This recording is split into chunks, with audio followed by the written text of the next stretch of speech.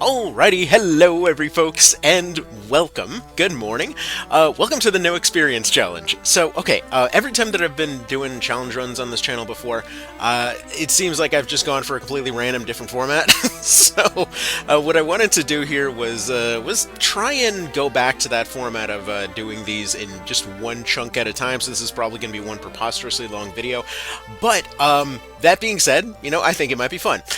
Okay, so for those that have never heard of it, this is this is going to be possible courtesy of Chaotic Brave Alistair's a no experience mod, specifically the hard mode, because when we were doing this as streams, there was only the normal mode, which just turned off experience, which basically turned into, as soon as we get a character at level 5, we now have a character at every level along the way. So it became a challenge to recruit somebody at every few levels or so, and ultimately it was basically vanilla game but slower. So instead, he made a hard mode version here that's going to consist of recruit being removed for everybody except for the more or less the unique trio.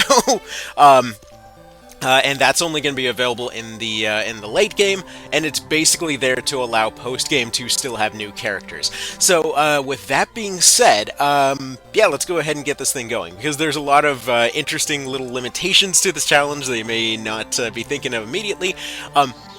Yeah, if you hear random meowing in the background, by the way, yes, we got rid of the chickens, now there's kittens in the office. Anyway, that's a whole other story. Now, let's go ahead and get started here. As far as character building, as per usual, I'm just going to go for the funny answers rather than actually trying to min-max anything, because honestly, it will not matter whatsoever in this case. Okay, who will prove false? I mean, we already know that's coming. I mean, I guess technically, we don't officially see Denim and Olivia doing it on the boat, so maybe his beloved will prove false. I don't know. Let's see. Of your flaws, which would you remedy? I know. Finish a run. Good lord. You got like 7 challenge runs that are technically uncompleted in video form. Get to it. I am. It'll take a minute. Life is chaos.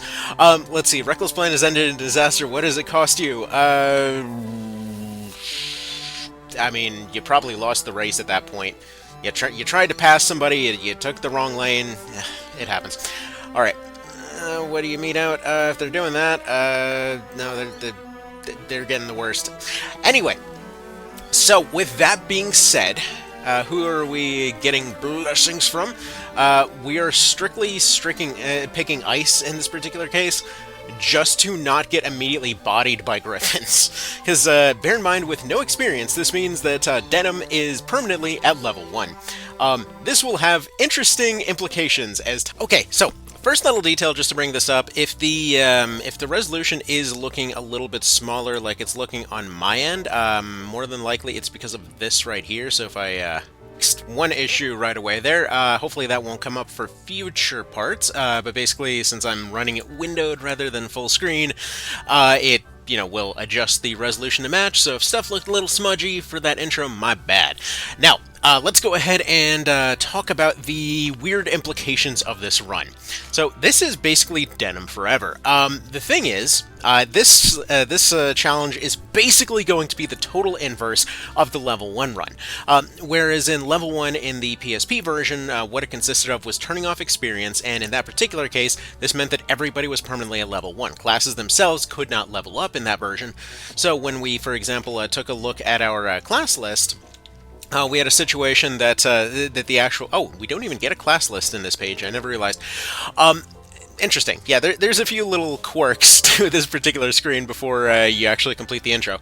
But anyway, this meant that all classes were permanently at level 1. However, it did not mean that everything was unobtainable beyond that. So, for example, in the PSP version, the way that we ended up getting through it was collecting an absolute asinine amount of cards, and on top of that, essentially picking up skills by recruiting story characters, killing them off, and then transferring those skills into our already vastly improved generic units. And basically, this allowed for getting things like anatomy, which you could stack anatomy plus elements plus weapon skills to unlock finishers. And so, for example, when we had stuff like max rank, death whales or spiral scourges and things like that, it didn't matter that they were level 1. It was still possible to one-shot the final boss in the right circumstances. So, anyways, that stuff was extraordinarily broken. Anyway, this time around we have the total opposite problem. Namely, we have no access to most finishers for most characters in the game. Our skills, for example, for Denim consist of what you see right here. So, we've got this, and then any classes that we can change them to, anything else that they've got available at level 1. This is going to mean that he, for the most part, will never have skills. Additionally, for any of our other characters, they will show up at the level that they show up at.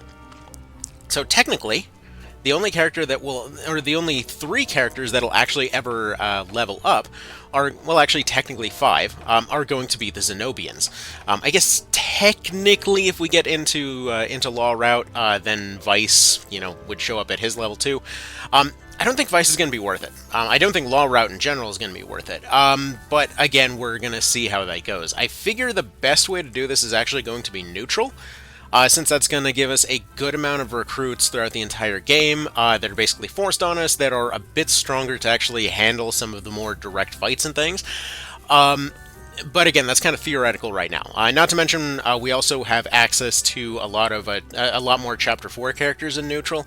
So either neutral or chaos allows you to collect more randos towards the end game there. Like this time around, we actually kind of need Oshone. So if we decide to go Law Route, we have that option too.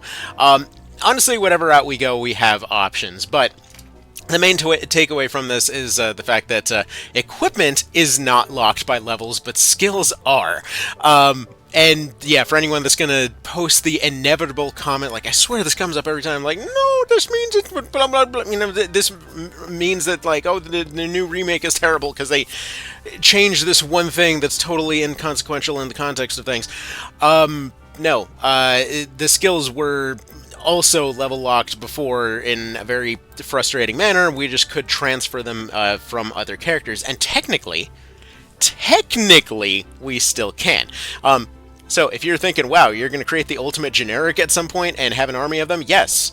But yeah, remember that this time around we cannot use our recruit skills until, well, basically until we'd have access to the Ogre Blade anyway. So that way, that's going exactly how you think it's going. So yeah, we're going to have a lot of trips through Palace of the Dead once we get there. But until then, we are looking at a team that is barely functional. And what I really like, about this challenge is that it does allow for showing off a lot of the interesting quirks of the Reborn remake here. Where in this particular case, we're going to be making a huge amount of use out of elements. We're going to be essentially going and doing a lot of weapon swaps on our very limited supply of higher-end characters, and additionally, we're going to be making a lot of use of guaranteed attacks. So while guaranteed attacks have always been there, they're going to be a lot more prevalent in this case. We're also going to be making more use of item pickup tiles. So, for example, if you take a full direct movement on Denim for both of your first 2 rounds here, you'll end up getting random little pickups here, which are going to be pretty useful, considering that our financial situation is going to be pretty rough going into the middle of Chapter 2. So we're going to be very limited in terms of what we can actually use. Our equipment is far more open than it was last time. So, like, remember that level 1, or rather no experience back in PSP. Again, level 1, no experience, basically was the same thing there. That one consisted of having basically no equipment. We had only starter equipment up until the cursed weapons, which could then basically be used to create whatever. Like, I sacrificed some max stat units to make those cursed weapons, and then those cursed weapons also technically had a level 1 requirement, so that allowed for, again, like, phenomenally ridiculous damage on those guys, despite being at that level 1 there. Because remember, a level is just one of many things that makes up your character. So experience is weird in that way. Now, you might have noticed earlier I mentioned that there were no finishers as well. So because your weapon skills are capped by your current level, and essentially scaled to your current level, this means that we can't actually rank them up in any way. So at least not past where they currently are. So like later on down the line, any characters that we recruit in Chapter 4 will have, 3 finishers. Any characters that we recruit in the post-game will have 4 finishers, that kind of thing. But for now, and basically up until we start getting characters in Chapter 2 that are forced on us, there is no there is no such thing as a finisher. So we can't use those to cheese past Chapter 1, and you better believe we're going to be using Canopus for that instead. So for our first fight, this doesn't matter very much. We've got an advantage over over the leader character here, so hopefully we'll speed past that a little bit. It's not like this intro is particularly difficult or anything, but all of our advantages from being ice here are primarily only for the purpose of keeping him alive when it comes to the Griffins. See, one of the tricks that's going to be a constant problem over the course of this run, and what we saw during the first attempt at this run a year ago, was that keeping Denim alive is going to be a complicated endeavor. He can't use a lot of the standard defensive type of skills, so like even if we make him a knight, his defense would be slightly higher, but he still wouldn't really be doing very much. Wow. Man. RNGesus is bound and determined to protect this berserker. Anyway, so yeah, keeping him safe is going to be somewhat difficult. So he can't use things like Phalanx or Steel Stance or anything along those lines, any of the typical auto skill approaches here, which means that we're going to be using a lot of guarantees. So for example, slightly higher armor on the knight there. It's essentially like 5 extra vitality just kind of built in there, so we have that. Full vitality armor, things like Fortify and Dodge on at all times, which is why our financial situation is going to end up being pretty dire. Holy Christ, it just refuses to let this man die! This is I feel like this is just a sign of things to come. But yeah, we're going to be using a lot of inbuilt guarantees on our characters. So things like Dodge and Fortify, sidestep, things like that. A lot of the stuff that we started using back in Nothing Burger, and we're going to be making more use of here. Okay, so yeah. We're going to be making extensive use of things like parries and luck boosts and things like that, trying to see if that will improve things. Results are still inconclusive as to whether or not luck actually helps with parry odds in this one, since it does seem like luck does not do its overflow thing from previous games. Well, I say previous games. Technically, it is the same game in different regions, but you know what I mean. And an overhaul mod. So yeah, that's fun. All right. Anyway, so with that said, you might be wondering what's with Denim's name here. I just figured, you know what, run as fast as you can. You can't catch me on the gingerbread man. It just feels like exactly something that somebody like this would be screaming. Now, that being said, I am going to go ahead and do one big time skip here, because as far as this intro goes, the vast majority of Chapter 1, like the first half plus, is basically the same that it's been before. So I already actually have a file more or less set up here for exactly the point that I wanted to really start things, because that's where it gets interesting. Union Level 0. So this is going to be a couple hours in. I have the initial team all good and going here, and you'll notice that we're basically at the last 3 battles of Chapter 1. Now, why is this? Basically, the way that it typically goes is you go from Almorica. Tynemouth is already balanced towards you being at minimum level. There's nothing really new there. Chrysaro, mildly more difficult. Kadriga becomes utterly impossible at that point.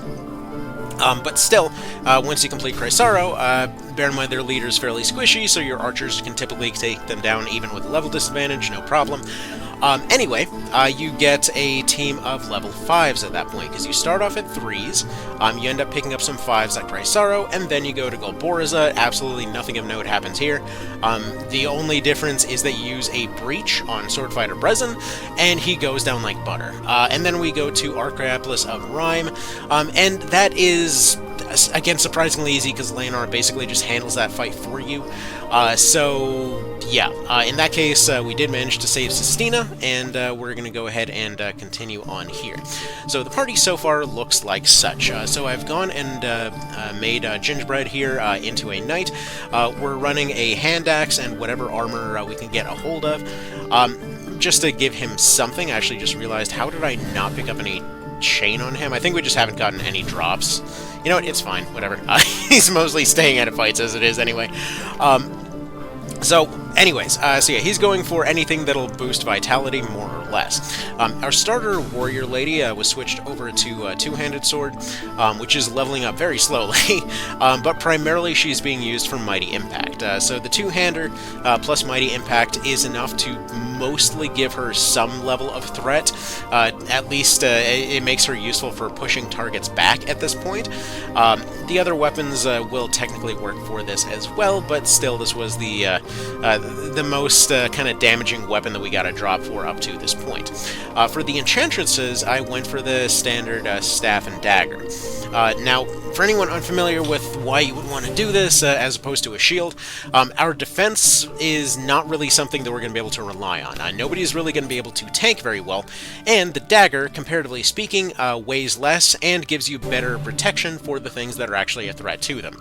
You can kite away from melee attacks with your casters, but when it comes to things like arrows, they're always pretty much going to be within range of longbows, so things like sidesteps and parries are going to be your way of defending against them, which actually, to that note, I should probably go pick up some more Filters of Ashes, since we are going to need them things.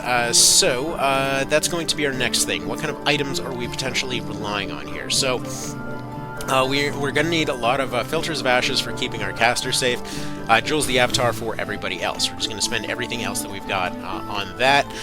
Unfortunately, our resources are going to be stretched thin for a decently long time, up until we get access to Farampa Wildwood. Reason being, Farampa scales to your level no matter what you're at, which means it's more or less infinite resources, and we don't really have much to worry about there. So, with that said, you'll notice our casters are not running any damaging spells, they are running exclusively all debuffs. The reason for this is concentration over here will guarantee 30%. Actually, I just noticed I can use the mouse. So, concentration guarantees 30% hit odds or higher. If we increase their mind high enough, this can potentially become more useful down the road. And additionally, we have poison for the obvious 10%, paralytic wave for buying us time, charm for taking threatening enemies and turning them against themselves, and then sleep if there's somebody that just needs to be put out of the fight for a little while. We're not even going to bother with the damaging spells because they will quickly fall off. Now, in an interesting twist here, so we've primarily switched over to knights for healing, while Donalto here is still a cleric. He's just kind of here as the slightly faster healer. For the most part, we're using knights for healing. So we've got 3 knights and 1 cleric, just to try and trickle heal everything. Meanwhile, of those knights, the only one that can actually use Phalanx on account of the level restriction is going to be Voltaire, who starts with it. So he's typically the one that's out in front, and is realistically the only one actually capable of doing anything resembling tanking at this point. So we've got that going for us. So he's primarily out in front, just trying to heal. Usually he doesn't get attacked, considering how comparatively tissue thin everybody else's armor is. Okay, we've also got Sarah for pushbacks, just like our Amazon up there. And additionally, as expected, our main damage dealer here is Canopus. So the reason for this is pretty obvious. Dude comes in with a pretty big stat advantage, and his class is able to make good use of, well, a lot of things that you need for sniping leaders, especially in the early game. So a lot of the leaders at this point are going to be Earth Elements, so essentially we just switch him to whatever the opposite of the leader is, but in this case, Wind is something that causes him to seem extremely overpowered for the early game, because again, most of those guys are Earth. Now, fist weapons are going to be the strongest thing that he's got access to, and typically he does a pretty solid job. Because he's a Vartan, he's got extra movement, which means that he basically has 2 options when it comes to a fight. He's looking for 1 crit card, ideally, and then 3 either Fizz-Up or Magi-Up cards. just kind of looking for that snipe. So effectively, if he's going for a fizz-up type situation, physical weapons are typically way more resisted than magic stuff, so we're looking to land a breach. You'll notice a lot of our characters are carrying Dynast King's Meads over here, so whoever's close to the leader just chucks one of those on him, goes and gives them a massive physical defense penalty. Well, it's not really it's a physical damage multiplier more so than a penalty. It just feels more appropriate to call it a penalty, you know? Anyway. Going forward, by the way, if there's any time where there's a question over whether it's a penalty or a multiplier, it is a multiplier. I may call it a penalty every now and then because it's what it's trying to call itself. Anyway, so either one of those options will work. Spells are typically near unresisted as they are, even with a disadvantage, so usually just picking up those cards will be enough to see something like a dead shot do okay, but either way, it just kind of comes down to whatever we happen to have available to us at any given time. Okay, so with that said, let's go ahead and continue on here. So this is going to be the first two first actual kind of sort of fights here of the run. So once we get into to Lake Bordeaux, this is where we have the map with a larger amount of soldiers on there. It's the exact same thing that I just described. You put a breach on the guy, you have Canopus pick up some cards, punch him, done deal. Not really necessarily worth showing much. Now, this gets us to these final three, which is where the run really begins. So we've got Zaidmore. This is going to be our fight versus the Griffins. Now, the reason that this is a threat is because, well, they're already pretty difficult to damage in a normal situation. They're already something that's going to be pretty capable of one-shotting a lot of our units with the disadvantages that they've got now if they get a crit. Additionally, they're going to be moving pretty fast. Additionally, they're going to be on us pretty much immediately. And also, we have 3 potential targets that we need to down in order to make this happen. So, anyways, we're going to temporarily shelf our Valkyrie here, because for some reason they give us just 9 party slots. It's a very random number. And let's go ahead and talk about loadouts real quick.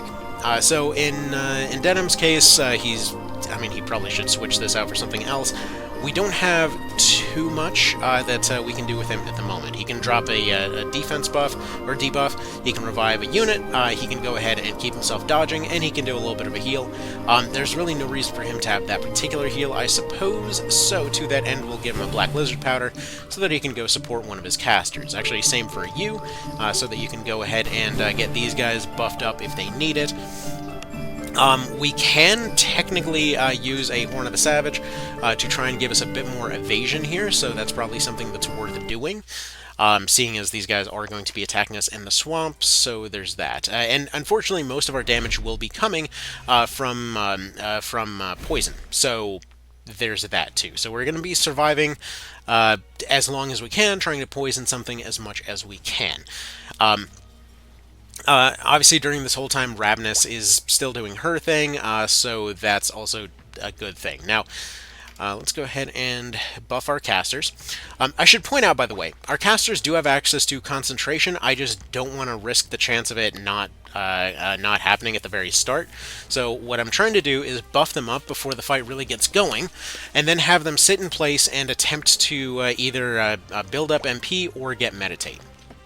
Now, the reason that we are going and doing this is to make sure that they've got the points available to be able to actually drop their debuffs when needed. See, we need to land a couple of things here.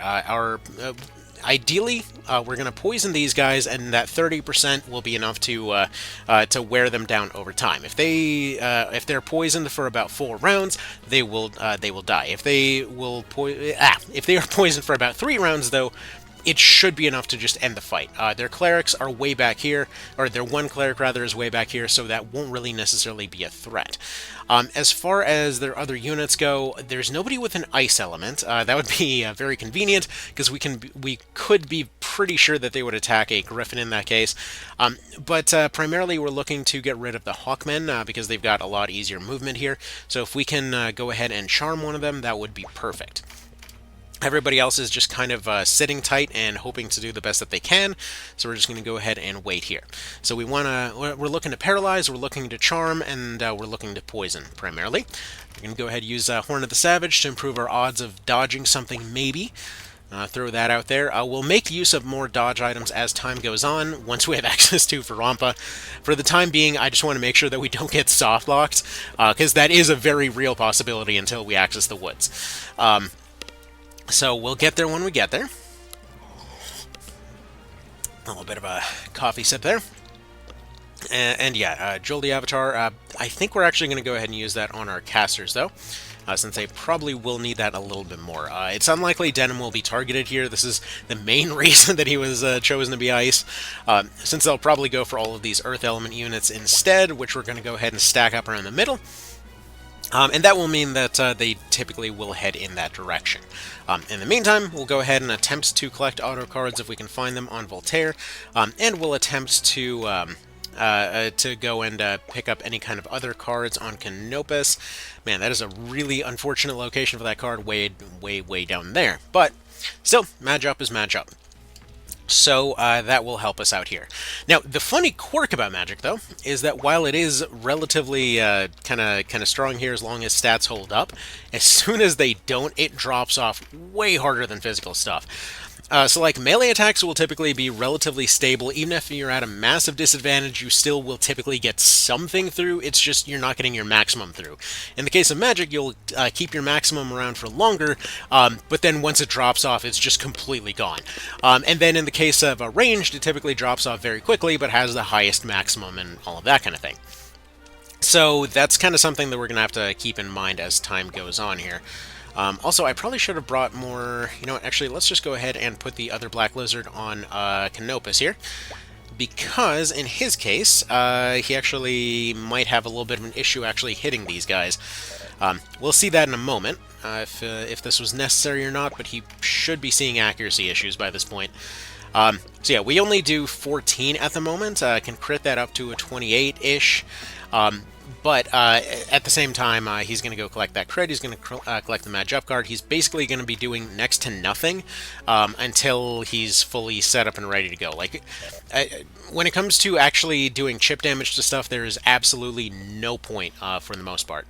Also, that was a 3% block. Thank you, Rain. So yeah, 3% block, courtesy of the Rain, with an 8-level disadvantage. Way to go, Vice. I'm a little worried that we're going to lose our bonus. And additionally, I need to remember to go to the store, pick up some Airy Ion Plumes. Because going for Fist plus Plumes here probably would have also helped quite a bit. I would assume we could probably, with maybe a couple Fizz Up cards, could probably get him roughly into 2-shotting range for this bird. At least to the point that we need. Like, we don't actually have to kill the birds, we have to just get them to low-ish health. Like, as soon as they start flashing, it's over. Sometimes even a little bit lower than that, depending on if it's feeling nice that day. Okay, so let's go ahead and get our Amazon lady a little bit more topped off here. Probably need one more revive on you. Turning unfortunately expensive. I'm just going to go ahead and go for the attack here. Dang it. We really needed those numbers there, because their cleric is starting to get close, and once that cleric gets close, we're basically hosed. But, yeah, hopefully we'll not be getting to that point. Okay, so we got one more heal coming out here, so we'll just go ahead and top off Canopus. Hopefully he crits. If he crits, that should put us within range to get this completely done. And just in case, I'm going to go ahead and drop another Breach here. Because I have a feeling that Obda's about done here. Yeah, that next round, Cleric's in range. I'm hoping that they'll heal one of their others and maybe back up before then. Again, just very, very docile Cleric, and there goes our main tank guy getting crit. What is this guy just running one card here? Yeah, with that one card, that guy's been thoroughly decimating everybody. Alright, go for the poison again. Bummer. Okay. Not great, but it could be worse. The sleep wore off. We could get another stun. Actually, that's another thing we're gonna have to look forward to. Any beast units, any debuffs that they have are going to be based off of mind, and unfortunately, we do not have anything to really resist that particularly well. Also, no crits. Beautiful. We do have another fizz up though. So next attack, if Canopus, okay, he lost his crit, so and he's down. Although him being down is actually a good thing here, because we can go over here, we can go ahead and raise him up, and he can just immediately attack again. So that's actually really good. So actually, that's another tech that we can expect to be exploiting a decent bit over the course of this run. Because if he immediately gets knocked out, and then we up him with another unit, if we potentially just run like a no defense, like full glass cannon type situation, we could create a unit that just repeatedly achieves kills by means of getting sandbagged over and over. So that's a thing. Like I remember that seemed like it could be a strategy last time, but looking at it, yeah, that seems like it could be pretty realistic here. It's definitely a scuffy way to do it, but you know what? Considering last time involved literally breaking time, I think it's going to be whatever it needs to be. Yeah, for those that didn't watch the awfully edited level 1 run, there was essentially a situation there wherein we just had to use paradigm shift scrolls for something to the tune of like, I don't know, millions of bucks worth of investments there, and there we go. That's the win. So Supreme Canopus sandbagging is the way that we're gonna do this. Just for now, anyway. Also, there's that Ice Blast too that would have been really useful a moment ago. Anyway, so yeah. Bear in mind, obviously, again, this is without an elemental disadvantage. Technically, we have / potentially had an Ice Charm. I forget if I did something with that, but do we have an Ice Charm? I feel like we had an Ice Charm and I used it on somebody. I don't remember. But no. But yeah, that would have been pretty useful here. Unfortunately, right now, Ice 2 without him switching element would basically be the equivalent of just this. So that's not necessarily going to help us out much, but that is going to be that fight done. Then we get into Balmamusa proper. Now, to that end, we are going to go ahead and do something real quick. So I'm kind of not sure what I want to do with Nybeth, because the thing is, he's going to be very expensive to do right now. But we do need to do him in order to get access to something way later.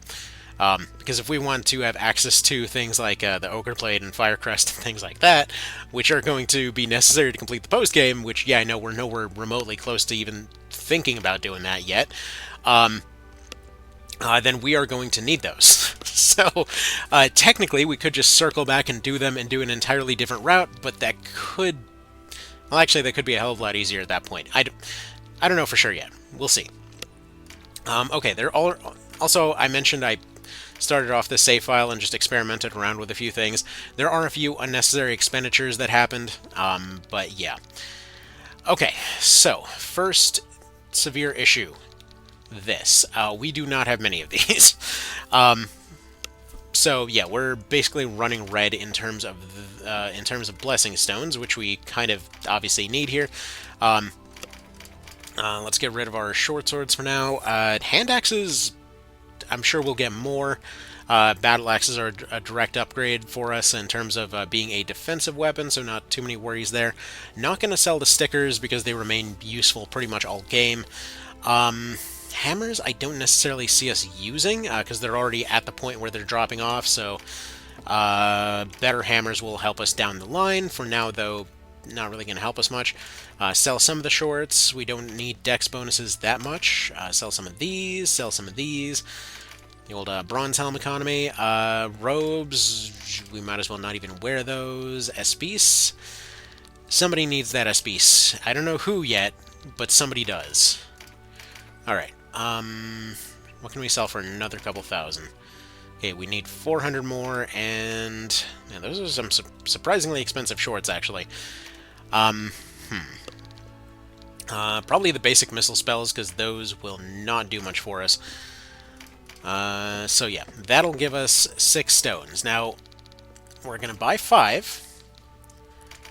So that'll just barely get us above what we're currently trying to use, and then we're going to get 7 plumes. Because those are probably going to be far more necessary to get stuff done. So, seeing as we need this guy punching stuff real hard to get anywhere, we're going to go ahead and replace his basic heal here with the plume. The other stuff seems to have been pretty useful. Shoot, we should probably replace this with a True Strike, but how much... When has anybody ever needed to buy the True Strike item in any version? What the hell is it, and what does it cost? Where's True Strike? True Strike, do you exist? Mercurial Files, right. Yeah, the only use for this, normally in the game, is to help gremlins land their kiss move. Anyway, let's see. 300 each. I think we can manage that. Sell maybe... Yeah, one of those hand axes. Not one of the stickers. Cestus. Is anybody else going to use a Cestus? No. Okay. Oh, staff. Right. No one's going to bother using a staff. Okay, so that gives us 5 of them. So, yeah, that should be perfect. So we use our stuff to make it rain. It's going to be pretty much guaranteed raining a lot of the areas that we go to anyway. So that should be useful. Then we replace this with this. So, yeah, go figure. This has a purpose. So we're going to go ahead and save that there. We're going to make one attempt at Nibeth. Just using the old snipe strategy. So this consists of one very specific setup. Namely, everybody else stalls for time while Canopus builds up. If that's possible, then we can do something. Casters are going to be here to charm. Everybody else is going to here just to live. We're going to get her out of here. You're going to go over here. You are going to be pretty useless here. You can stab things, I guess. And you go here. So, yeah. There we go. So, we're going to end up getting pretty significant savings once we get a few fights into Chapter 2. Like, by the time we get access to... by the time we get access to Farampa, we have access to crafting. So that gives us access to Wade for going through the water, that gives us access to additional movement from the leg items, jump from the gloves, which vastly improves our access as far as where we can get our people. Additionally, here, let's actually see where he's at right out of the box. That's actually not bad. Actually we only need like maybe like 1 Fizz card and a Strengthen, I guess. You know what, just go, like, tier-ish. I might actually just run Strengthen and just have him go harass the guy. Because if we can get him around the side and just bring all the other units close, we may not need any of the other stuff. Just do the old pullback strategy here. Depends. Depends. Also, I might change Canopus over to a Rune Fencer in some situations, since that gives him access to the water. Like, as much as water usually doesn't come up that often, water and rain are going to be our friends here, since they will allow us to, well, access the water. So those tiles could be very, very useful in some cases, whether we need to hide somebody in there or what. Also, for the sake of it might help, let's go ahead and dodge boost Canopus here. Also, if we have another one, I would like to dodge boost Vice, maybe give him some odds of surviving out here. Those odds are looking pretty slim. I probably should have also brought some side steps, but we'll go ahead and horn up here. See if we can maybe do some stuff with that. Probably not going to do very much for us, but maybe. Okay. One skill card popped up there. If we can get any direct damage boosters, yeah, the crit's pretty good. Mostly because it allows us to build up for that one shot. So if we can get that going, then yeah. The less amount of rounds, the better. Let's see. Can we charm yet? Yeah, we can. Just barely get in range. 9%. It's at least worth a shot because they're not too close yet. Bummer. Alright. We'll go ahead and pick up some skill cards here just to clear the field a little bit, see if we can get some more items for Canopus. Yeah, there's a Fizz up. That's going to be a bit more reliable in his case, especially if we boost it up with Strengthen. Yeah, that plus Strengthen should boost it to about 110-ish. if I were to guess. Crit isn't necessarily as reliable, but it is an instant doubler, so we might be able to see him do the two-shot. We'll see. Alright, move you two about there. We'll let them get close, and then we'll go ahead and rush Canopus on forward. Probably should have picked up a, a Fortify on him. Cashwa, dude, really? That crit was right there.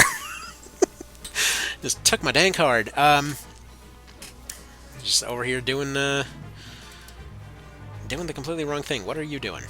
Alright. I was kind of hoping he might pick up that crit on accident, but I guess it wouldn't make a whole lot of sense for him to go out of his way to do that, would it?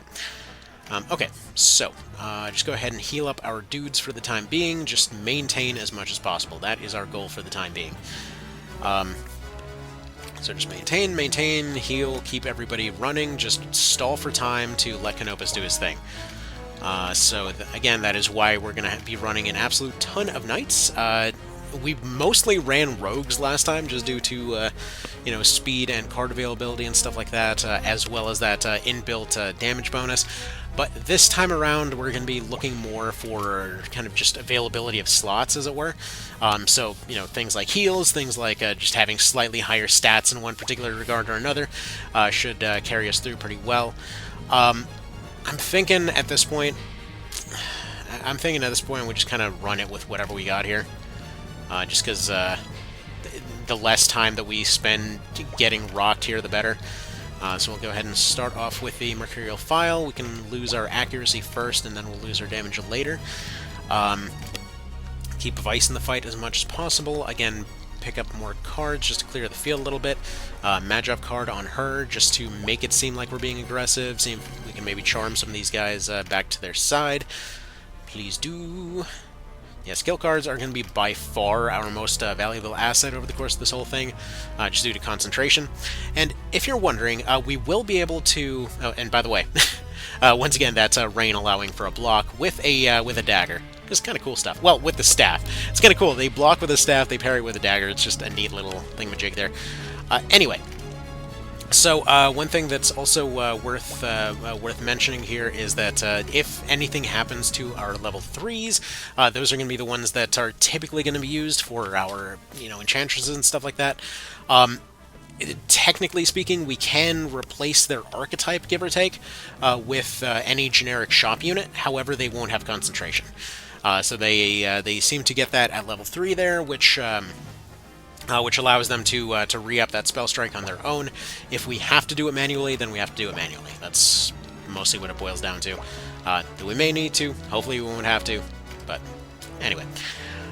Okay, so keep more heals going here. One for Vice. There you go. And there's that one. Let's see, more heals in that direction. And he is actually going to go ahead and march on forward. Try to... Is he in a good spot? I feel like he's in a good spot. He's in a good blocking position at the moment. She doesn't have Phalanx, so she's going to go ahead and just kind of heal and body block over here.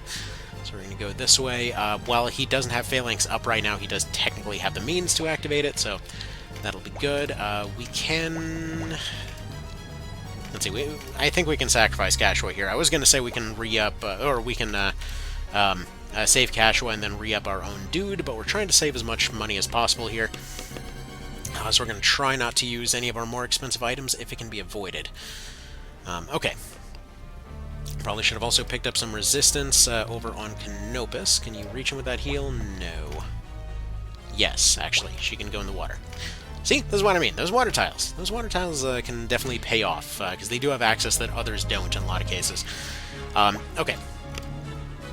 Can you get away with using skill plus this? Is this guy acting soon, or is it this one? Okay, it's that one. Can we even reach that guy? Barely, no. Okay. Well, it's fine. The other Enchantress needs that other card anyway, so, are you the other Skelly that's acting soon? No. No. Yes. Okay. Can we reach that dude, though? Probably. No. Okay. Can we paralyze? Let's see, that seems like it'd be pretty good value. Though this would be better value if we can Alright, just go for that guy. Bummer. Alright. So, convenient crit, convenient physical up. So we'll go ahead and go for this. Just wait right there to not waste any time. There is a chance that he can still do the one-shot here, because with 2 fizz-ups and a strength up, he should maybe one-shot. Maybe. Maybe. We'll see. Let's see, zombie soldier guy, can you be charmed? Darn. Man, we're just getting really bad luck with those 40% today. It's fine. It's fine. Everyone's currently distracted. Most of the team is still going. I think we've only... No, we haven't even lost Vice, have we? Alright, this is looking good then. This is actually looking really positive right now. So, he gets punched a little bit. Let's see, you get healed a little bit. Fantastic. Beautiful, beautiful. And yeah, they're just going to keep taking one attack. We heal off that attack. He does some damage to some stuff, takes somehow... Okay, well, I guess technically that was a punch. So it's not really somehow. He's just going to take no damage in back because it's a punch. I know somebody's going to ask about punch only. Don't worry, that's still planned for hell, whenever the hell I get around to it. Lost our crit, but there's a fizz up right there. The question is it worth it? Maybe. Depends on whether our healers can get close, because so far that answer is yes. That situation might change. Let's see. Yeah, just heal you to get you out of a potential crit one-shot range. Probably move forward here to Rampart block. Alright, he's getting damaged. He's moving out of the way. Okay. Now, with this one, what do our numbers look like? Because it should be getting close. Yeah, 157, and then we do the strength up. And then from there, he just needs to rush this guy down. And then if he can get the crit... I mean, there's really no reason for him to get a crit. Right now, he's in really good position to just do the standard Canopus Rush. If we could just land some of these charms, that'd be amazing. There we go, finally. Just get these guys off our back a little bit. As you do. Beautiful. Okay. Wait, why are they... They are bum rushing with archers. Some AoE2 logic for sure, but so far we're sitting pretty. In fact, we actually technically have the option to do something like this. That's not necessarily the best choice in the world, but it does put him up there. And also we can now body block with Donalto here. Go ahead and get our caster patched up a little bit, and this might cause them to retreat back a little bit. So we've surprisingly taken ground, despite doing next to no damage. So that's... Again, the importance of positioning here. The importance of positioning and kind of crumple zones, as it were, because almost our entire party is one giant crumple zone, which means that they really want to get in there, but if we surround them and give them no other options over where to move, most AIs will choose to back up in that situation. So yeah. Also, obviously, any kind of parry bonuses that we can get on our weapons will be very, very crucial to keeping everything going over time. Go backwards one tile to block the Skelly. There you go, forward this way. What's that look like with the strengthen now? Yeah, 172. It really did not help that much, did it? How much is Deadshot doing to this guy? 2? Well, maybe it's worth running the breach from the opposite side. I think that's what we'll end up doing. Because if we run the entire team in there to kind of pincer him in, there is a pretty decent chance that we can actually just breach him. At which point that number should go drastically higher. But that would involve charming the hell out of his dudes. So we've got that one. We've got that one. Are you doing anything interesting? No. Alright. Let's go ahead and charm this dude. Because he might deal with some of these ghosts for us. Perfect. Alright, her spell strike fades, but it also came back. What are these guys up to? Let's see, your turn's soonish, but you're probably the biggest threat to the team right now. Yeah, this guy's all up in our business, this guy's in our business. See if you can get rid of this guy. Okay. And then she moves back here. That Valk is the one threat that she's currently facing. Okay, we can... Let's see. Pull you back here. heal her. Knight is currently in danger, so we maybe leave her there. Beautiful. Got our 2 archers going, so that deals with some of the enemy units. We can actually exercise that guy. We actually achieved kills on Nibeth.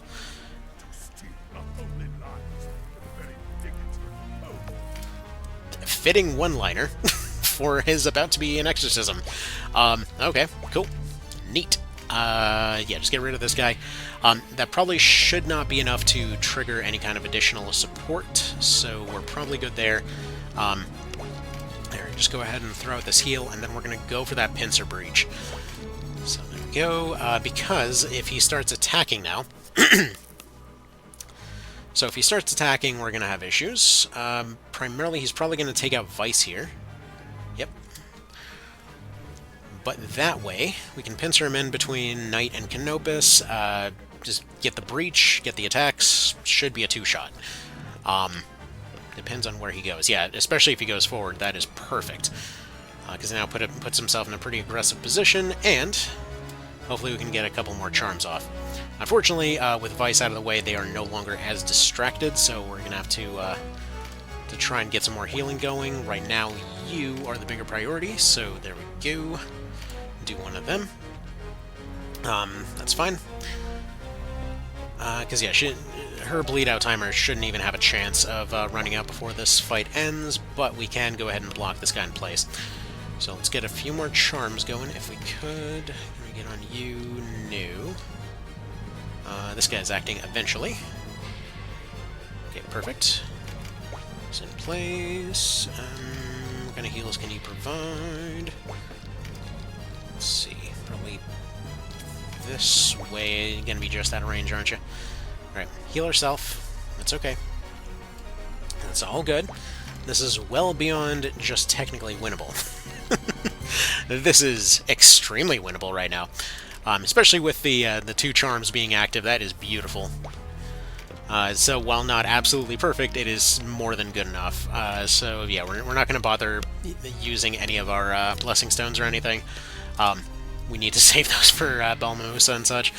If we can get any additional drops, that'd be perfect, but hopefully they don't get stolen. Because we really don't get much for this fight, but it does unlock options for later. And additionally, you know, maybe gives us something useful. Truth be told, I don't really have any exact plan behind this, but we'll see how it goes. Okay, so body block you in here. In fact, actually, the better block might be this way. Because if we go here, he can't go in either direction. We go ahead and do the breach, and then that should allow for a 2-shot from Canopus. So he's actually going for the attack this time. So he can't move right now. Both tiles will be blocked, so he chose to just stay still. That's fine. It's one of our casters being threatened. Unfortunately, he keeps going after the skeleton with the counter. Yeah, that Valk is getting repeatedly lucky with her timing, that's for sure. Keeps finding herself in the perfect position every time. Okay. We'll go ahead and use one to raise the other here, just to not kind of screw it up here at the last minute. Hopefully she gets her meditate and her concentration. Dang. Well, just roll for the stun here, I guess. Worth a shot. Okay. Anyway, maybe that was completely unnecessary. Maybe. Okay. There's the 1. And we just gotta survive until the 2. We need 1 healer to get close to heal Canopus. I think that should be you. Nope. Problematic, but maybe just go for the stab here. She did kind of have numbers on them, so that's something. Alright. Let's see, they do the Spark Sphere. That's fine. He's just tempting those Spark Spheres. That's also probably where the Valk's next attack is going to go, so that works out nicely for us too. No reason to pick up this card other than because I feel like it, and go ahead and heal up our gingerbread, who is currently getting cooked into a crispy cookie. Somehow he ran out of MP for basic heals. How on earth did you manage that? Alright, you sit there. He goes for the Meteor Strike. That is getting very close, but I think his defense is just high enough that everybody else is picking other targets, whereas in Nibeth's case, his attacks are generally a bit stronger, so it looks more like, considering that there's less resistance coming out, he's probably seeing more or less the same numbers across the board for this guy. So to him, it makes sense to attack Canopus, which makes sense. Thankfully, currently we still have accuracy up on Canopus there. I don't know if that's going to fall. Oh, well, how bad is down to 71%? Okay, what about from the back? 96%. Please don't block that. Perfect. Okay, so that is going to be basically everything Nibeth related unlocked for late game. Match plus ones, I think that actually could be reasonably useful. We ended up losing a little bit of money on that. But we did get an air charm out of it, got experience that we can't use. So yeah, I think... I don't know if that actually gives us anything terribly useful, but it does, again, unlock post-game stuff, so... Or not post-game, but it does unlock Chapter 4 stuff, does unlock Ogre Blade and stuff like that in post-game. So we have a few more kind of options on hand. Plus, I think we have additional options that we can get in said post-game. Because they said that all recruit skills are removed, except for stuff like... Wait a minute. That makes no sense. It just occurred to me. He said that all skills are removed except for stuff like Lord and Princess and whatever else. How the fudge are they getting recruit skills? Because to get stuff on Lord, you need to get that from something else. So... Technically... Like, I don't know if they still count as like, unlocked if you get it from another class, because then... Would no, because Oshon probably wouldn't come with her taming skills or anything, so... Is it possible to get monster units? I don't know. It may not be possible. Well, that's a conundrum. Alright, Anyway, I'm going to pause it there. Okie dokie. So, hi every folks. So a quick thing, you might notice this is not exactly where we were last time. So I kind of was chattering to myself here for a little bit and then realized that the mic was turned off, so, you know, way to go. Now I'm not really going to remember to do this whole post-editing thing, you know how it goes around here, so let's go ahead and chatter about some of the ideas that came to mind. So one of the things that I was thinking, is that originally I was thinking to go neutral. See, in neutral we get the biggest kind of split of units. We get the best layout of different units that we could potentially recruit along the course of the game here. Where, for example, in something like Chaos, you're not going to have too many named characters that end up joining you. But you're typically going to have more of the good guy route. In Law, you're going to have a hell of a lot of characters join you, most of them in Chapter 4. And Chapter 3 ends up looking pretty darn sparse. So instead, what I was thinking is that there's actually technically a kind of ideal route going through neutral. They've got a good split of units. The neutral trio is a solid trio of very competent units that you can pick up kind of right there in the middle, right? But then something else came to mind. See, there is a very particular cheese strat that is very, very useful over the course of this game, and there's technically one exactly unique unit that cannot be replaced or replicated under any means whatsoever per the terms of this mod. See, every other character that we can potentially run into has essentially has that whole thing of being a human. Now, that's all well and good. It's a good selection of classes and whatever else. There's absolutely nothing wrong with it. But there is exactly one type of unit that would be very, very useful as a bit of a failsafe. Like, in case we really, really wind up kind of stuck against a brick wall later on down the road, that could potentially give us a massive advantage, and it's only available in the Reborn version. See, one of the changes that they made was something that people have been complaining about since it was taken out in the PSP version. Namely, that when Oshon joins you, her dragon joins you. Now, this basically means that we'd have to be paying attention to Chaos Frame, as well as also recruit Ravenous over the course of this playthrough, which is... I mean, an ask for sure, but it does mean that we would potentially have a very interesting situation where we actually have a practical reason to go down that route. And the thing is, as much as I expect to really rely on a lot of units towards the mid-game, again, Chapter 3 would be pretty sparse without getting access to that sudden boon of extra kind of named characters and whatnot. It does create a bit of an interesting conundrum where technically we may not need them. So while they are again, useful chunk of characters, we may not necessarily need them, just simply due to the fact that, well, what I have planned for Chapter 2 should create a whole lot of extremely broken generics that we can make a lot of excellent use of. But again, it's a little bit hard to say for sure. I don't know exactly how well any of that's going to play out, so yeah, we're just going to deal with it as we deal with it. But worst case scenario, one of my failsafes for most fights is simply the poison approach. There's very few things that are actually immune to poison. It's a very effective strategy against a lot of things. Charm and poison will solve a lot of fights. Again, not really a game that has a lot of immunities and such. So I would expect that to be a fairly reliable approach in general. I would expect to not really run into too many hiccups. Like, as much as I would love to use accrued strategies, obviously those particular skills are essentially banned by the mods, so after they more or less became the way to actually beat the thing last time. So anyway, I'm thinking it's gonna be tricky, but Law Route seems like it could be an absolutely excellent failsafe to get us through this thing. Oh, okay, so why would that dragon matter? So there's a few dragon skills that are particularly useful. Not only Dragon's Eye for being able to guarantee debuffs. So for example, if we need to guarantee a breach, guarantee a charm, and we don't want to constantly burn through items or have somebody get close, instead we potentially have the option to use a Dragon's Breath for that instead. And they're also reasonably leveled up, so this also creates a nifty little situation where they actually would be somewhat frontline viable. On top of that, Dragon Scale will be reflecting damage, which means that for any of the hyper bosses that give us issues, we can potentially have a way to cause them to just blow themselves up. So that could also help us out a ton. So that's an option right there. Because remember that currently the strategy is effectively to make it to Farampa Wildwood somehow, by hook or crook we gotta make it there, and then from there, essentially, whatever ragged bits and pieces are left, we rebuild the team.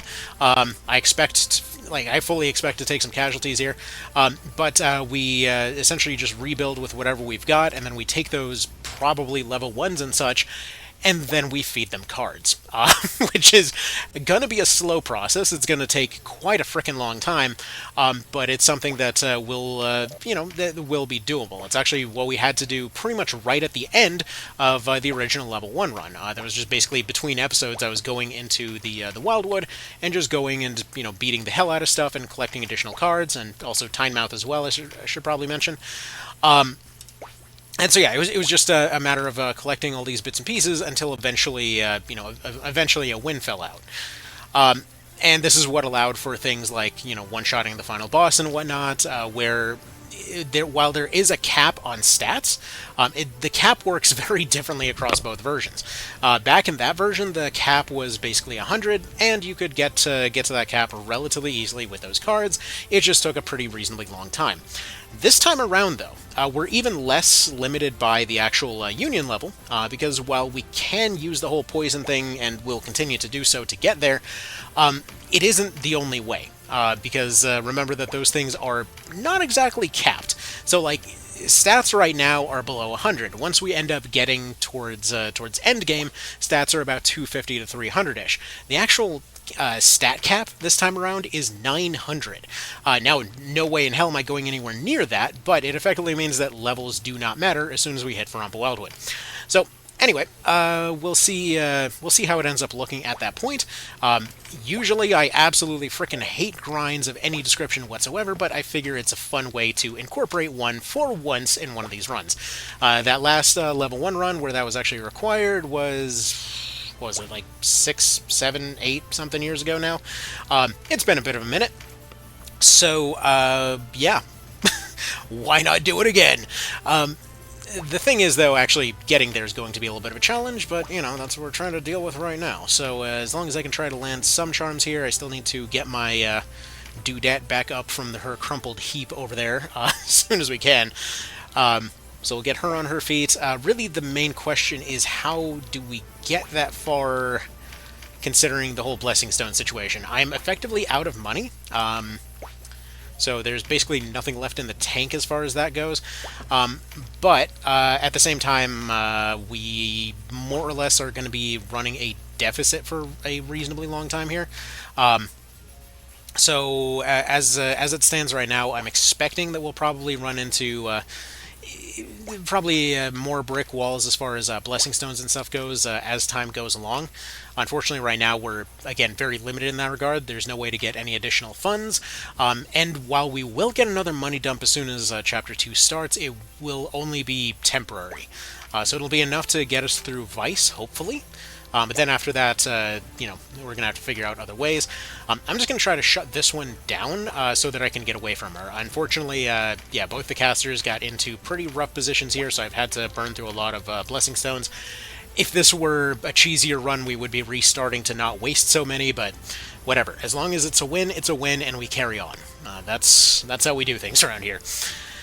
Okay, so let's see, other kind of complications that may come up as time goes on. There shouldn't be too many. I mean, really, the main issue that would come from the whole law route approach in this case would be the problem if we were to, let's say, get most of the way through that route and then find ourselves in a position that we kind of missed Ravnus at some point.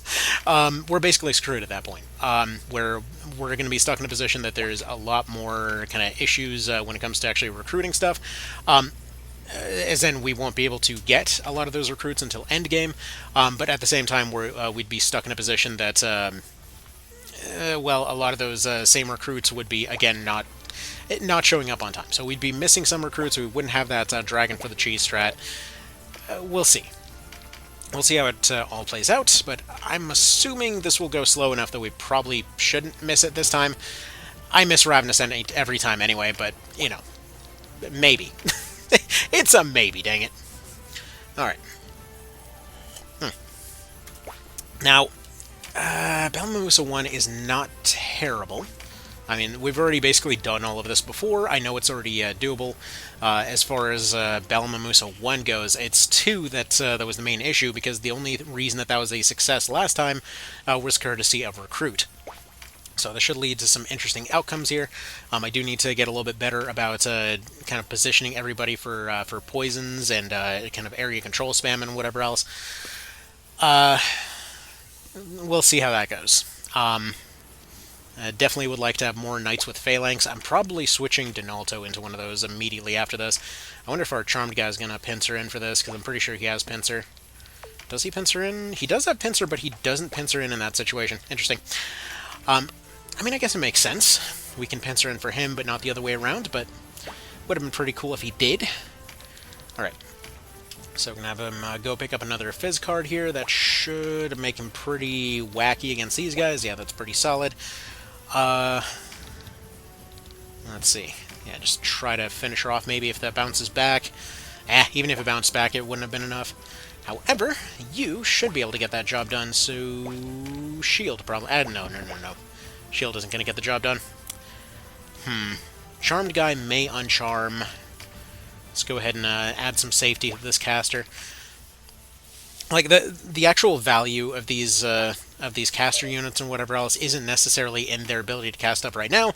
It's just in their ability to have concentration, seeing as any replacement units will require Black Lizard Powder and not concentration. So, their value is pretty intense for the time being. All of our 3s can be made into these guys at any given time, and, get pretty good benefits out of it.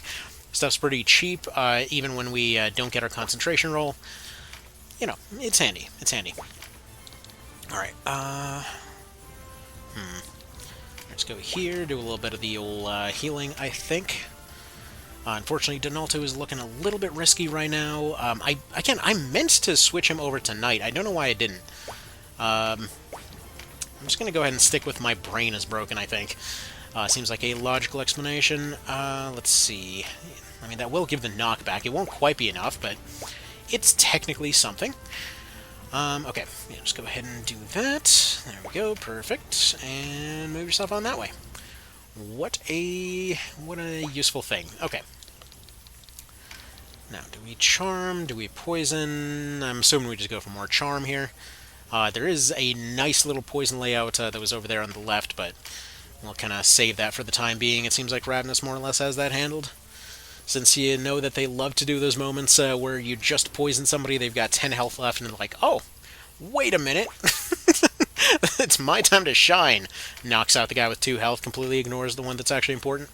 But yeah, we should be able to wrap this up in no time at this point. I think that last Valk, we're going to go ahead and breach this guy, because it's looking a little bit dire over there. And that saves us slightly on what we'd get otherwise, so anyway, go for more paralysis, poison, all of that kind of thing on this guy. Hopefully he... well, I guess he does exactly that, but hopefully one breached hit from Canopus should see... and you're gonna not crit. Awesome. Okay, he's got one last shot at this. Can he crit with his 50% crit? Well, 60% crit rate. Maybe. Anyway, just in case he decides to go avoid poison one more time, we'll go ahead and see if we can roll the knockback on the arrow. Not quite. Yeah, it's about time to probably do something else with that archer for the time being. They're just kind of there doing their job. It's not like they completely don't do anything. Basically, we're gonna use them for spacing and stuff like that. But for the time being, they're just kind of... Alright, so, moment of truth here. Yeah, she just goes for the heal, unfortunately. We get one tremendous here. That plus poison actually probably just puts him into just about regular hit range here. If poison ticks one more time. So we may not need that crit. And the poison fades. Beautiful. Come on. Please crit it. Crit it or somebody dies. Okay, good. There we go. So that's something. Alright. Do we do Law Route then?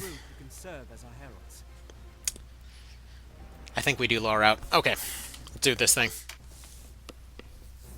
We've got our frontline pusher over here. I'm thinking actually I want to switch her over to Amazon as well. I just don't have any of the class marks for it right now. So we'll probably make that happen down the line just because she has no access to phalanx or anything right now. I turned Donalto into a knight. I turned Sarah into a knight. So we've got lots of knights for pushing the front line here. Switch the archer over... well, other Sarah. Over to a switch archer here, just to hopefully give her something a little bit more survivable, as well as giving her a heal. Once we get some higher end units, we can switch back to using proper longbows. Right now, we don't need that much in terms of kind of pushback units that we can't use other ways. But yeah, we'll get back to that as we go on. So let's go ahead and do this thing. This is probably going to be the most difficult part for the time being. I'm not too worried about what we do with Vice later on down the road. She expected more from her gingerbread man. We are so sorry to disappoint. Anyway, we're going to take some notes from the no movement challenge, though. The reason that we switched out to so many knights is to be able to block off all kind of avenues of approach here, and then attempt to go and beef the hell out of Canopus here. Hopefully we can end up picking up some cards for him, and then for everybody else, we need to be focusing on picking up auto cards to have things like Phalanx activating all the time. So we'll go ahead and start breaking some stuff here, see if we can find anything useful, try to spawn some more cards on this side rather, so that hopefully they don't get them. That's not a great spawn. So let's try to break that one over there. You go about here-ish. Yeah, she's not going to be too useful outside of heals, though. Anything for him? No, not quite. So I'm going to have her hang over on this side so that she can hopefully do a little bit of a pushback from that location. Denim is mostly just going to hang out back here. Not really too much that he can contribute for the time being. Main issue from all of this is going to be their archers, which hopefully we can out-heal. There's a decent chance that doesn't happen, but again, hopefully. Phalanx is going to be the main thing that keeps some of these dudes alive, so there's that. So we're going to try to pick up whatever auto-ups we can. Okay. So we got that, we've got that. If we can get any kind of fizz or crits, those go to Canopus. He's going to be our main hunter guy. Yeah, you are not going to be doing too much. We're going to see what she ends up deciding to do. Now, the problem is, we have to make her survive. Alright. So yeah, the problem is that with Ravenous, she has to survive. She has to kind of be there to make sure that her quest line happens. So, all right, so he's going to go and attempt to pick up whatever fizz-ups he can. Eventually, we're going to try to boost him up a little bit, but we need to get some debuffs rolling to get her on our side, or at least asleep or something. If we can get her by that wall, like what I'm hoping to do is she was tempted over to that that area right over here. So like here, she was tempted over to this area right here to attack this one. I'm hoping we then move her here. She goes for another attack and then gets Mighty Strike countered into here, at which point we just plug in a unit right there, and then hopefully she just kind of ends up getting locked away for the fight. Maybe we put her to sleep or something, but that is currently the plan here. Or we just kind of shield bash her in that direction. Something like that. Either way, we're going to be really, really stingy on resources as it stands. Did I pick up any Filters of Ashes? Because I really needed those for Canopus. Alright. Maybe later then. I don't know. I don't know. But either way, her area block itself is going to go right here. And then hopefully we can set up that movement trap to have Ravenous taken out of the picture. I believe I mentioned this earlier, but yeah, even if we were to do something along the lines of charming her to our side, for the most part that wouldn't help us out that much, since she ends up being neutral to everybody. You know, it doesn't really do much for us. So it is what it is. Okay, so you're going to go right here. The plan is hopefully to block off all avenues of approach, have the tanky folks tank, and then just kind of try to poison and charm and everything else. So, yeah, hopefully that works. Let's see. In the meantime, though, do we break this? Because that would give us a card spawn. Unfortunately, it might also prevent Ravenous from... it would prevent the Ravenous trap, basically. Okay. She did not get the points she needed, but that's okay. Because again, even though we can have her go fight the other side there, we do need her to survive. So, complications happen. You know, we'll find ways.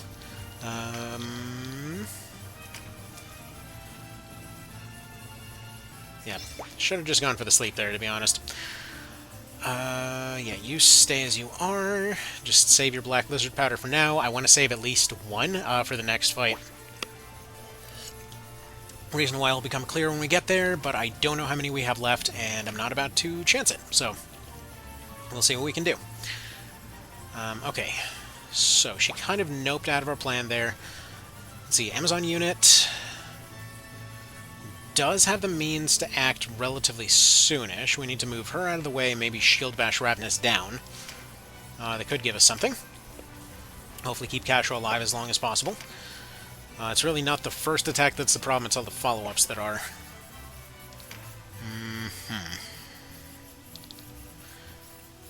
Question is, how far can he make it here? Because it's pretty unlikely that they're going to wind up over here.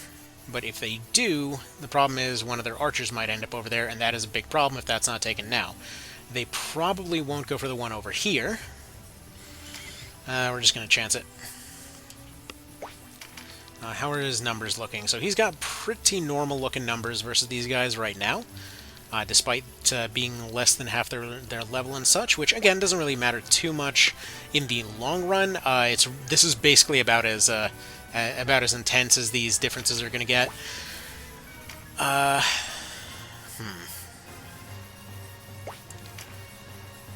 else can we block her in here? Because I don't want to dedicate 2 nights to this.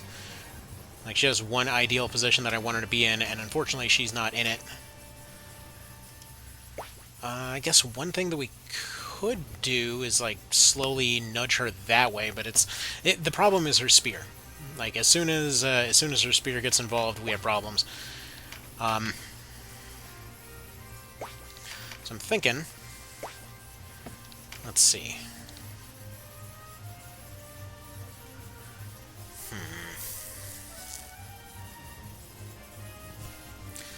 Yeah, we're just going to go ahead and probably swap her out here. There you go, right here.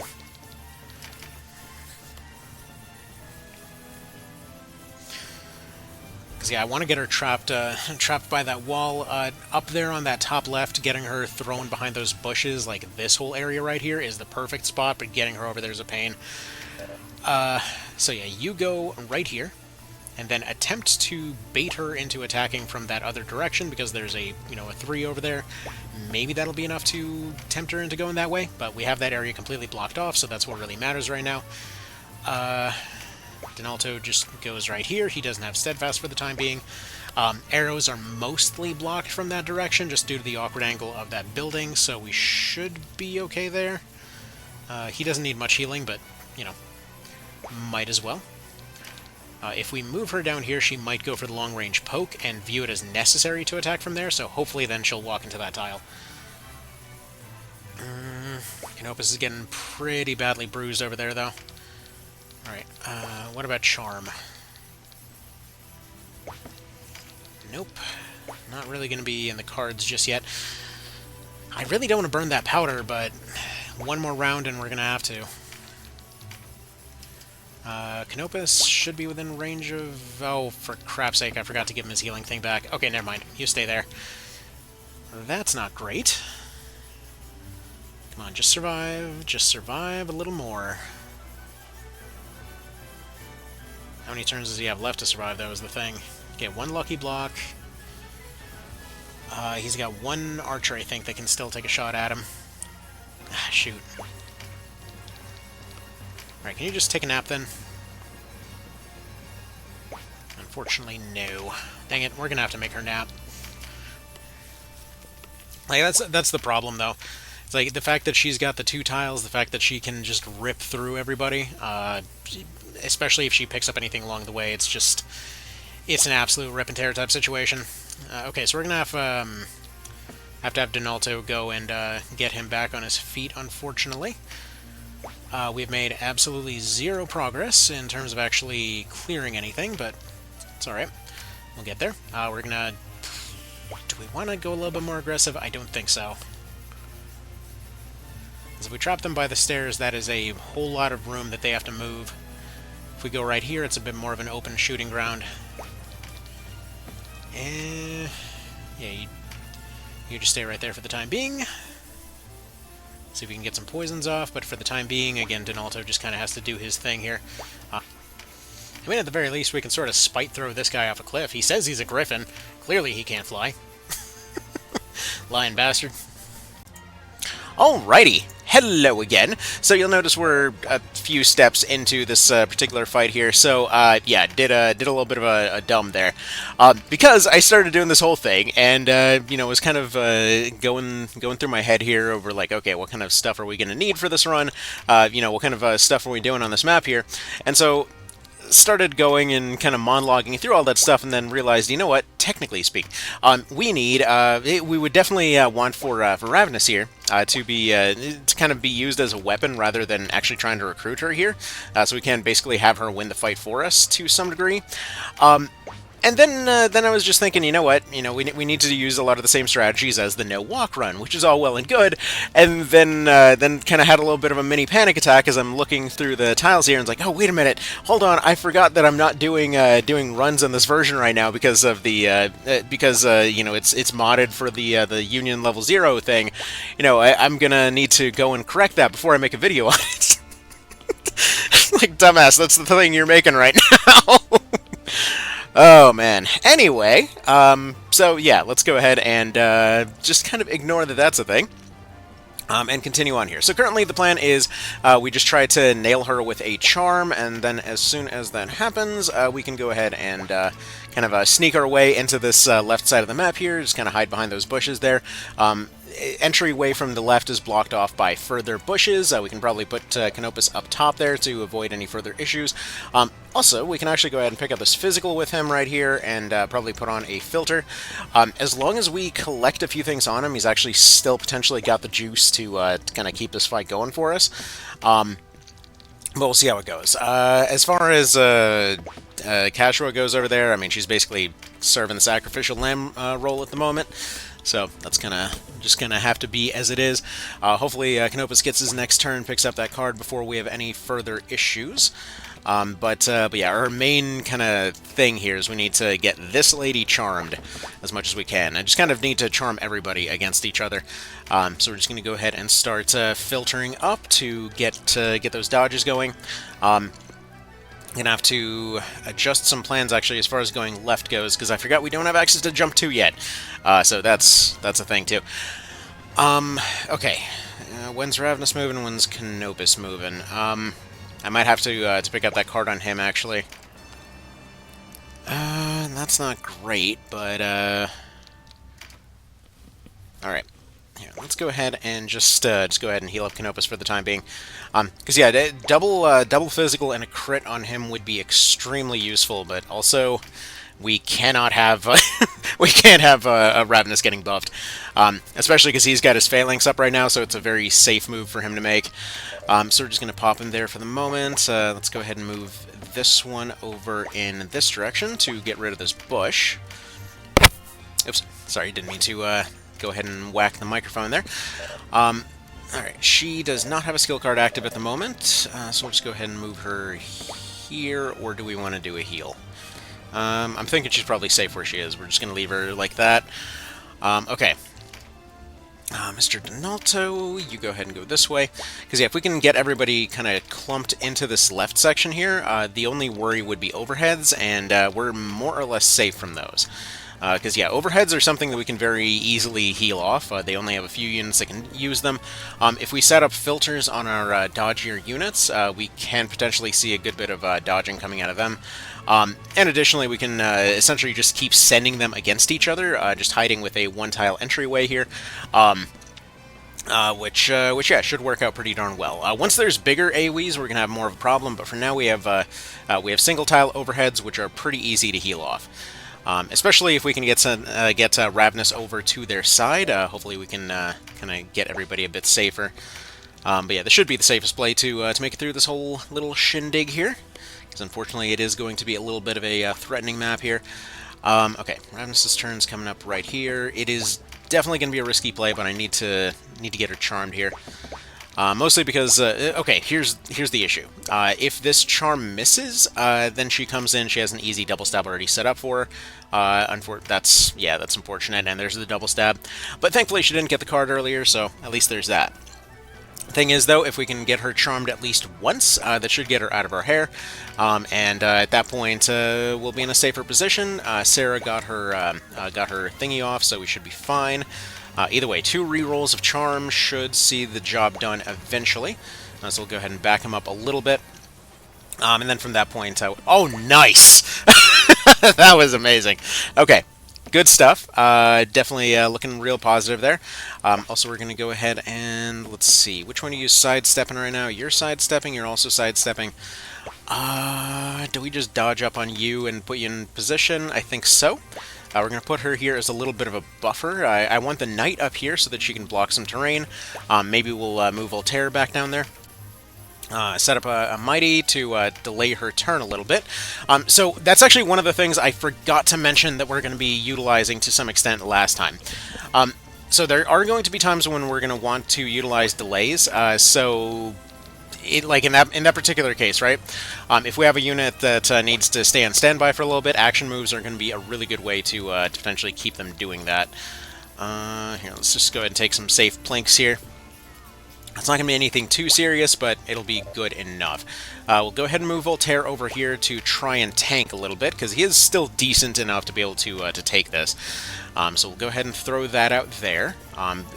Basically, I'm expecting that we maybe will get one more round of charms in order to get Ravenous. It looks like, yeah, it looks like we're going to get at least one, and then we can essentially use that time to get ready. Because as long as we get one charm off, we can potentially get her out of the way, and as long as all is well and good over there, we should see Ravenous going after Kashua rather than anybody else. So maybe we're good. Maybe. Okay. Downside of this little plan right here, Donalto is going to be blocking this stairway.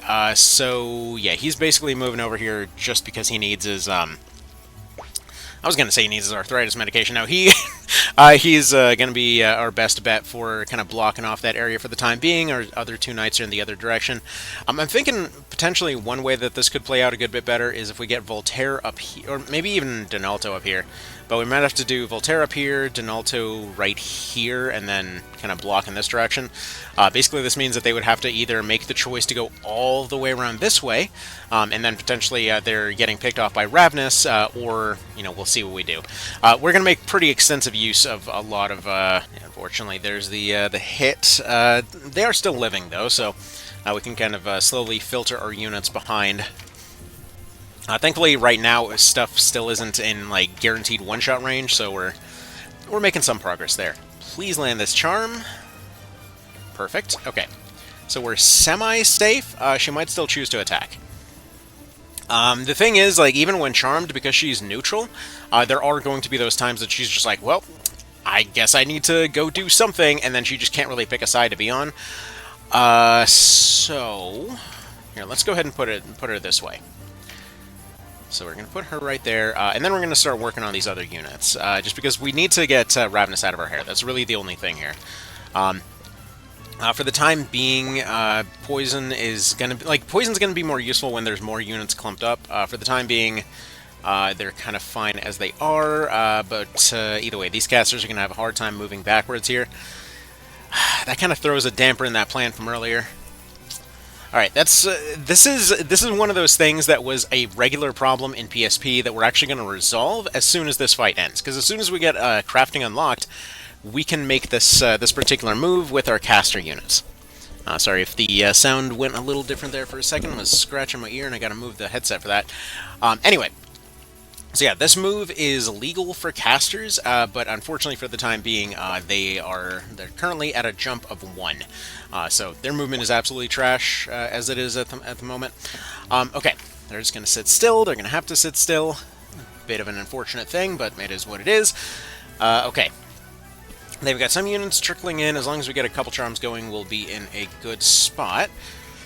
Mostly, though, we just need to keep the casters alive, because these guys will be able to block these tiles without too much issue. They're probably going to start filtering mostly towards where Ravenous is, and we can start just kind of pelting with Canopus for the time being. While the magic attacks and stuff like that are pretty good, he is still currently in kind of in that range where it's probably going to make more sense to go down the physical route with him.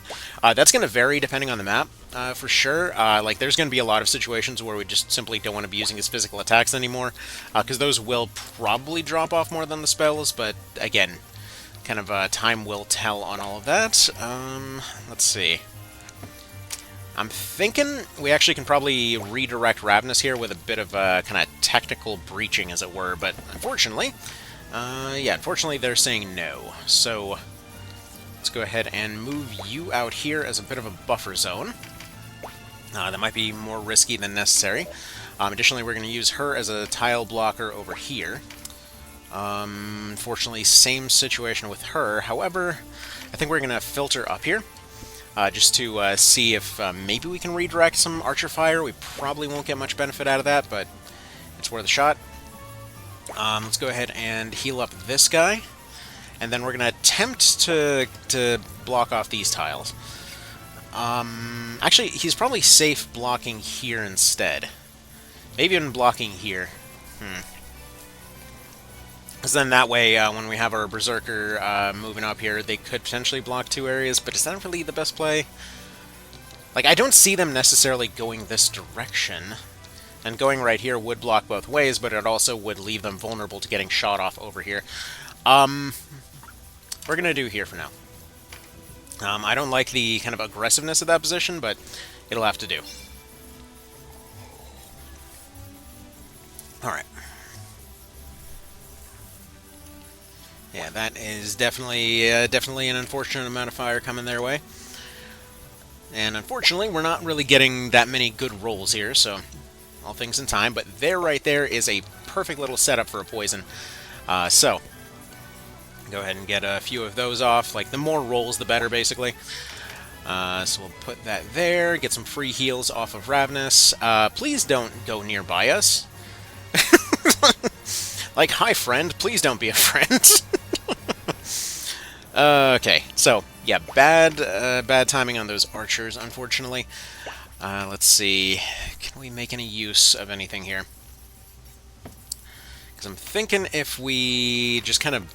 If we throw some breaches out here, what we can do is redirect Ravenous towards them. Unfortunately, none of them are going to have an elemental bonus, but thankfully, also, that kind of applies to us, too. She's got her Phalanx up right now, so she's pretty much safe.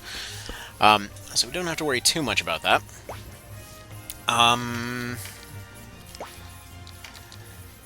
Yeah, probably just go for this. We have other sources of heals, so we can go ahead and get our caster back up. As long as we can keep those debuffs rolling. You want to roll your concentration? Perfect. And seeing as she's already in a rough position, I'm just going to go ahead and pick up this skill trigger here. And additionally, we're going to go ahead and probably go and try to put somebody to sleep. Probably this breached unit here. Since they're already kind of in our lines, it can serve as a little bit of a shield. And so, so that should be pretty handy there. Basically what I'm thinking is they'll just go ahead and block movement in that direction. And with that movement blocked, also we might see Ravenous going for a poke, because she's got that, you know, she's got her old breach thing going on. Okay. What do we want to do here? Is it worth doing the heal on you? Maybe? I think we'll just probably just do basic heal for the moment, because she can keep herself topped off, but that probably won't be enough to help the actual caster there. Okay. It's time to see if Canopus can start making some moves here. So, yeah, he can actually be a pretty legitimate threat at this point, so perfect. So I'll move him over there. He is definitely going to be lacking in the defensive department here, but still, that's good. Like, that's just good stuff. Her offense is going to suck, but if she moves over here to block these tiles to prevent a kind of complete takeover here, that would help. If we move her here, let's go ahead and throw out a breach on this guy. And then we'll go from there. I will say we're going to have some, you know, financial issues for the time being. This is actually one of the very few runs where I think using the unintended feature of the blowpipe thing might end up being necessary, but we'll see. I say unintended feature. I'm pretty sure it's no accident that every version of this game just sort of happened to have a money exploit that's completely different. But, oh wait, that was whatever that was. Okay, roll for charm again. We have renewed our Ravenous subscription. Okay. Go over here. Stay away from those archers. Get our free heals. Yeah, you know what? I think we will go ahead and keep her alive then. Because if we can keep renewing that subscription, then we're all safe.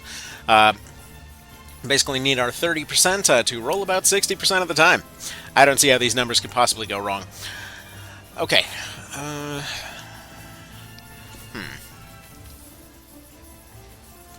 Alright, so you're phalanxed up. Yeah, a couple of auto cards, and they are sitting pretty. We're going to go ahead and focus on keeping this caster alive. She can take one of those arrows, the higher-end arrow that was dealing about 200. That's pretty helpful for us. Any kind of charms you can land would be amazing. Thank you. Use that value. Okay. Next up, we need more heals. We can't afford losing Denim, so we're just going to go ahead and do that. I'm going to set him aside one tile. He does have jobs to do, but it's just going to have to be good enough for the time being. Potentially set this one up. No, she's already breached. Okay, so Warrior Lady might actually end up getting sacrificed here.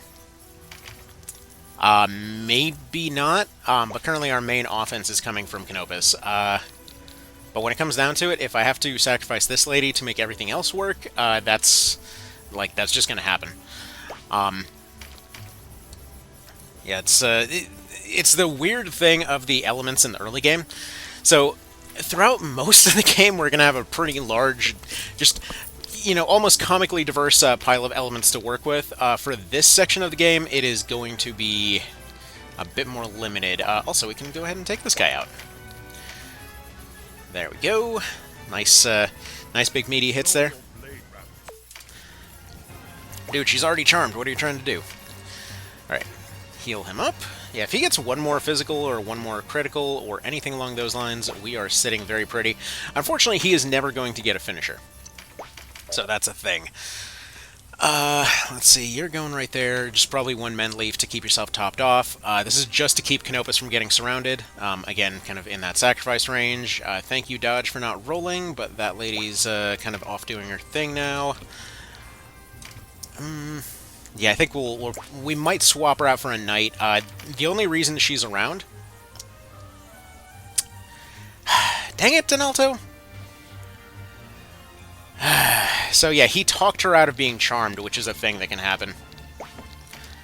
Like, whenever... So, what's funny is that in previous iterations, it would just kind of not trigger the cutscene if somebody wasn't capable of talking, which for Reborn, I think they might have overwrote that. So in this case, like, if she's charmed, she wouldn't normally talk because she's not in the right state of mind. I've always been kind of curious if that's just specifically debuff by debuff, or if it's actually some flag they have set in the game for, like, not currently thinking straight or something. But yeah, no. If she's talked to while she's charmed, she'll actually shake out of it, which is not great for this run, but it's kind of cool that that's a thing that happens. Anyway, let's go ahead and heal you then. Try to keep that one going. That will give us the opening for another charm, though, but potentially is poison better here, because that's 3 more... No, that one's already charmed, so that's actually not going to help us very much. Why don't you try to charm this guy, I think? Because as good as poison is, and it's frankly overpowered, right now there's not enough of them in a bundle to really kind of justify the risk compared to just shutting off their offense. In a normal sense, poison would definitely be the way to go there, just, you know, because that would just be one single attack. However, for the time being, as we are, it does help out quite a bit to shut off their offense, especially if it's the spear users like it is over there. Okay, so his target currently is going to be the archers, for very obvious reasons, because them suckers have to go. I'm also going to go ahead and move Donalto. Actually, no, he's good where he is. Like, that was the move I was kind of worried about, but it's fine. Comparatively speaking, it is just fine. But what we will do is probably move you down here to protect. So you try to block this one. You're going to move forward and also do the same thing. We need to have Donalto protected at the moment because we have no way to support him. So you go ahead and block this tile. Then, yeah, she's going to give us a bit more healing. That's perfect. Her spell strike went away, which is a bit of a bummer. She's just going to have to wait for the time being. If we can get... We don't have any strengthen up on Canopus right now. That would help out pretty significantly. Yeah, we don't have any auto cards around, so we're just going to Black Lizard Powder. Kind of let that do its thing. Alright, you keep surviving, Berserker. You're doing your job great. And that right there... That's why we're getting so much value off this. Those spear users are just a great first charm target. I mean, yeah, it's definitely more immediate than poison. Ultimately, I guess technically we're still losing out numbers-wise, but still, you know, it's kind of worth it. You need to live. Hopefully our archer problem is going to be resolved, then we can redirect more of our healing to the front. Thank you, Parry, for... Nice! Parry and block. Beautiful! I was going to say our archer problem is mostly going to be resolved pretty soon here, so, you know, hopefully we can redirect more healing in other directions. That wizard is barely even a threat at this point. And I'm thinking, given our current charm dominance situation, we can pretty safely funnel at this point. I think this is probably going to be the safer tile to move to. So let's move you here, give Canopus a little bit of the old heal, keep him up in the fight here. No sense picking up those MP cards on him, but we can get some poison sprayed out here. Kind of thinking this would be the ideal here. Because Wizard Guy is just barely out of range of one shot from Canopus, so that and potentially Yeva over there getting nuked. But also, the nice thing about poison is we can actually comfortably hit ourselves with it, because comparatively speaking, it does next to nothing. So, since it's all percentage scaled, we're pretty darn safe when using poison. Also, he's armored up. Canopus is not, so we'll just go ahead and top him off here, and probably go ahead and... Do we seed some ground here? Thinking this is probably the safer bet to prevent her from moving any further, because we need that lady gone. Let's see. Can you do anything to this one? I mean, it's worth it. At this point, you might as well just start pecking away at her, even though it's not much. Let's see. That's going to be a 24. That's going to be a 1. Yeah, you just heal. Yeah, magic's dropping off way faster than you'd hope. It's just going to do that sometimes. Okay. Let's see, 150. Let's see. What else could you potentially put in here? Because this could get rid of this guy. Could put her within kill range. I'm thinking just go after her. Because if we can get one less archer, that would really solve a lot of problems. Unfortunately, he's not rolling that crit. Second crit card would be great. And we've unfortunately run out of our Ravenous subscription. Come on, Spell Strike is already active. Okay. Yeah, for the most part, Ravenous is healing. This has still been a net positive. I'll go ahead and put that up. We might have to use another Blessing Stone, but this is looking great so far. Like, especially with how many things have rolled in our favor here. This is actually going... I was kind of putting together this plan in my head a little bit better over the last week or so. It's like putting together a few bits and pieces here and there, and yeah, this has definitely gone way more positive than I ever could have hoped right now. Because, yeah, while the rolls did not initially do their job particularly well, those particular tiles are just holding really strong right now. You'll love to see it, you know? Like, there's just those moments when a plan comes together and just puts a smile on my face. Okay, that Berserker is going to need some Canopus treatment pretty soonish. Also, let's go ahead and see about poisonifying this one. Okay, her Spell Strike is gone. We need to re-up that right now. We have the Warrior Lady that's currently face-planted. We'll help her out in a little bit. That's unfortunate. Okay. Hopefully the sound is not scuffed. There was some weird sound issue that just came through. Oftentimes that will scuff up the sound. All I can do is hope that it isn't the case right now. But we'll see. Numbers are not, or sorry, the meters are not indicating that it's broken. So we should be all good there. Okay. I think also part of it is just like so much of this right now feels extremely forgiving. Next to I've been doing Endgame One Vision recently, like, oh boy, there's there's parts of that are pretty brutal. Okay, I don't want to stretch out too much, so we're just going to do a little bit of a crumple zone with her. Just kind of put her right there. Let's see. That is not worth it. I think we might just have to let her through and let her get poisoned or something. Kind of work out that problem as we carry along, but for the time being, I think Donalto can go back to his original position here of just blocking these tiles. They don't really have anything that can really threaten that line for the time being. Okay, you go ahead and re-up our Ravenous subscription. We'll need to work on that. Alright. You continue working on this one. Thankfully, her 50/50s are rolling, so that's nice. Get some healing out of Ravenous. Good job. You're doing great. Let's see. Next Archer is going to be the next one to work on here. Probably wasting a little bit of time by going behind, but it should be slightly safer, and I'm also hoping that maybe the Wizard will get pulled back. What are they going to do with him? Is he just going for wind shots or drain hearts? Oh! Yeah, he went for the heal. I mean, that's fine. It's not ideal, but it's fine. It just kind of keeps them mostly on track.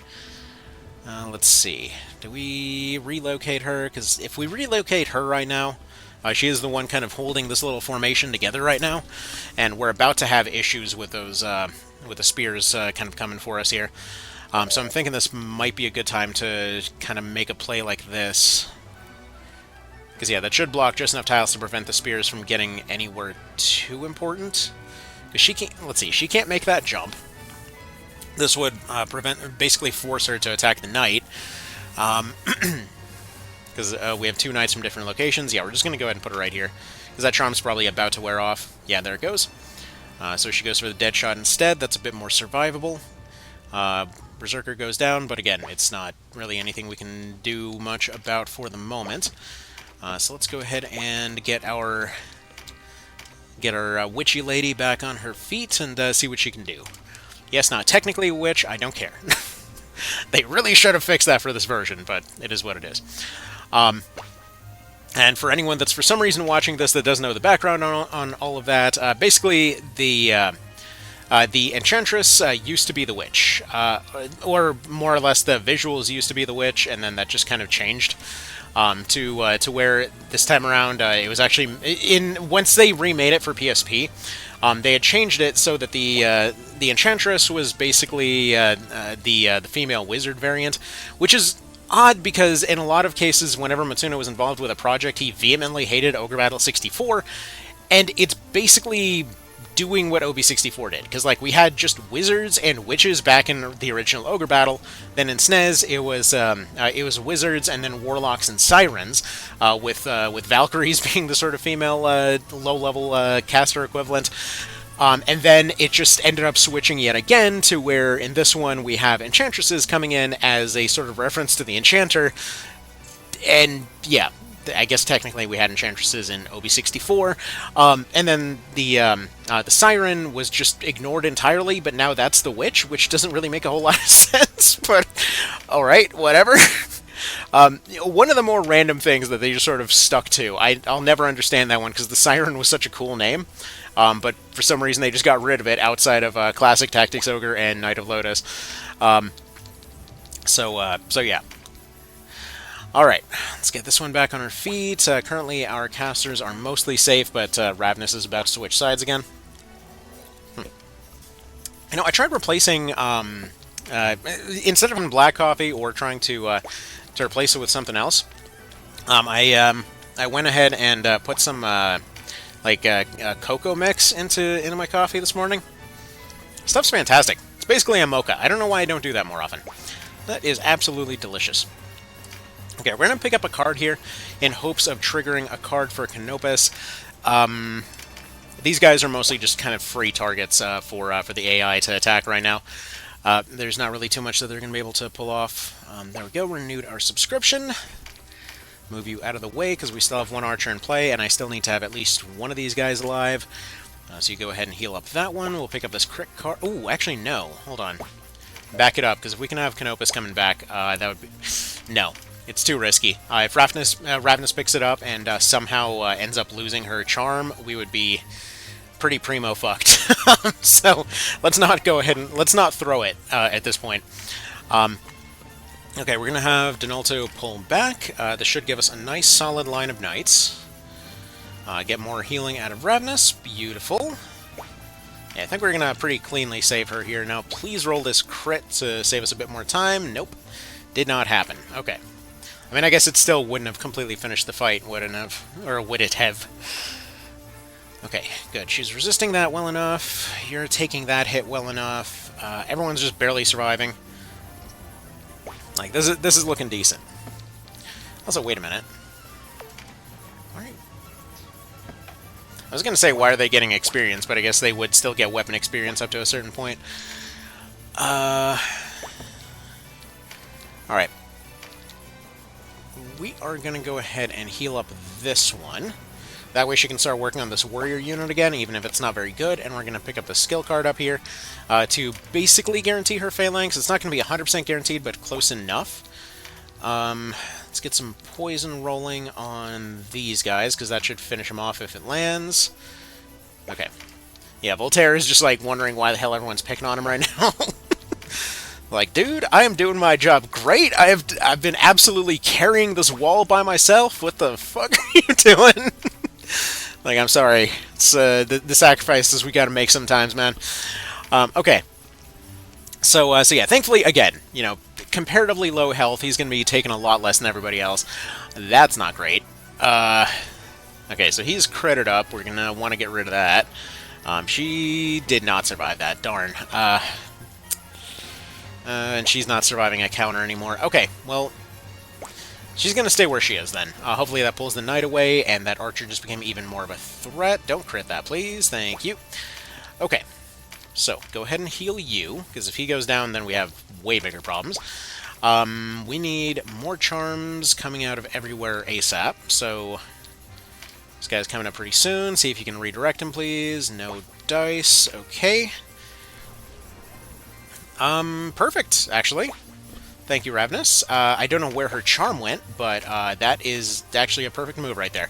In fact, we're getting pretty close to being safe, even if somebody gets knocked down a bit further here. Okay, darn. He high-rolled that one. So that ain't ideal. But that archer has to be the first one to go here. Okay, archer, go bye-bye. Please crit this. My god, man, listen to your cards.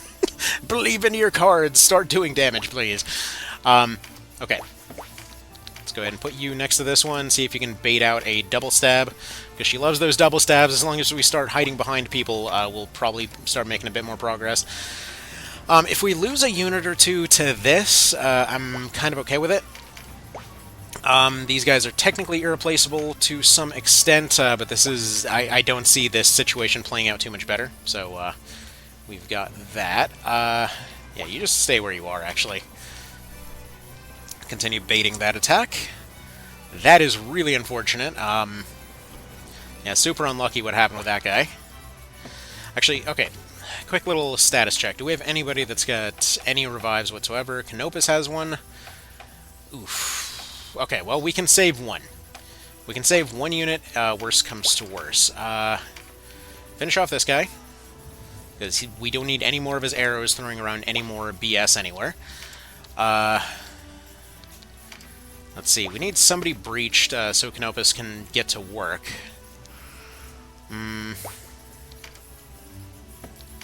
Alright. Let's have... See, this is a worry, because if I move her here, this blocks off both... Yeah, no, this actually is the better way to go. Hopefully this blocks off both tiles well enough that she doesn't go for, like, a hop, dump, you know, over here and then a stab. We're going to go ahead and heal up Denim just in case. Because this could be a problem. Alright. So, for the moment, is there anyone you can even reach? I mean, just this guy. Just try to charm him, get him out of here. Darn. Okay, well, she did go for the double stab, though. That's what we needed. Perfect.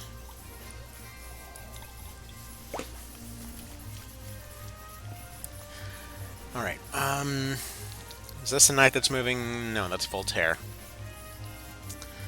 Alright. Let's see, will this one do anything? What I want to do here, then, is we're going to block off this one. We need to save some time. We're kind of getting into that position there right now where we're going to have units bleeding out. So best way to save some time here, I figure, is we go ahead and have Canopus do that revive and also pick up that Fizz card. Oh, that sucks. Okay. Yeah, that's a bummer. That is quite a bummer. Alright, you move here. And then probably just strengthen himself up. And then this should be what allows for the sweep. So he's got to have a lot of turns coming up. This is why we're going to need Boon of Swiftness coming up soonish. But yeah, we can't really be losing anyone else right now. Let's see, he's about 3 attacks away. Nobody's currently too close to dying that's, you know, completely irreplaceable. Which is not really an ideal way to put it, but again, it is what it is. Let's move you right here, because if she goes for the double stab, then that potentially puts us in a position where she not only debuffs herself, but also potentially damages this guy too. That's the hope, anyway. Oh, piss off. This freaking guy, man. Did he pick up 2 crits, or what's his deal? Okay, no, he's just on 1 crit. He's just showing up Canopus. That's what it is. Okay. In that case, we want Ravenous to see numbers, so go ahead and breach this guy. And probably pick up... Actually, no. Probably start pinning this guy, because we're going to start working on him pretty soon. Okay. We need poison going, ideally. So make that happen. Just start getting some numbers rolling out there. Alright, and then... By any chance, can you breach this one? Yes, okay. So, double breach, she should go for some serious numbers there. Really? Really? You got the double breach, and you go for the 54. Rude. Absolutely rude. Okay. We're probably going to have to start making that choice over who to save pretty soon here. Alright, pick up this Fizz card so nobody else can. Probably heal yourself. And then Canopus has to get onto full-on murder mode here. Can you kill this one right now? This one's way more likely. You couldn't finish them? Whatever. Alright. That's fine. And by the way, just so you know how kind of what's going on there, the reason that they're actually targeting those other units, the reason that they're kind of aiming in weird spots, is like when they're looking at, let's say, that knight over there, they're not actually seeing 54. What they would have seen in that situation was that whatever their full damage would have been. So basically, it's going to be about 5 times what they would have been doing. So they were probably seeing roughly a 300-ish, give or take. So that's more than likely what ended up happening there, that she's like, oh, look, I can do like a 300-ish against this one, you know, something completely different versus this one. So, anyway, not great for us here, but that's more or less what was happening. Okay, Breach is not going to help us here. Do you have Pincer by any chance? No. I forget if Warriors have Pincer at this point, do they? Because, yeah, if they've got Pincer, I might actually be better off turning him into a warrior here. Because magic is dropping off real fast, so that might be something. Alright, whatever. Go heal up Mr. Gingerbread Man. I'm going to stand by for the time being. How much can you bully this guy? Slightly. That's more than nothing, so please do that. Maybe put him within squish range. Unfortunately, Canopus is going to have to start doing some stuff. It is what it is, though. Okay, we got one unit close to bleeding out. Very lucky parry there. Those self-heals are a problem. Okay, we can only pick one to save, and we might have to pick none. Alright. So. So I'm thinking here's what we do. Breach the wizard. You go here. Roll for the crit. My god, man, I do not believe you picked up that card. What is your daily luck, exactly? Come on, get to the right menu. Day like any other. I mean, if you say so. Okay, first one to bleed out is probably going to be Sinowin, I guess, whatever her name is. So we've probably got another round until that happens. We'll see what happens there. You can't axe that guy. I mean, one way or another, I'm pretty sure we're losing somebody here. They're going to be 3s one way or the other. It really makes no difference who ends up getting dead here, because all of them are just like the level 3 unit. So, just the fact that they got to level 3 is their whole unique shtick. Again, sacrificing a couple here is going to be generally kind of about as good of a result as we can expect. Alright, alright, you just wait, because you need to get your stuff back. He's going to have to tank a little bit. You might be able to bully this one slightly. Yeah, 60. Just try to get rid of him. That should free up some effort on everybody else's part. Yeah, you can go ahead and finish that guy. That's not great. Anyway, Ravenous is probably going for the double stab there, or is she going for the wizard? No, she's actually going for finishing the guy. Interesting. Okay. Now, does Voltaire have a breach? Because if he has a breach, he does not. Damn. Okay. Just attack him here, because the only way to save anyone on this team right now, or anyone that's currently down right now, would be to essentially tempt Ravenous into stabbing somebody. Alright. Let's see. Yeah, no dice there. Alright, you just sit still for the time being. You're going to go that way. That's not good. Okay. Still technically winnable, though. And I'm thinking it might involve going after this one, because Ravenous might go after the wizard. Though, that said, do we get anything for picking up either of these two? Because potentially saving our caster over here might be the play. The reason for this is if we end up bringing her back, that potentially gives us a charm, potentially allows for some better numbers. If we go for the attack right now, that's basically 2 guaranteed casualties, but the fight is basically 1 beyond there.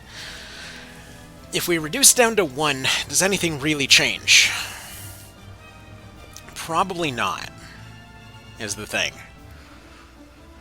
Because one way or another, we can't use more recruits. So, let's see. We're on law, so our next kind of sort of recruitment situation is going to happen a good bit of ways from here. So saving anybody we can is generally going to be a good idea. That said, though, does it make a difference in this case? I mean, it might improve the situation, but one way or another, we got potentially a 3rd casualty coming up if we don't take those 2, and this guy's not killing himself. There we go, finally. Okay. Kind of a dick move there, Ravenous, honestly. Like, the wizard's right there. Just saying. Could have maybe done something with that. But the thing is, as long as we make it through Chapter 2, it doesn't really... Or we make it to the middle of Chapter 2, it doesn't really make much of a difference. So, basically we can get by even... Yeah, sorry, you did good. You did good. As best as you could have, anyway. I mean, you never did, to be fair. Also, if you hear sudden noises, apparently the washer's feeling particularly loud right now. Anyway, so yeah, as long as we make it a little bit farther, we're not that far away from actually making some pretty good progress here. Again, I know it doesn't seem like it now. I know it probably seems pretty darn impossible right now. But we're not actually in that bad of a position at the moment. Alright, but what we do want to do is attempt to poison this guy, please. Dang. Okay. Not ideal, but we got our stuff back, and really finances are going to be the main issue. Once we end up... bummer. Yeah, once we're a few fights into this thing, we should have a far easier time. So she's going to run around sweeping at this point. Which is just, again, kind of just plain jerk behavior, to be honest. But either way, we'll be able to replace a lot of our losses here. Yep, bye to the Berserker, too. Unfortunately, that's most of our starting party just completely wiped. Okay, so only 3 enemy units left. Surely, at this point, Ravenous will try to go attack somebody else. Surely. You know, I say completely unconvinced. Okay, so she did finally... Yep. Okay, so he goes bye-bye, unfortunately. So that is going to be one of our 5s gone. Again, it sucks, but it is what it is. There's not really, like, this is, as grim as this is right now, like, just the fact that we've made it this far is, really, like, it really could be a lot worse. So, Ravenous, do this amazing thing where you, there we go, you target that guy, perfect. Alright, so he's in rough shape right now. You know, that crit would have been great, Canopus. Would have been great. Alright, you need to get out of sucky-suck range. Okay, if this goes out like I'm planning here, we make it right before the checkmate.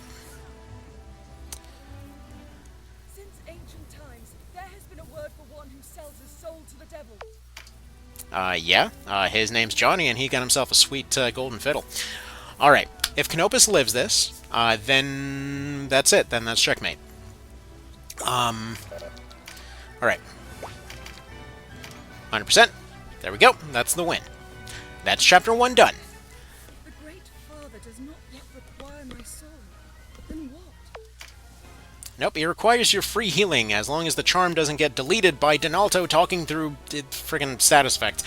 Anyway, that's a hell of a lot of casualties, but thankfully it was mostly level 3s and a 5. Now, again, skill-wise, that's not ideal. Every unit that we have that has skills of some description, that's going to be somebody that we need.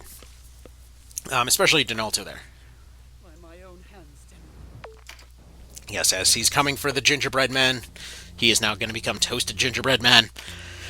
Okay, so here's the deal though. While we are going to have definite issues, I don't remember which save file I was using, so we'll just make a new one. 3 weeks had passed since the massacre. Yes, it was definitely a massacre. We lost a lot of dudes, but this is doable.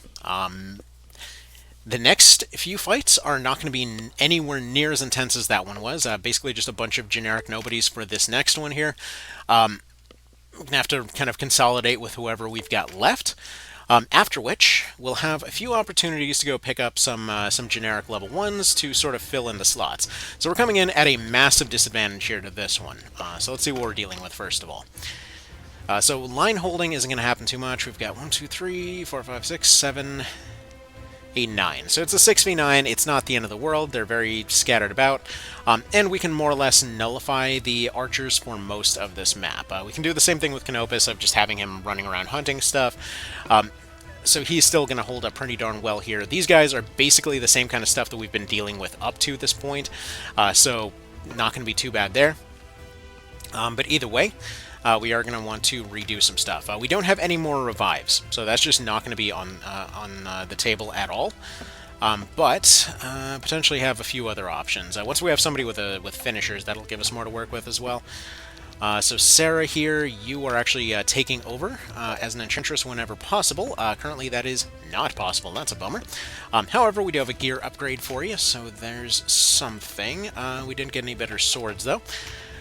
What do we got for weapons for you? Probably just still sticking with the axe, right? Any better shields or anything drop? I would expect not. Just any kind of additional physical bulk on him would be beneficial here, so that'll do. Let's see. Yeah, gauntlets on you, good, because that'll be a little bit of extra offense. Yeah, we got, you know, it's a good thing with this Aspis. You don't always get that. Very beneficial little thing there. By any chance, do we have any ice charms? We do. What kind of elements are we working with here? These guys are... Oh, beautiful. All right, cool. So we're gonna have Ice Birdie. It is the time for Articuno. Gonna switch you over to Ice Blast, switch you over to Ice, and that should give us a pretty big offensive advantage here. Well, offensive and defensive, quite frankly. We're going to replace your revive item with one for literally anyone else. That kind of sucks that he's the one that wound up with that. One heal for you. Probably put one revive on you, because you're the most likely to have nothing else to really do at any given point. Let's see, one mend leaf. Dodge item's fine. What's your situation? Do we get any better hammers for you by any chance? No. What about better swords, weapons, anything? I mean, extra vitality, sure. But he's also a little bit better ranked up with hammers. It's probably not going to be the difference maker, but it would be nice. Let's see. Yeah, you no reason for you to switch to chain. Out of curiosity, is there any benefit whatsoever for switching to these other ones? Get some better agility. Strength bonus might help a little bit. Not really. Is there anything in particular that would really stick out here? Might be worth going warrior or back to warrior at some point just for gear access. I don't know. We'll see. Anyway, he's fine here. You're gonna be somebody that needs a little bit of help, but again, not sure what exactly we're gonna do there. Probably could have picked up a better robe for her by this point, but didn't. So shoulda, coulda, didn't, and all of that. And yeah, it would be nice to have her as anything else right now. Valkyrie is a great class. Right now, it's not doing much good of anything for us, though. Do we just go Knight with her, too? Because right now, we just need everybody to survive. But at a 3, that's not really going to do anything for us. Because 3s don't get access to Phalanx, so all that's going to do is give her a little bit of extra vitality. Yeah, no, she's fine. Okay. That's going to... Actually, no. What can you do? Do you have anything else? Do you have anything whatsoever that you can also do? Let's see. Probably throw some Mend Leaves on there.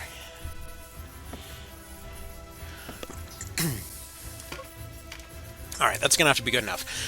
So we're just going to do card Gs on Canopus here. Simple, simple.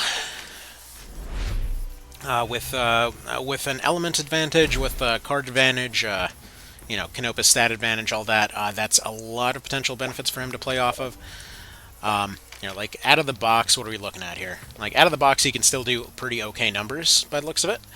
So he's looking pretty standard there. We'll go ahead and do as we were doing. So you go ahead and pick up that. How are we looking now? Yeah, it's going to look a little bit better. See if we can get a similar loadout to last time. See, the thing is, one of the reasons that this map is particularly easy is just because they're kind of scattered about all over the place. So it's very easy to pick them off one by one. And they're perfect. There's the crit card. That's not great. And another physic... Man. That's perfect. Can we rock crit? I mean, you can push back with rocks. That's already confirmed. I was just trying to see if I could get an angle on him. Okay. We're actually going to kind of leave her where she is. Just kind of break some barrels over here so we can get more. Yeah, just take that MP card. Not that we need it, just to kind of clear it off the field. Alright. Knights are probably going to go for those cards up there. You go that direction. Oh, and we got everything we needed right away. Perfect. Okay, let's see. Yeah, you go this way. Looks perfect to me, and you go this way. See if we can pick up even more auto cards from there. No, that's a physical card. That's not really going to benefit us much of any. Please. Oh, never mind. I was going to say, please tell me that you've got your spell strike active, but no, I don't think she can even reach that unit to charm. Probably need to pick up some autos on her. But either way, we don't have a unit that we have to keep permanently charmed this time around, so it's a lot safer. And as soon as this fight ends, we're able to hire replacement generics. Those generics can essentially just be kind of artificial enchantresses, as it were. So what I mean by that is, like, as you saw last time, we were more or less operating on the need to constantly have that one thing rolling. This time around, we don't need that. So effectively, as long as you have more spell strike powder, you don't really have to worry about rolling your concentrations and stuff like that. Which, again, it would be ideal to see them rolling, but if they don't have the skill whatsoever, then you know it's fine. There's still ways. Okay. I need Denim just kind of baiting attacks this way so that they don't pick up that Fizz card. And then after that, we should be pretty good. If we just... actually, hell, we don't even need that. We can just go ahead and block right here. Thankfully, these guys are all pretty basic, so not too much of a worry. We just kind of heal off some basic attacks, and we're pretty much safe. So, you know, good to have. Pick up some Fizz cards on you, do a little bit of basic healing. She's going to be at a disadvantage anyway, so she ain't doing jack. We're just clearing cards. Like, realistically, we might as well take them to make sure that they can't. So we'll probably leave a bunch of autos floating around, take the physicals for ourselves and all of that. And, yeah, it should be looking pretty. Okay. Let's see. More meditates on you. I would assume she's probably not running anything particularly fancy. Is she one of the health steal variants? No. Okay, so she's not one of the fancy ones. Okay. You roll for the charm, because it would be nice to have a spear buddy on our side. Perfect. And move you out of the way, because she needs more auto cards, and basically that's about it. So even Cashua should be able to survive for a decently long time here. So that's beneficial. Pick up our third card on you, get your plume going. And, yeah, now he should be rocking. Let's see. Probably leave those magic cards on hand, block off this crit card for the moment. Even though I don't see anyone actually going there right now. Okay. Let's see, yeah, you just keep your buddy alive, keep this guy pinned up there. Do we go for the...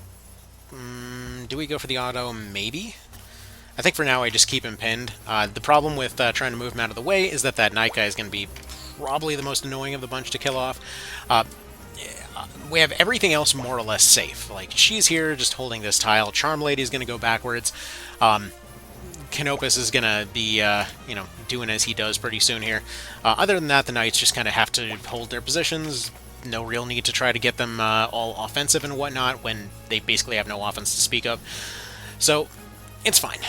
They're doing their jobs just fine. The one thing that we definitely can't replace, you know, with the casualties that we've taken so far is going to be stuff like Knights. So they need 5 or above to get access to their Phalanx, and yeah, that's kind of the thing that's keeping them alive right now. So technically we only lost 1 of those. But yeah. Like, the 3s, honestly, were never really going to stay around the whole time. It'd be kind of funny if that one Enchantress managed to actually make the journey. But yeah, we only have so many units to work with, and that was probably going to be the roughest of the bunch. So hopefully we're trading those 4 units that we lost for one way better one down the line. Hopefully. Otherwise, it was just a needless tragedy, and everything was terrible and horrific and whatever else. But until then, we've got charms. So keep rolling for those charms and poisons and things. Yeah, Voltaire's looking a little threatened, but I'm thinking if we do something like this... let's see. Might as well just have him pick up this one. Like, if he picks up the card, what does this look like? Do we just go crit? Do we go magic? Do we go other things? So, 225, 282. I think crit is going to help us a lot more here, because if he goes and picks up this one, what's that looking like? Because yeah, that's potentially looking a lot prettier there. Like, that last Fizz card is really not giving him that much. If we decide to go magic this route, because of the Ice 2, what does that look like? Long range 111s and things, that's okay, but yeah, no, I think we're just going to do this. So he's going to snipe occasionally, he's going to pick up this crit, and then he's going to go and attempt to do some hammer time. Okay. Heals, we need them. Do the heals, do the heals. Perfect. Alright. Stuff that could be a problem. Everything. Cool. Do we pick... I think we do pick up this crit on Denim, because I don't want them getting this. It's like, that's one of those things that's just basically a secret weapon nobody should be allowed to touch. So, I'm going to pick those up every now and then. Trap these 2 Knights. It's not really worth spending both units, but I just want to block them off for the time being, and that Knight's not really doing anything better at the moment anyway. Okay, that's going to be Canopus' first target there. Because we need to have that problem sorted out yesterday. And I think we're just going to bait these 2 Knights towards him. He hopefully deals with them. Maybe we just keep these guys pinned. Sound, please stop. Yeah, I really hope we're not going to have massive sound issues for this. But, we'll deal, we'll deal. Alright, let's see, Charm. Can we re-charm you? Because you're... No, we'd probably just go for the Poison Cloud. Perfect. Alright. So she actually should just be able to back up here, go for the heal. And she should be able just to see these 2 poisoned away into nothing. Okay, that's a problem. That guy's got to go. Okay, but either way, Spear Unit, that's a threat. Only one that he can reach right now. Go for the big whack. One thing that I'm looking forward to is getting him a heavy hammer. For the time being, he is definitely lacking in that department. And actually, that's one of those things I really appreciate about Reborn here. That the whole kind of light weapon, heavy weapon distinction, kind of the issue that they ran into back in PSP that was always a little bit odd, is like, it wasn't necessarily specifically because of counters and parries and whatever else, because you realistically would just be using both at all times. But it was just that weird thing where there was oftentimes little reason to specifically go for one or the other. Like, oftentimes it was just whichever combination gave you the better numbers at the time. So, like, realistically, a lot of your knights would end up going heavy hammers just because they had the extra defense to take that hit, and there really was no reason to think about going about it any other way. It's just kind of cool to have those mode switches. You know, I love mode switches, whatever form they come in. Okay, we need to get Denim moved, because he is in some frickin' danger right now. Also, can we charm this guy? Because that would be a pretty massive benefit, because he's a bit of a threat right now.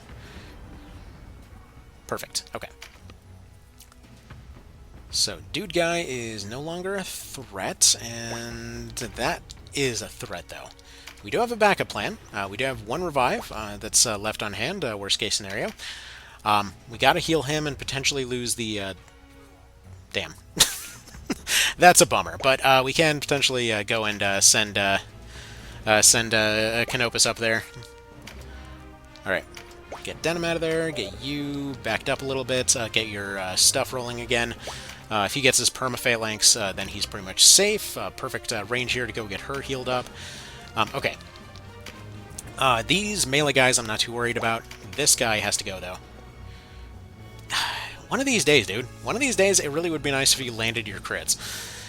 Because that is the whole point of that card there. I know it's only one, but, you know, it just would be cool if you did the thing that you were here to do. Okay. That's a step backwards with that bush getting deleted. That could be a pretty massive issue, actually. Very massive issue, because now I can't focus on those archers anymore. And we might have to pull the knight back. Actually, we might have to pull both knights back to kind of stem the tide there. That's looking bad from all directions. Okay. Can you re-up poison? No, you are completely out of sorts there.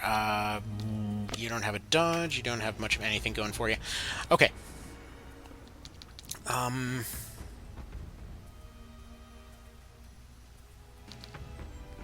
Okay, there's going to be a potential very awkward way to make this work. You go right here. Alright. You heal yourself.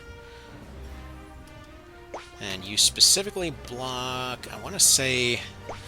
You're actually probably fine right there, because then we have Denim pull back to block off the other tile. He's going to have to take a heal himself.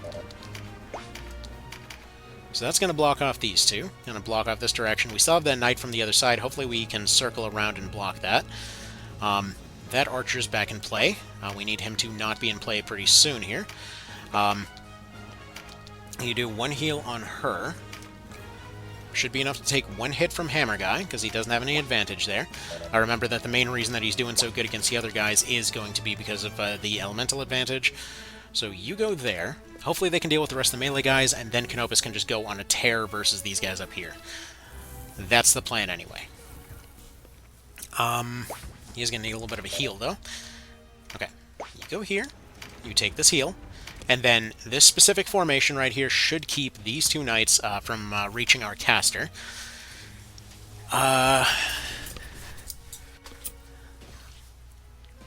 Bummer. Okay. Well, either way, you know, we're still making progress here. Again, remember that as long as we make it past this, we're good. Like, this is kind of the make or break here. Shoot. Alright, well, either way, she's safe on this tile right now. That's a bummer. We have the two revives to bring them back, but it's going to take a second. Okay. You use your revive on, I believe she's the one that has the other revive. Yes, okay. So your revive goes right here.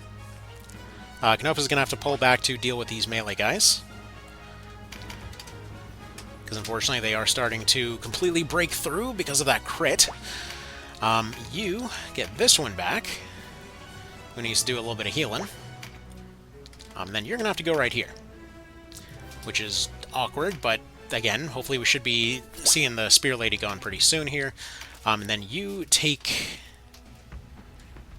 Yeah, you take one heal to yourself. They should be able to hold on this side, for a little bit anyway. Because he's going to be able to heal. He phalanxes. Oh, we actually have 3 revives. Okay, no, we're safe. We should be good here. Might be stressing over nothing. But yeah, despite moving longer distances, they're starting to be a bit problematic. Unfortunately, Canopus's huge movement penalty is definitely starting to come to bear here.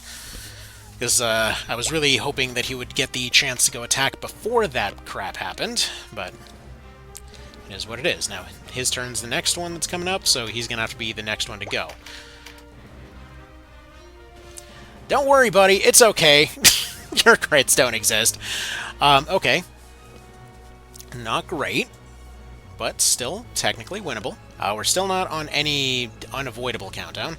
The main problem is that guy does not come down. So if the knights fall down here, that's mostly okay. Yeah, that's that right there then. Okay, no it isn't, actually. Because we can just go get him back up on his feet. Not with you. You were the one with the revive, weren't you? Nope. Were you the one with the revive? Who had the revive? Voltaire? Okay, Voltaire has the revive. Okay. So, let's try this again. You pick up this one. Just take this. Kind of sit there. You get our hammer guy back up on his feet, and hopefully, this time, he can remember how a crit works. Enchantress might be toast, which is not great, but, you know, we have ways to make that work anyway. Debuff units are replaceable, knights not so much. Alright, that one's gone. Alright.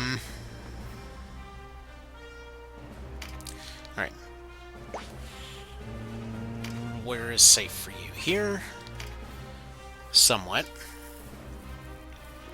I'm hoping they go for somebody that isn't him here. Yeah, that's fine. Right. Can't really tell you why they decided to go for that, but okay. Alright, so this is far from ideal, but technically there's still a small window here. Alright. All heals on Canopus. As long as Denim and Canopus survive, this is still possible to pull back. Yes, it would be ideal to go back and, you know, just go for resetting the RNG, as it were, and do all that kind of nonsense, but I don't want to. So okay. We've got one option to get some numbers out here. Let's get Spear Lady deleted. Like, at this point, this one's just for revenge. Like, hey there, lady, guess what? Oh, fuck you. Goodbye. Okay. So that's the spear guys gone. We've got a couple units on countdowns, but still, Canopus and Denim have to survive. Denim's relatively slow right now, so he's okay-ish. Couldn't tell you why that archer took that shot right there. That was just a plain dumb move. Okay. They're all really going after Voltaire for some reason, so that's cool. I think it's mostly because they're seeing low numbers, considering that they'll technically only do 24 if they hit Denim or whatnot. One of those interesting little things that Reborn does differently, so they're not counting the full damage of their maximum hit. So that actually works out really well in our favor right now. And just generally makes kind of tanking units a bit more actually useful. Alright, you do this, you pick up this Fizz card so that they don't. I think his next target should be probably the archer. There's a small chance for a one-shot here. No, not quite. Alright, that's fine. Blessing Stone, unfortunately, he can't equip it. Actually, that is one of those things that I was hoping that they would bring back from SNES in this version. It was never useful in SNES, which is kind of a bummer. But it used to have a feature where you would be able to go and equip an item that you just picked up, which is just kind of neat. Again, not exactly useful, but it was just cool that it happened. But yeah, so either way, can't put on the Blessing Stone. It would be pretty cool if you could. Like, basically the way it worked in SNES was like, oh, you know, you picked up a recovery item or something, so you got a chance to use it. But yeah, that was kind of about it. Most of the time it was like, oh, you picked up a helmet. Would you like to replace your helmet with the exact same helmet? No, I'm good. Okay, let's see. Are you a threat to anything here? No, not really. Alright, heal yourself. We might see 2 more casualties. We might not. Alright, delete this guy. Then after that, he has to go after the 2 others here. Like, yeah, this is rough, dude. Honestly, I'm kind of appreciating the sheer drama of the situation here. Especially if we can actually move you this direction. Potentially just heal yourself a bunch. So you just have him go hide over here. Yeah, it's not great for you to die here like this, that's for sure. Okay, and then we just have like Voltaire keep on keeping on here. Like he just keeps on tanking for the whole group, you know. Denim manages to parry that. This actually could work. That archer is a pain in my neck right now, but this could actually work. Can you threaten this guy at all? Barely. You can break this one, though. Man, that's sketchy, though. Alright. If he doesn't move... if he doesn't move, he's maybe okay.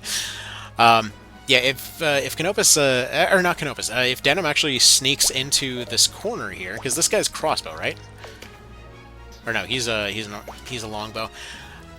He might actually be able to hide from the longbow going in here. Maybe.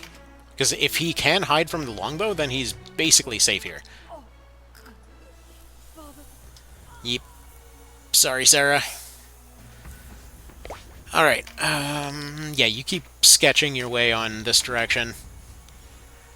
Because, yeah, if somehow they can just find awkward tiles to hold out in, that's potentially a win right there. Alright, keep going. If that archer's gone...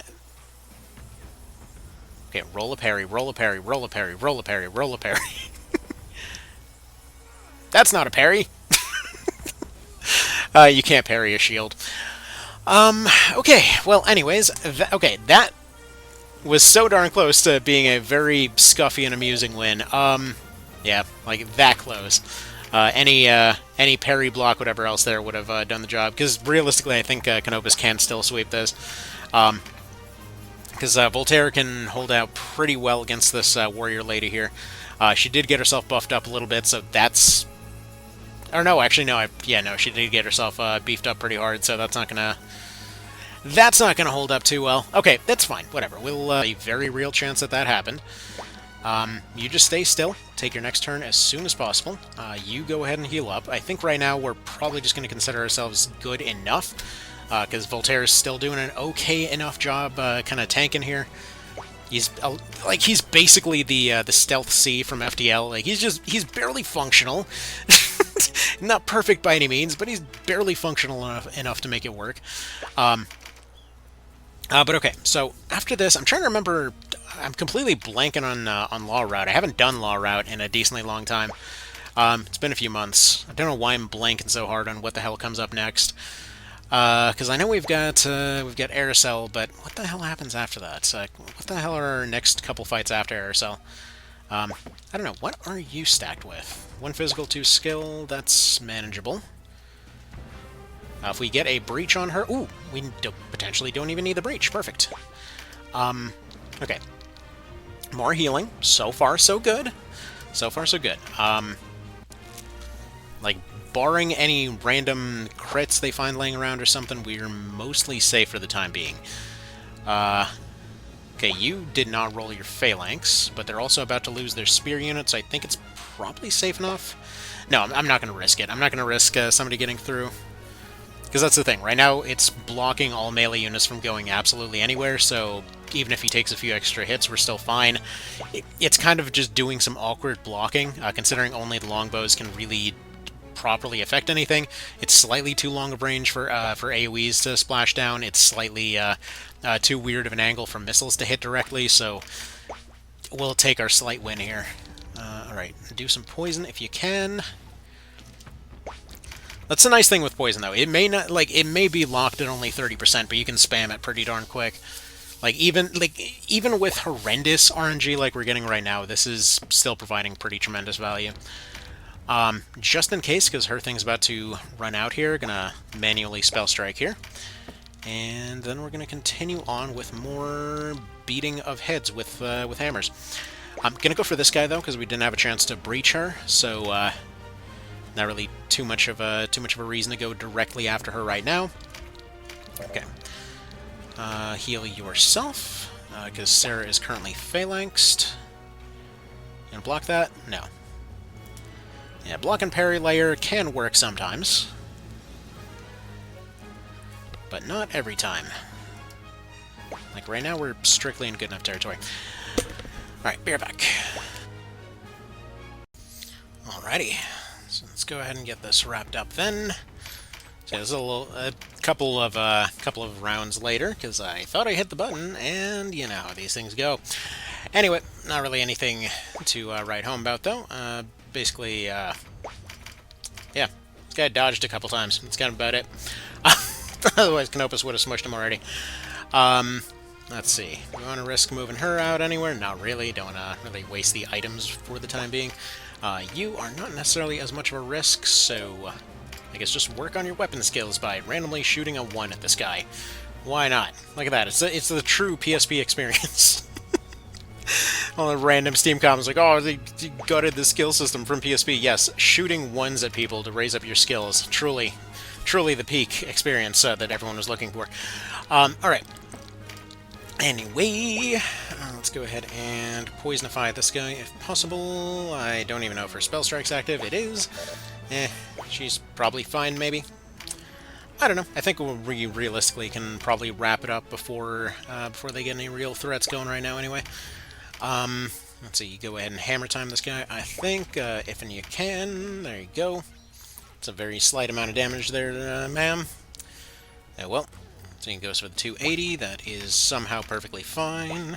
Even her rapier does 1 at this point. We might as well just turn you into an enchantress as soon as that's possible, which is right after the end of this fight. So yeah, basically we still have our kind of two units to go and heal with, or to debuff with.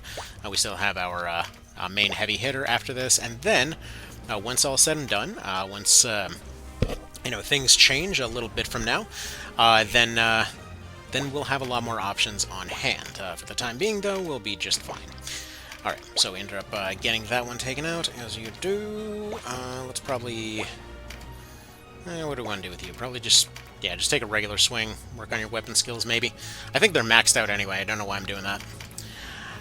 The spells would, though. The spells would actually raise it up a little bit, because they'll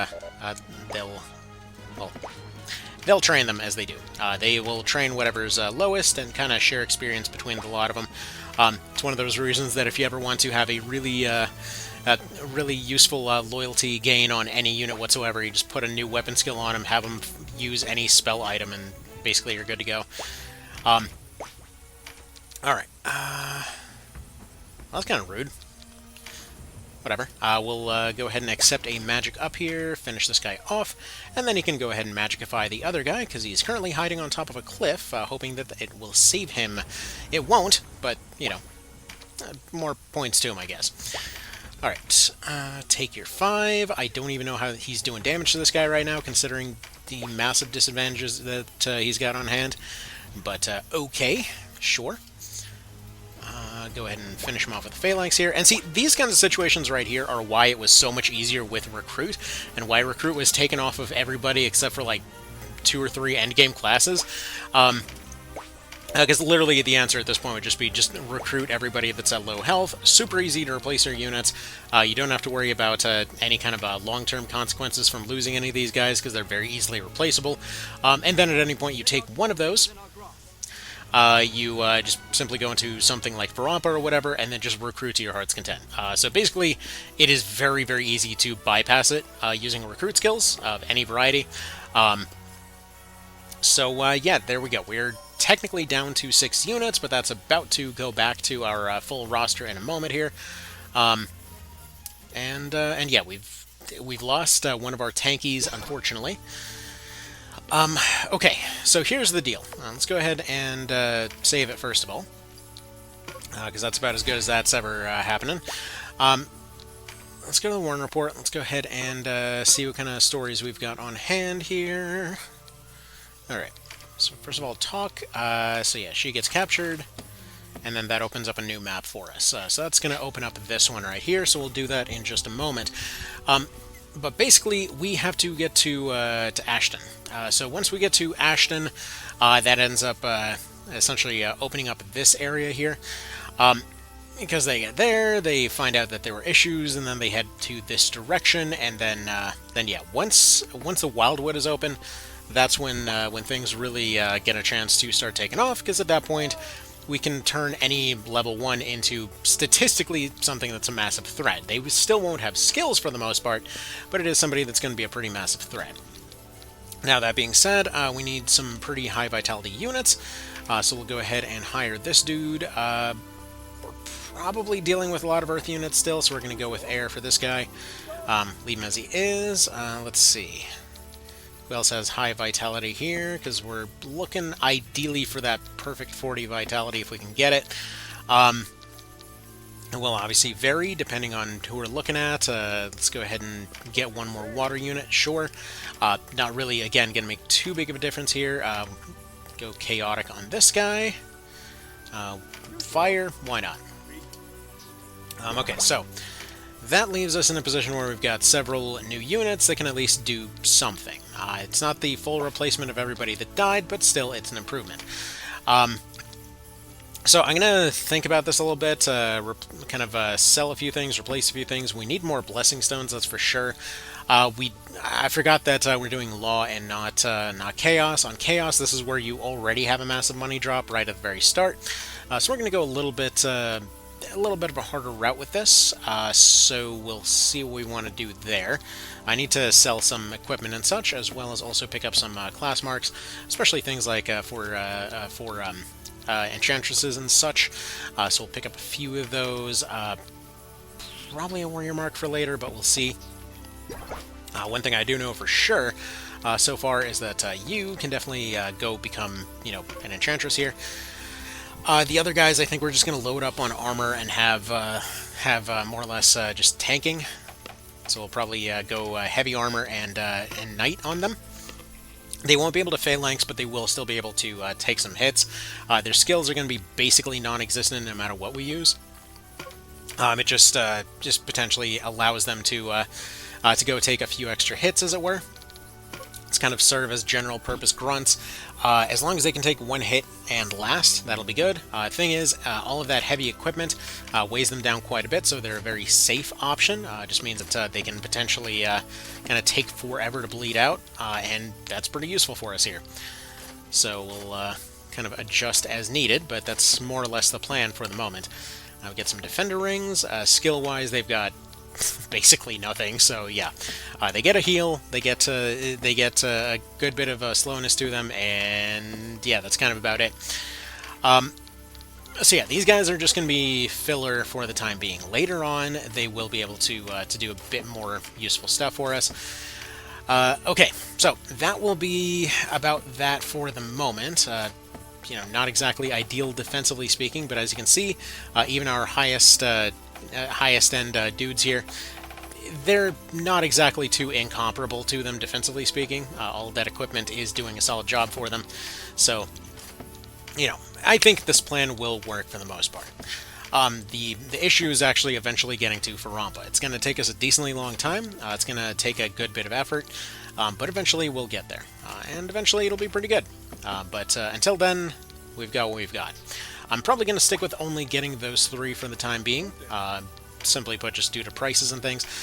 Let's see, stickers we'll need more of. We don't want to sell those. Viking we can probably sell because we're never going to use these for damage. Same thing for claws. We're going to go for poison claws as soon as possible, so we don't need those. Keeping the Zwei, getting rid of the heavy axe because breach is just going to matter more, at least for the time being anyway. Probably pick up more of these, though Speece is probably going to be the one to go for there. So we need at least one more of these. Let's see, weapon-wise, is there anything we really want to go for? Not really. Later on, we'll make some pretty extensive use of longbows, but for the time, not so much. One way or the other, we will have access to crafting equipment as soon as we get to Ray Boom, because that's going to be where it unlocks one way or the other. I'm pretty sure it unlocks this time around, which should mean that we can make a lot of use of guaranteed swords and things. Okay, let's see. Replacement caster, though, you get re-equipped with daggers and such. Love how we've... Wait, do we have... I was gonna say, if we also use Sarah for this, we could have a Sarah and also Sarah. Just make them absolutely hate each other. Okay, roll for these, roll for these, roll for one of these. Realistically, it'll do nothing for you, but hey, it's there. Aqua Blast, sure, you can keep it on there, but realistically, you want all debuffs. Go for sleep, go for paralysis, and go for poison. Later on, we're probably going to replace paralysis with, or probably replace sleep with petrification whenever it's available. It's, for all intents and purposes, going to be the... Well, actually, no, I'm not entirely sure as of yet which one I want to go for there, because there's going to be different situations where different stuff is useful. So... Like I know there will be times that slow will be especially handy, but for the time being, we don't necessarily need it. So, like, to explain why this matters, like, stun is one of those ones that's general purpose very useful. It's very cheap. It reduces 50% of attacks from somebody. It's going to be in a splash. It's got decent range, like most of these do. It's part of the reason why poison's such a good value. It's potentially a huge amount of damage coming out of, again, an AoE ability. Very cheap, typically going to be the first that's available. Sleep is also very useful because, again, it comes up at 20 MP. You're pretty much always going to have that. But then we've got some advanced ones, and comparing like Charm and Torpor, most of the time Charm is going to be the one to go for, but Torpor would be, for example, good to stack on a boss, where we can have a stun, slow, all that kind of thing, because they can't be poisoned or put to sleep. So there will be times that those will be useful, there will be times that Petrification will be useful. For the time being, though, we don't have either of those. Also, we should probably go ahead and pick up more of these stones here. This next map I expect to be a bit of a snipe, because we just need to get the one guy. We will need to re-pick up that short bow later, but I'm sure we'll just find one on the ground at some point. But yeah, this next map is a bit of a snipe here, because it's a wizard boss there. And effectively all we need to do is just kind of hold ground until Canopus can do his thing, collect his random stuff, and then at that point we can just go ahead and smush the guy, hopefully. So that's the current plan, as it were. So yeah, these guys are mostly just gonna kind of sit and block territory for the most part. We'll never be able to get them skills for the time being. Once we get into Chapter 4, there's more we can do there, but for the moment, that's just kind of what we got. Anyway, so yeah, that's kind of about that for now. I got to get going. Do we go Warrior on him? It's going to be something else to think about. Maybe even Beast Tamer, actually. Because Beast Tamer is going to lose out a little bit statistically, but...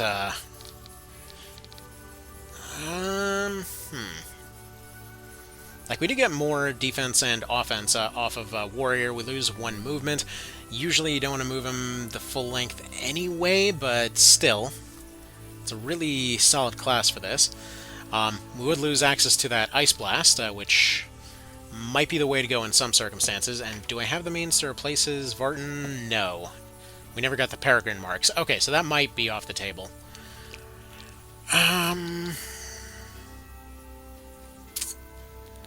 Well, Alright, well, okay, that's something to think about till next time. Okay, so I gotta get going then. We'll see if... I do still want to make all of this beginning part up until Farampa its own part, and then we'll have the Farampa chapters, and then probably post-game as the rest of it. Yes, it's that big of a jump. One thing that was learned from doing level 1 the first time is just that it's going to be a thing of a lot of very significant bits of progress followed by brick walls. Alright, anyway, see you then. Alrighty, so welcome to actually attempt 3 at this particular fight, due to technical issues and things, aka I forgot to push the button, my bad. Anyway, so, things that were discovered over the course of a few attempts at this little thing here. For one thing, level 1 distractions. Fantastic. For another thing, Canopus is going to be our primary way through this. Also, say hello to new artificial wizard for the team. He's going to be doing just fine. Okay. So here's the thing with this fight. The leader is not terribly durable, but the problem is getting him to approach and get close here. So the way that we're actually going to do this is going to be fairly similar to the first attempt that almost succeeded and all of that. So it's kind of a multi-step process. So for one thing, we want to have Canopus going and collecting cards, as you would kind of expect here. The kind of eventual, I guess you could say, safety option that ends up coming up here is actually going to be using Canopus to hopefully hit the guy while he's breached. However, until then, we actually have another plan that is potentially going to maybe get the job done if we can get Voltaire into position. See, one of the things that can spawn on this particular map is going to be multiple griffins. So if we utilize these griffins, they're always going to be air elements in this case, and our leader here is going to be earth. If they're nearby and he is breached, they will swarm on him. So that's kind of our main go-to here. Additionally, while there are archers on this map and we are terrified of them, they actually will not come into play until much, much later, due to the fact that they are still limited in terms of their movement at this point. Seeing this is a swampy map, their maximum movement is 3. It's going to take them a decent while to get here, and even when they do, they're using stone bows, so their aim is going to be pretty awkward. So basically, what we're looking for here is kind of a multi-stage thing. We're looking to set up a situation where our knights are taking the center. The two of them are looking to take the center and hopefully set up some skill cards. Hopefully those end up working our way here, and that is something that would potentially be one of the things we're looking for, but is also kind of terrifying in this instance. We'll get to more on that in a moment. Due to the bad footing, we can use a Horn of the Savage to still give us some decent dodge odds when going and fighting these guys, and additionally, due to the awkwardness of the stone bows that these guys are using, we have a situation where we can hopefully not worry about their archers too much. The Terenius, in this particular case, just kind of steals health from people. He's not necessarily going to be anything more than a physical fighter, so we don't have to worry about him breaking anyone just yet. But the combination of this heavy rain, as well as other factors that were already mentioned, will vastly slow everybody down if we make it rain here. So, thing is, like I said, the safety plan is effectively to get Canopus in range, to have him collect a few physical cards, breach the enemy wizard there, and have him go to town on the guy. The problem is everything else. So in this case, hopefully we can get him close enough. Hopefully we can just put up a dodge buff, and hopefully he ends up surviving things. He's remaining an ice element to be resistant to the birds that be here, but that's not necessarily a guarantee of anything in and of itself. We're going to roll charms, as you'd kind of expect, but we're going to also pull back to water tiles relatively soonish to try and hopefully avoid any damage from said birds and such. Let's see. Might as well just go for the poison here. So we can't actually poison the leader of this map, which basically creates a situation that if we can poison the guy, we've got a pretty realistic shot at simply needing 1 or 2 attacks from Canopus, and then he's done. They don't have much in the way of recovery. They don't really have, well, and much more than direct attacks in this particular instance, so most of that stuff should be relatively safe. The main issue is if, well, a few things that can be potentially an issue. If our knights don't end up getting their phalanx up in time, they could have an issue getting into position to go breach the wizard guy. Additionally, we're using these level 1s over here to hopefully peel off enemy units over to the side, and then just trying to awkwardly block tiles everywhere else. If that doesn't kind of pan out as ideal, that could also be an issue. Right, we'll just go ahead and re-up this guy's spell strike, just because Denim might be out of the way for a little while. Right, so that guy's dodging. He might be toast. Thank you, block. Okay. Good timing on that. Now, if we can charm those birds, obviously one of them is kind of starting to bleed away now. If we can get them charmed, that helps a ton. Unfortunately, not looking like it's too realistic just yet. But hopefully soonish. I did end up burning through more MP than would be ideal on those wizards, considering that they didn't get their stuff going. Okay. Let's go and throw out a poison in this direction, just to try and have that done, but it's fine. Now, with a combination of block, parry, as well as heals, these ones can actually potentially tank. I mean, with the biggest asterisks possible, they can kind of sort of tank-ish certain types of attacks here. But additionally, we're also going to be trying to kind of dispose of some of the cards here to hopefully not run into some of their potential problems. Because, yeah, if these guys get a hold of crits, like especially if we start seeing fizz up, crit up, kind of griffins and such, then this thing's basically a complete game over right then and there. Anyway, so yeah, we just need to awkwardly keep moving these guys up. So if we move over here, the other units nearby should hopefully only go for a close-by attack, and hopefully won't end up picking up those fizz cards. But again, things can vary. So right now, we're going to take our accuracy up, we're going to take our strength up, we're going to use Voltaire as a bit of a shield here. Unfortunately, TK ends up taking that one over there. Bit of a bummer, but it is what it is. But unfortunately, Wizard Guy is starting to move forward, so we got to start making some moves. One Fizz card plus a Breach is enough to make this viable, I would say. I mean, technically it's viable without it, if we just roll Poison enough times, but I guess you could say safely viable is probably the better way to put that. Additionally, one other strategy that we brought extra stones here for is if we keep Canopus at low health and let him get sandbagged a bunch, then we might see a situation where we can just repeatedly get him to get back up on his feet and have instant turns and repeatedly beat the wizard. Okay. Explanation done. Let's get back to life story stuff. You might notice that I sound tired as hell today. And that's for a number of reasons, because I've got some frickin' stories from the last couple days, dude. Okay, so, first and foremost, raccoons. Raccoons are vicious and horrible little creatures. So, the reason that I mention this is because, okay, so a few months back, we had a raccoon attack, okay? We had this raccoon that was coming in and repeatedly going and attacking our chickens, to the point that we had to replace most of them, that the coop was reinforced multiple times, and the thing basically just started looking like some Mad Max shit by the end of it. That, like, every time that it would be reinforced, we would end up going through this whole process of, like, oh, you know, they found some other tricky way to get in. Because, unfortunately, that's just what raccoons do. They're completely relentless little monsters that will keep trying to essentially get into places, as much as oftentimes you'll see people trying to break out of prisons. To them, it's almost like a game. So to that end, essentially what was happening is that we had another raccoon show up. So you'd think that this would mean, oh, you know, they went and they tried to steal some of the chicken's food, or they tried to, let's say, go after some food in the house, or go after the trash. They are trash pandas, after all, you know, hee hee ha ha. They're just funny, goofy little goobers, you know?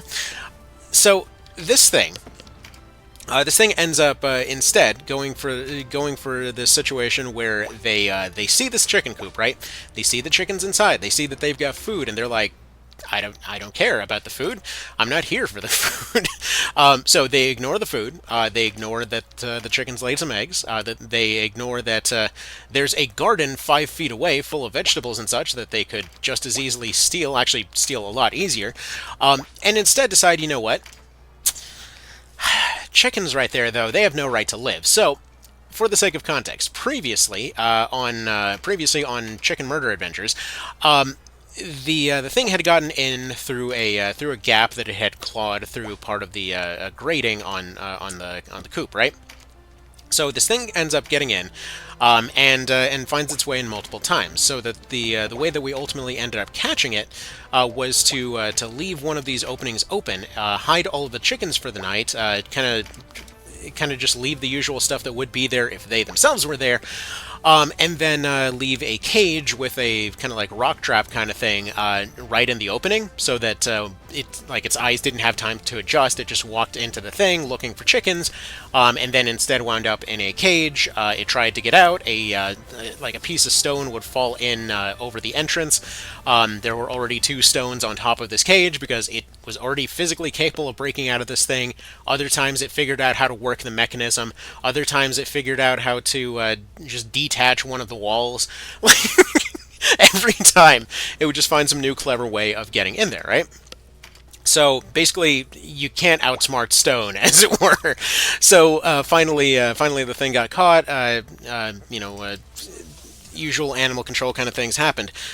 So this new one comes by, and this coop has been reinforced by this point. That there's new layers on it. That there's new bits of metal on it. That all of the previous holes were patched up and whatnot. But you know what ends up happening instead? Instead, it decides, I'm going to ignore all the food nearby. I physically can't get into this thing. That's okay. That's not a problem. It decides to sit there all night, sticking its hand in through whatever tiny gaps it can find to stick its hand through, which, by the way, apparently this one has smaller hands than the last one, because it could no longer do that with the new metal that we had used that time, but, kind of besides the point at this point. Anyway, so what ends up happening is that, it just keeps reaching for anything it can between these bars, and so there's two corners where you'd think if this chicken had any survival instincts whatsoever, it wouldn't stick its head right through these bars here, but chickens aren't exactly very smart, so it keeps sticking its hand in, waiting for a chicken to get close. And I know this because, simply put, you can see where it reached through in that particular section, and presumably just waited, because these guys are just wandering around, just doing the usual chicken thing. And so at some point they're just deciding that they're gonna sleep right next to this hand that's sticking through the wall. And one time it sticks its hand through, it manages to get a bunch of feathers, but nothing actually ends up happening. The chicken ends up getting away. Because chickens are the smartest thing on this earth, it decides to just go back and do it again. Way to go, chicken. Anyway, this time it ends up doing some, like, Resident Evil shit to it. Essentially just grabbing it by the neck, pulling it up across the wall, pulling its head through one of those small gaps, chewing said chicken's head off, and it ends up kind of creating this situation where it didn't exist so good anymore without a head. It needs one of those to live. So that was the situation there. That it basically decided it couldn't get into the coop. It's too good to become a vegetarian. So it's gonna just friggin' decapitate a chicken for absolutely no reason, runs off with it as its little prize, and just left the gory mess for me to pick up. So ended up having a fun night of just repeatedly going back and checking on these chickens every couple hours and whatnot, trying to make sure that there was nothing getting in, and it did ultimately find an opening during those multiple shifts where it was presumably just kind of sitting and waiting till I left. It did try to get in. The new reinforcements I did on it held, but dude, raccoons suck. It's like having a serial killer stalking your house. It's just that mess, that kind of mix of, it's unnerving, but you tell somebody about it and oh, it's just a cute little goober. No, that thing is terrifying. What are you talking about? These things are horrific little monsters. So yeah. Anyway, so that was kind of the tired story of the day. Very annoying situation. But at least, thankfully, stuff held this time. Realistically speaking, though, that's it's one of these cases where it will keep just coming back. It doesn't matter how often it takes, it will eventually find some way to get through. So that's the worry at the moment. So eventually I'll just end up catching this thing again, same old as the last time. But it just sucks. Anyway, though, so yeah, okay. Second funny story, though, that's less of a bummer, and also, that one didn't go particularly well. So second story that's a bit more hilarious, though, is from anyone that's ever done any courier work before. So okay. So I was going and doing food deliveries, as you do, trying to make a few extra bucks to go get bills covered and whatnot. And so, this is friggin' midnight or whatever. I'm going and doing whatever work is available at the time. And so So anyways, going and taking deliveries as they come. Most of them is the usual, like, hey, would you like, to drive 30 miles for like $10? Like, no, I would definitely not. And so there were a couple of decent ones that came in. Eventually, but still, there were some decent ones that came in eventually. So anyways, what ends up happening is I'm going, and it's a hotel, so I'm just kind of looking for where exactly they are in this hotel, and they're saying that it's a fifth floor thing. So I get there. The thing only has 4 floors, so I double check the description because there's another hotel nearby. I'm like, oh, no, it's definitely the Holiday Inn. Like this is right. This is the right place. So okay, that's weird. Whatever. So I go and try to call the guy. No answer. So I'm looking around, like, maybe there's some other entrance here. Like, maybe there's another tower to this hotel. Maybe there's something. Maybe I'm missing something. So I go to the front desk. I'm looking around. A person sitting at the desk is like, can I help you find anything? All that. Like, well, this thing insists that there's a fifth floor here somewhere. Do you have another building here somewhere? They're like, no. There's only one Holiday Inn that has a fifth floor that's like several miles from here. Maybe they meant that one. And I show her the address. Like, no, it's this exact one. So okay, that's weird, but whatever. It doesn't seem like it's gonna be possible. So I go and I call the guy, and they're like, no, I have the wrong number there from a previous delivery. So I go to the new number. It's like, okay, so it ends with a 70. Okay, cool. The numbers only go up to 50. so I go and I call the guy again. I'm like, so, this thing says that it was says that it was a 70. I'm looking over here. That number also does not exist. So, so I'm thinking at this point, like, maybe this guy's just doing a prank. He's trying to be funny or whatnot. I'm like, no, I'm exactly right here. I'm on this floor, and I'm looking around, like, this isn't Silent Hill or something. I'm not, I know I'm not going crazy here. There's no one else on this floor, like, looking from side to side. So anyways, I mentioned, he's asking what's the address, and I give him the same address. Like, no, that's the right address. Anyway, so they're like, what else is around there? And I'm describing the different streets. So, like, there's none of those streets nearby this thing. Like, okay, that's kind of strange. So, not really sure what to make of that. And the guy's got an accent, so we start talking what else could possibly be nearby. And then it sort of comes up that this dude is in Texas. I'm over in Michigan. Somehow, there's 2 Holiday Inns with basically the same address on opposite ends of the country. And somehow, apparently, Uber Eats doesn't know the difference. So yeah, they had placed an order to the wrong end of the damn country. So that's weird in and of itself. But as it kind of continues on, I figure, okay, I'm just going to go call customer service. They'll go sort it out. So I'm going and talking to customer service. I'm like, oh, well, we see that the address is a little bit wrong there, but that's okay. We prioritize customer experience over everything else. Would you be willing to make the extra drive for an extra $3? Like, ma'am, it's thousands of miles from here. What's $3 going to do? Oh, man. So, yeah, by the way, for anyone that's never worked as a courier, that's just a thing that happens. Where they're just like, no, here, just drive thousands of miles. It's okay, you don't matter. So, yeah, ultimately, lots of arguing back and forth later, they finally were like, okay, yeah, maybe that's a little bit unreasonable. And so, so ultimately it got sorted out, but it's just funny, though. Like, the things that they ask you to do sometimes. Man. Gotta love it, gotta love it. Every time that you hear some absolute giga genius talking about how, just absolutely going full, just like let capitalism do its thing on absolutely everything, what could possibly go wrong. It's like, man, just give you any retail job, give you any any kind of customer service job or delivery job or anything, and you will change your opinion very quick. Anyway, so yeah, that was just kind of a fun last 48 hours for sure. Technically, a bunch of other stuff happened in the world, and we're not going to be discussing any of that stuff. But suffice it to say that there that these knights are no longer going to be referred to as a certain type of service that is not very public in nature. But yeah, that's kind of about that. So, okay. Let's see, next order of business here. I can't charm these birds, so next best thing is a nap, so we'll just go ahead and put them to sleep for now.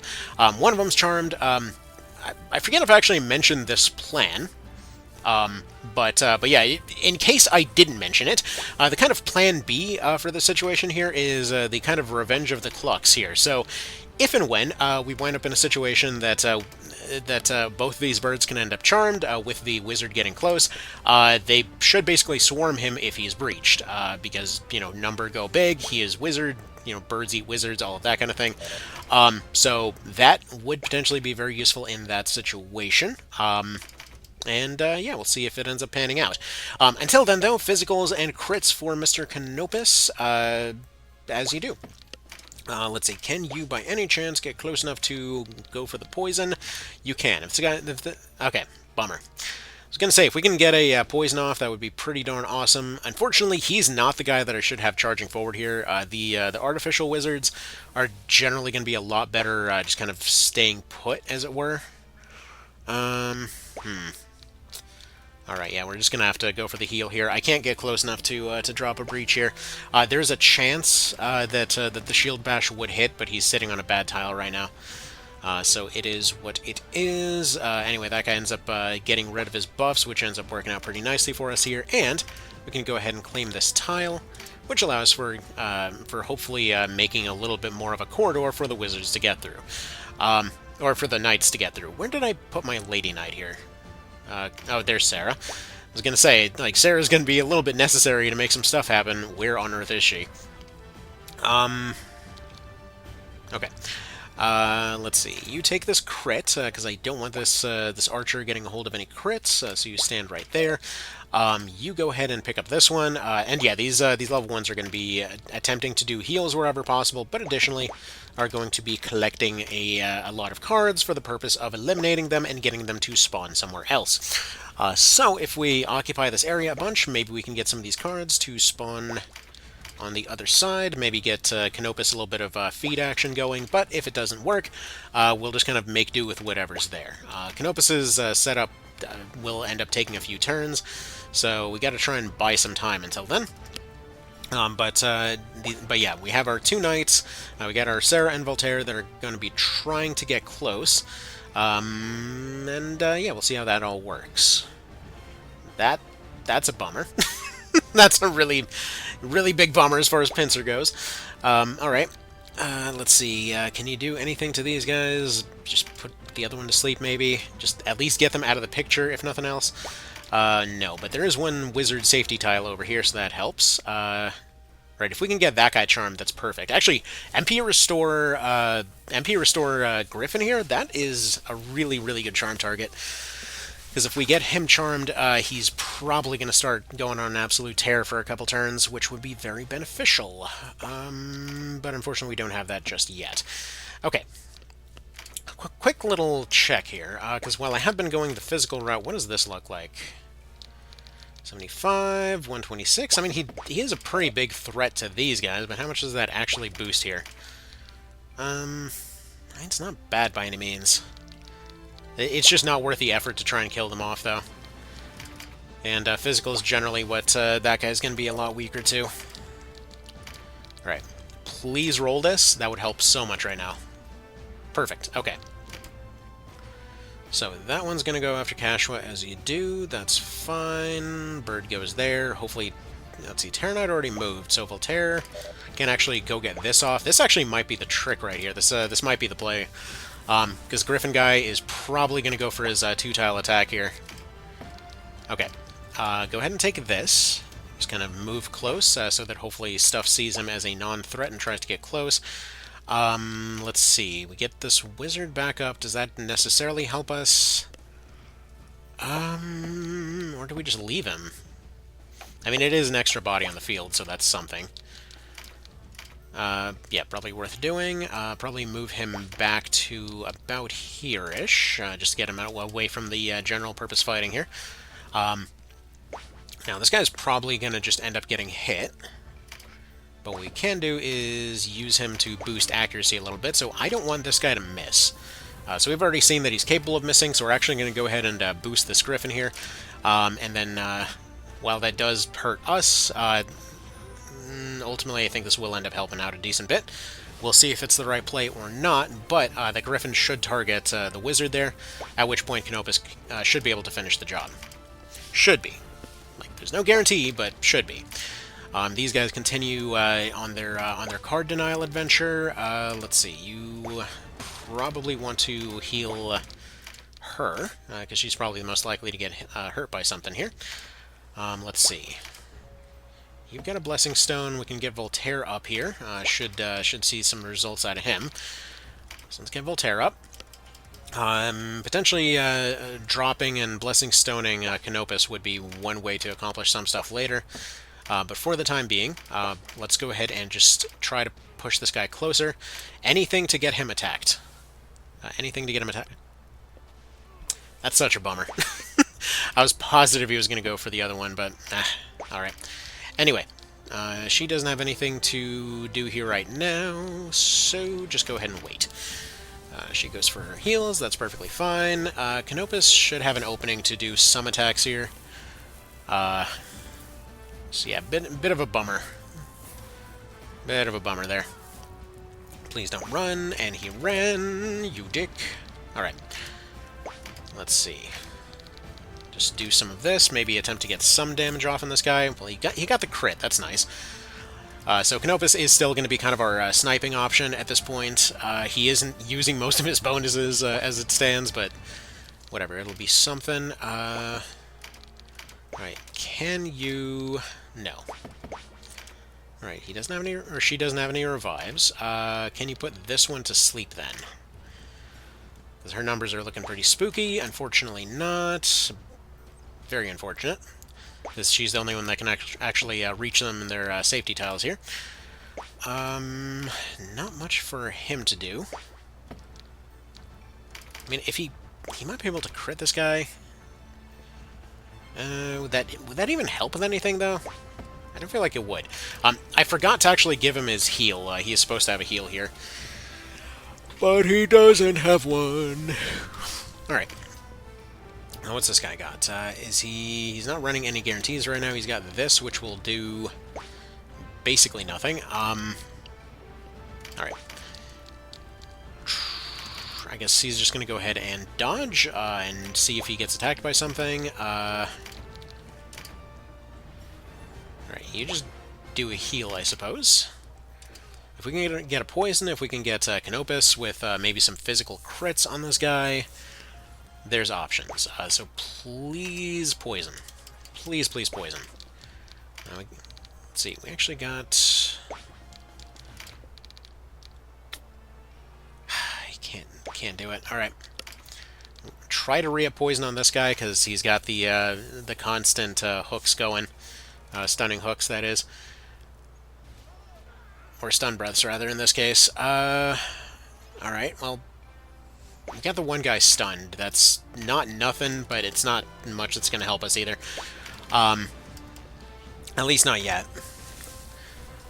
Because while they do get a lot of attacks off, they're kind of all over the place, so it's not much that wants to be relied on here. Alright, she can tank the Cragfall just fine.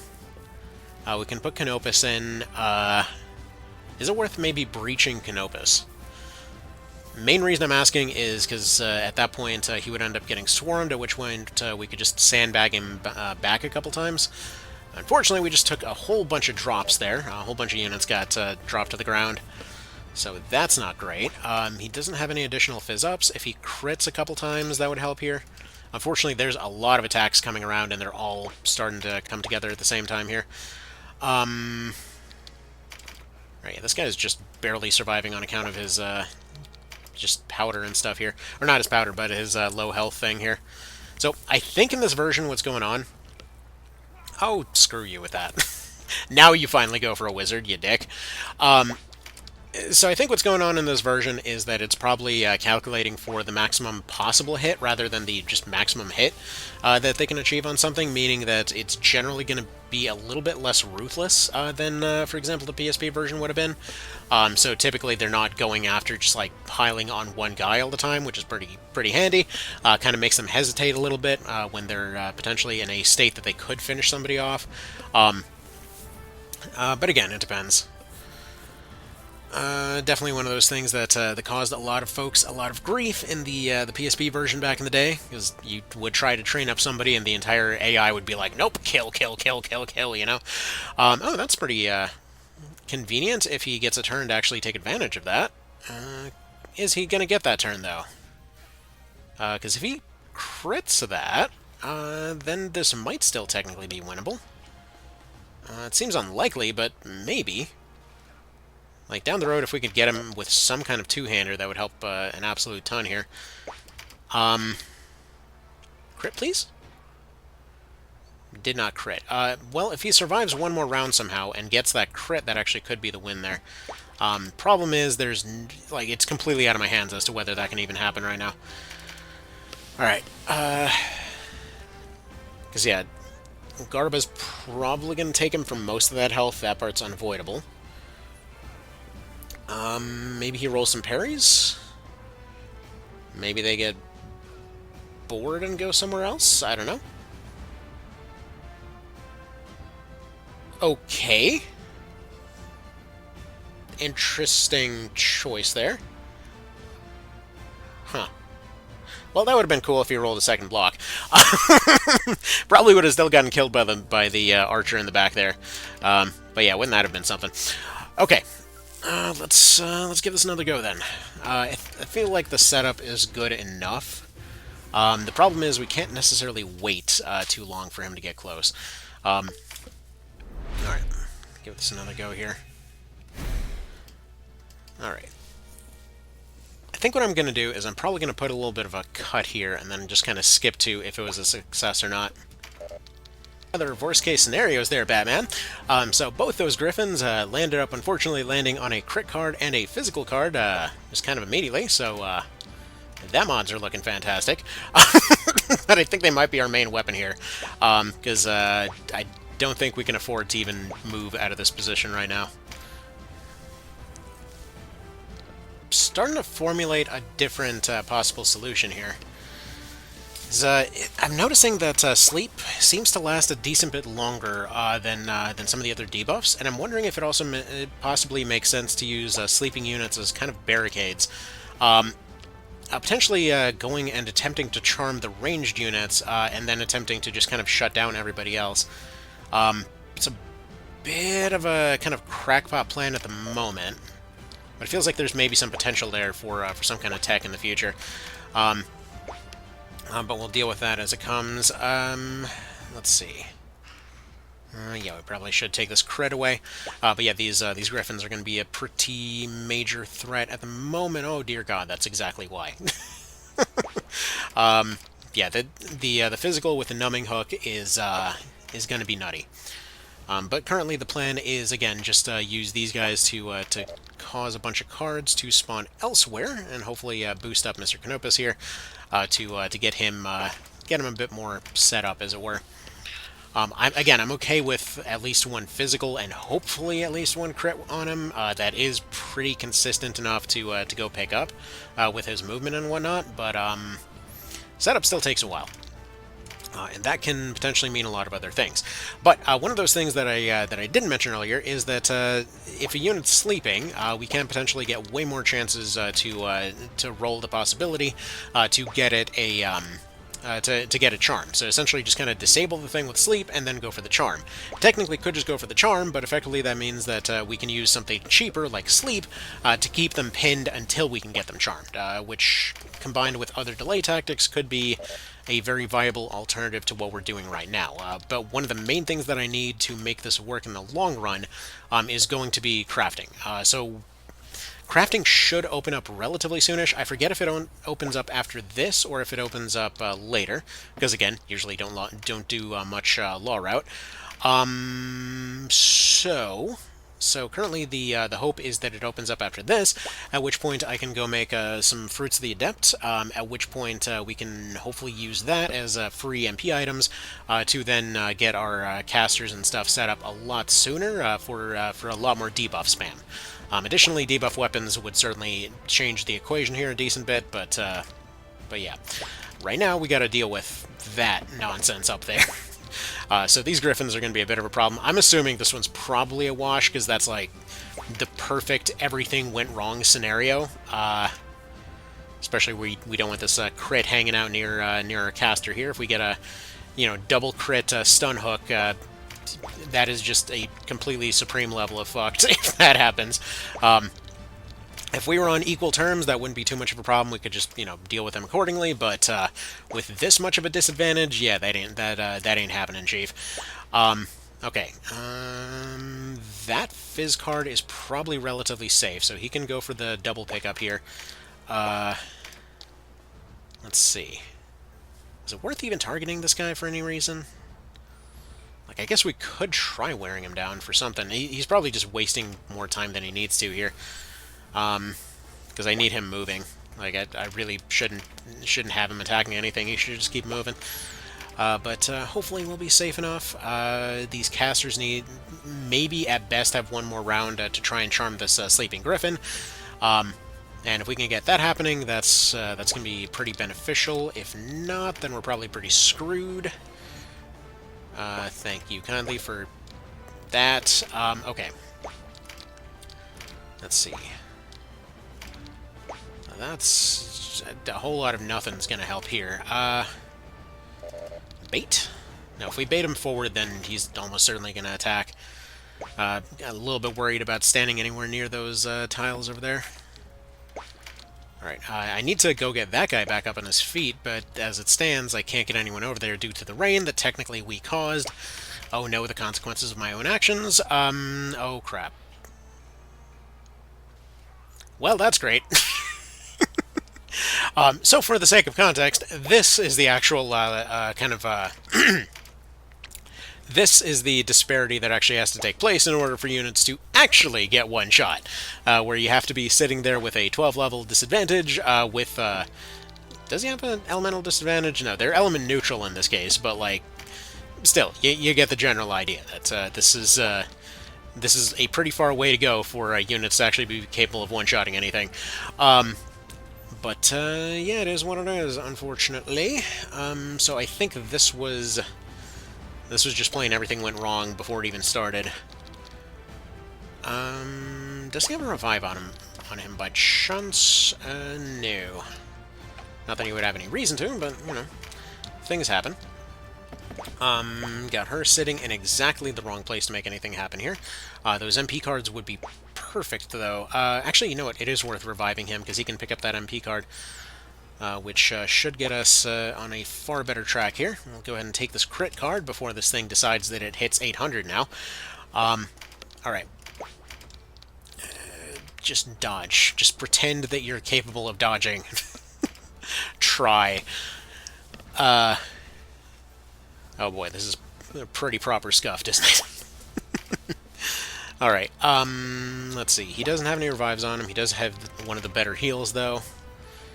Just go ahead and do that little healy-dealy right over there. You do one of those.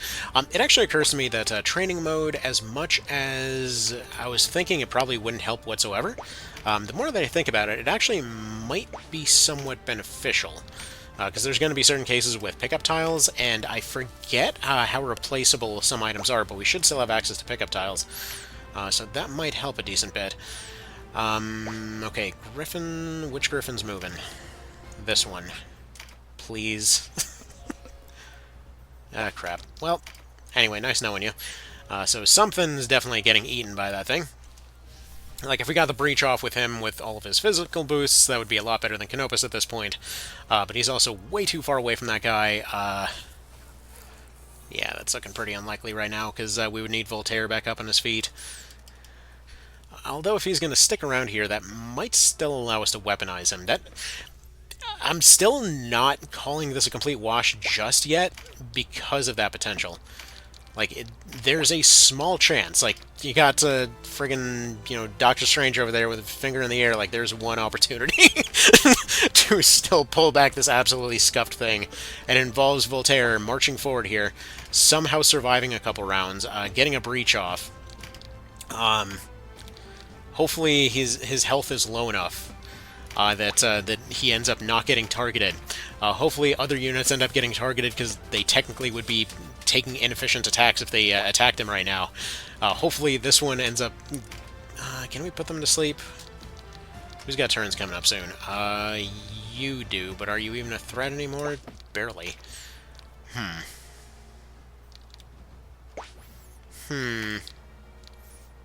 let's see... Your turn's coming up soonish. You've got movement. Sleep. Why you no sleep? Why is everyone a freaking insomniac in this swamp? Okay, kind of note for the future in case I do have to take a step back and redo the team a bit more. But there is actually a thing I overlooked. And that's actually rune fencers. So semi-aquatic units. That would actually probably help out a decent bit here.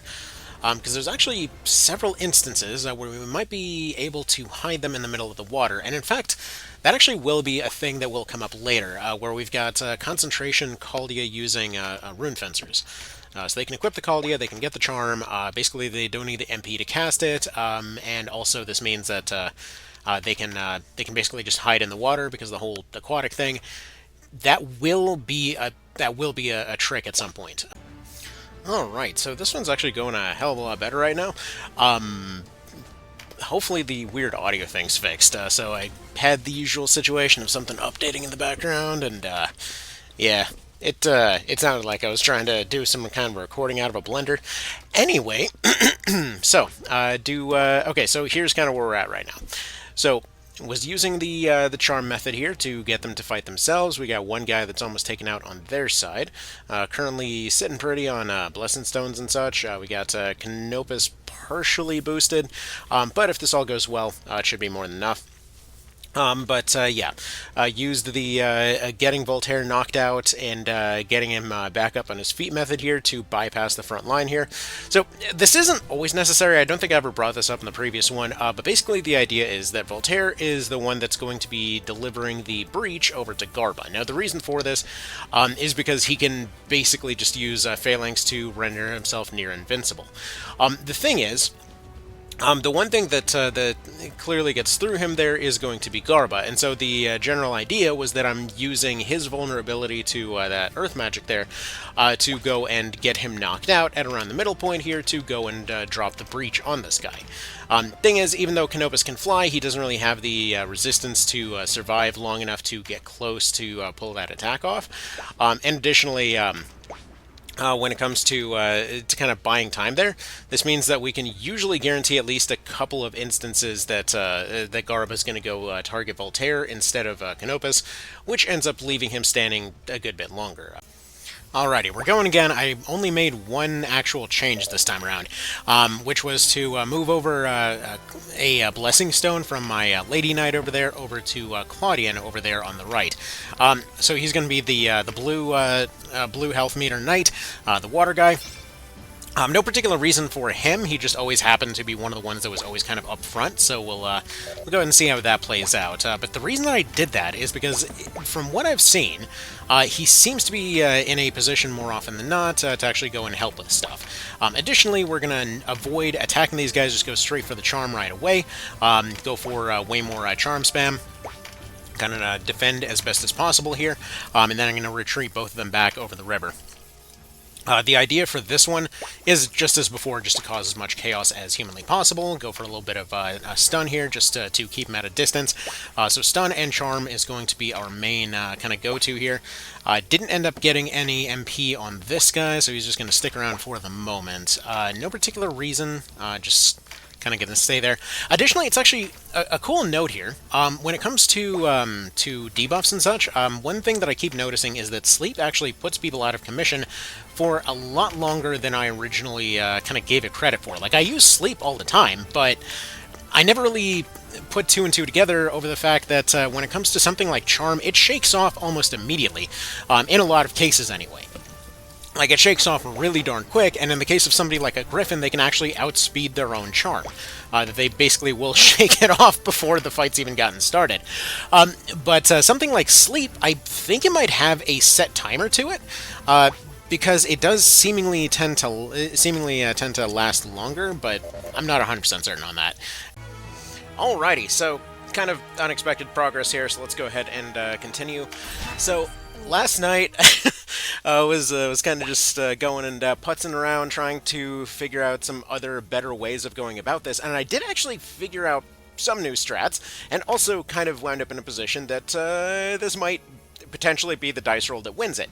But I wanted to discuss the map first. So you'll notice people are scattered all over the dang place, and one thing that failed a couple of times but did ultimately end up getting into this position here that I think can be exploited more for the future is actually something that we sort of did back in PSP there, namely a kind of scattering method. So essentially, what I was doing is I have here. Let me just use the mouse. Actually, it'll probably be easier to go and show this. So I had these two knights. They're the only two that are really capable of doing any form of tanking. So in this particular case, what I was doing is essentially just keeping them around the middle, keeping the bulk of these guys occupied, just going and healing, keeping their backs out to the water. At the same time, I was having Denim just kind of try to lead a few over this way, so like these three were originally over here, most of this blob was originally over here. So that definitely helped. These guys were having some real crappy luck with their debuffs, but honestly, even if only 2 or 3 more of these charms would have landed, this would be a complete shoo-in. I actually thought I had Garba dead to rights over here, but he just kind of hopped over this direction. Forgot that I didn't make the rain worse, so he actually could make the jump across the water, so could have definitely made an improvement there. Probably could have locked him in on this tile. That being said, though, it probably wouldn't change much with this situation. Mostly it was beneficial because at the time he was facing this way, Canopus was also facing this way, so he had good accuracy on him. Right now we're down to a unfortunate coin flip. But yeah, these are those situations that I kind of wish that I had back attack for, because in situations like this, it's like, it's not vigorous attack, obviously, but for something like back attack there, it still would be enough accuracy to make the thing at least hit. So either way, it is what it is. Now, I don't think this guy, does he actually have a dagger? I forgot to, for some reason, I feel like he has a dagger. Does he have a dagger? No, so he's not going to parry it or anything. Okay, well, anyway. Jesus, take the wheel moment. Oh, thank God, it's finally over. Okay, so, I mean, it was completely under control the whole time. What are you talking about? So, yeah, they didn't really get to have much of their conversation. Mostly what it consisted of is noticing that Garbo was over there in the corner. Fight for vengeance. Yeah, right, you fight for challenge runs, I know.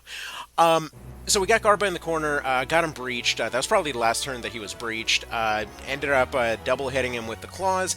But I was using the level 1 knights to just completely surround him, honeybee style, so that he couldn't move anywhere. And one of those things that I haven't really explained too much, that honestly probably should have explained more. If you've ever noticed that I'm putting people at diagonals whenever going forward, just kind of seemingly leaving them open and stuff like that. Okay, for the love of God, save that thing, like, right now. Actually, how much money did we get out of that? Because we should have gotten our big money drop at this point. So yeah, 16k is enough to work with. But like one of those things that they might have noticed a few times over the course of that thing is that I was going and advancing a unit forward and not really attacking with them, just putting them at a diagonal to somebody else to sort of like cut off a wedge of movement there. Like even if they don't have, even if they specifically don't have any kind of a thing that they're directly blocking, or even if they don't have rampart aura, it still creates a situation where most of the time a unit will try to go all the way around them, which does slow them down pretty significantly.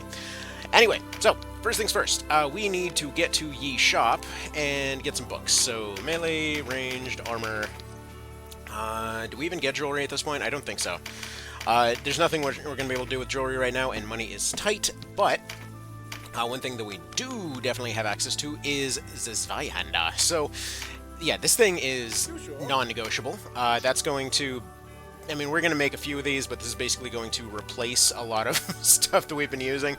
You know, I'm kind of thinking... I wonder if this will finally be the run where I want to use an Iron Fan on somebody, because...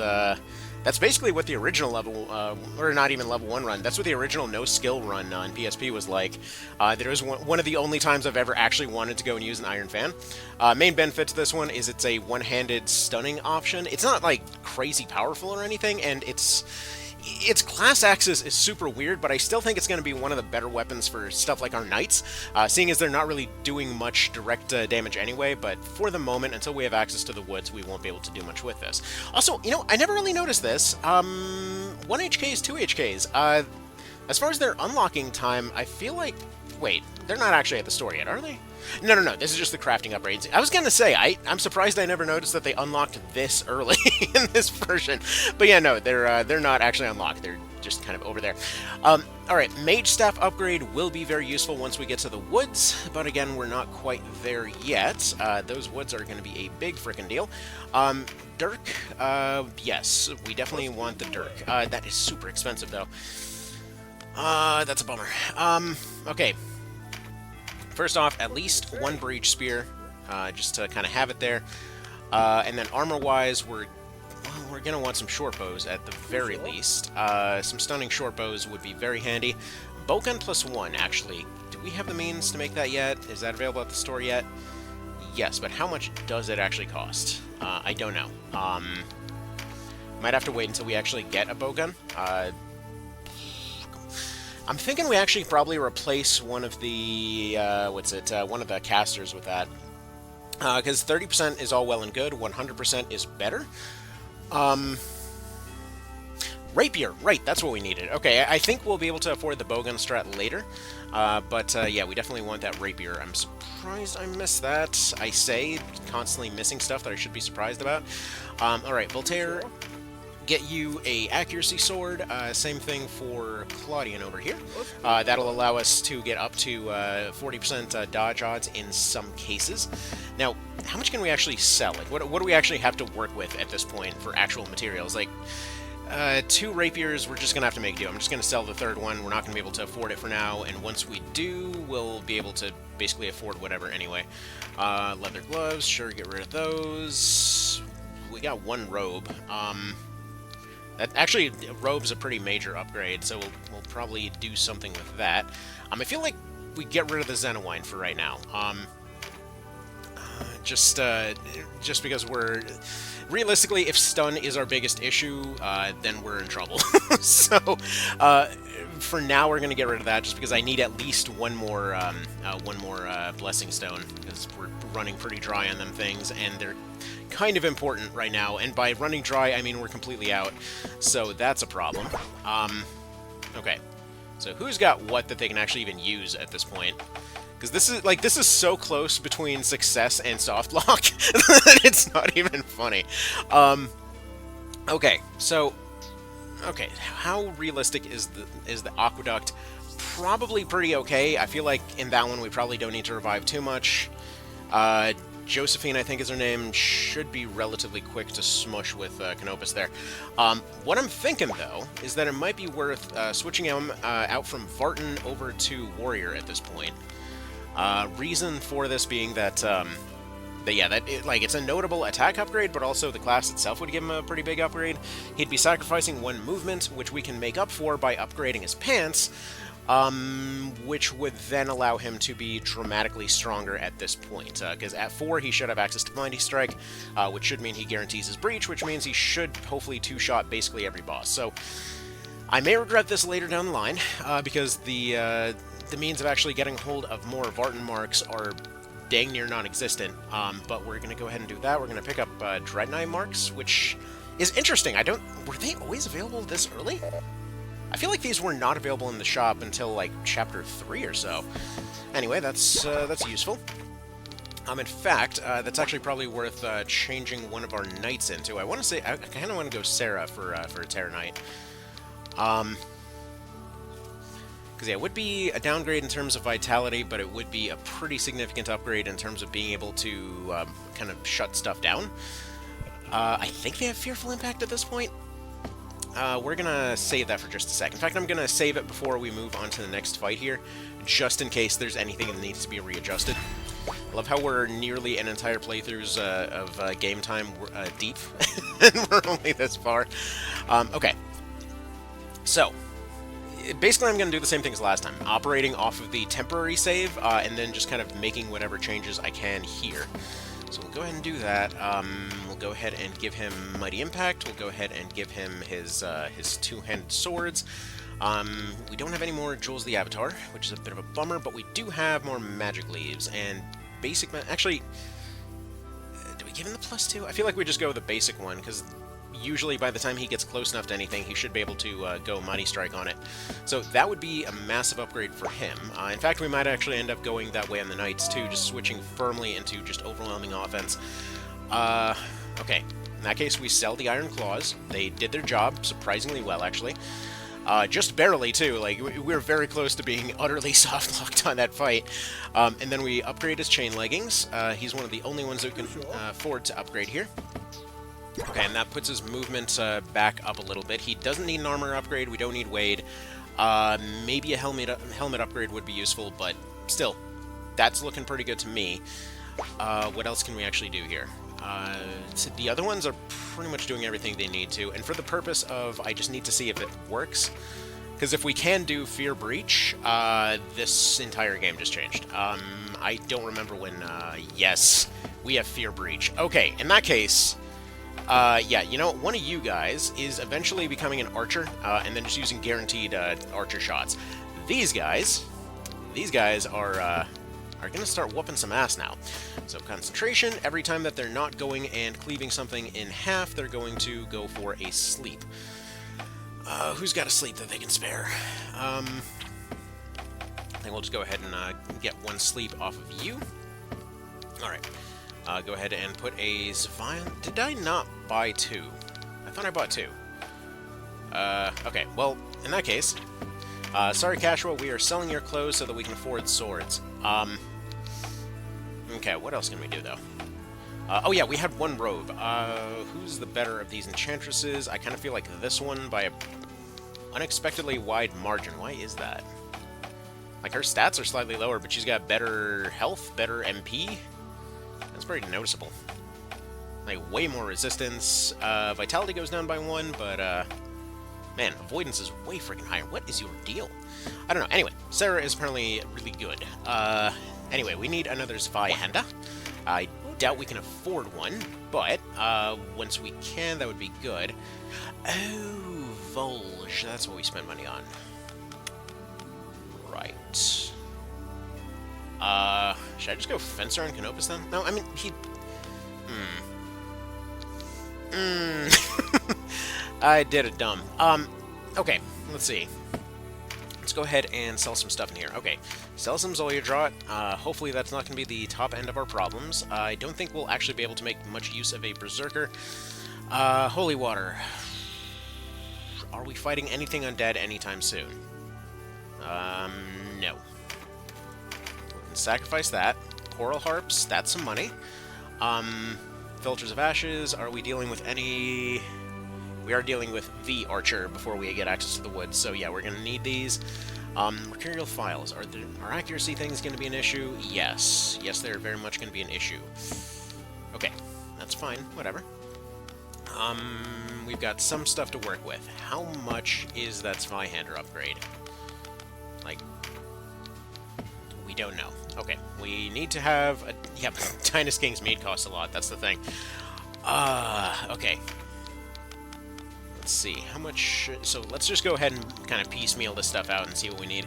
Because mead is going to be good regardless. So this is going to get auto-equipped. I might need it for something else anyway. How much is the sword itself? Yeah, we're not affording that right now. Alright. Get rid of the hand axe, maybe? Like, this is a good Vit bonus, but I feel like we're at the point that 2 Vit is probably not going to be enough to matter, maybe? Anyway, let's sell these clothes, circlets, robes, all that kind of thing. Sell more robes. That's actually pretty close at this point. We need Exorcism just in case, but do we need 2 copies? No.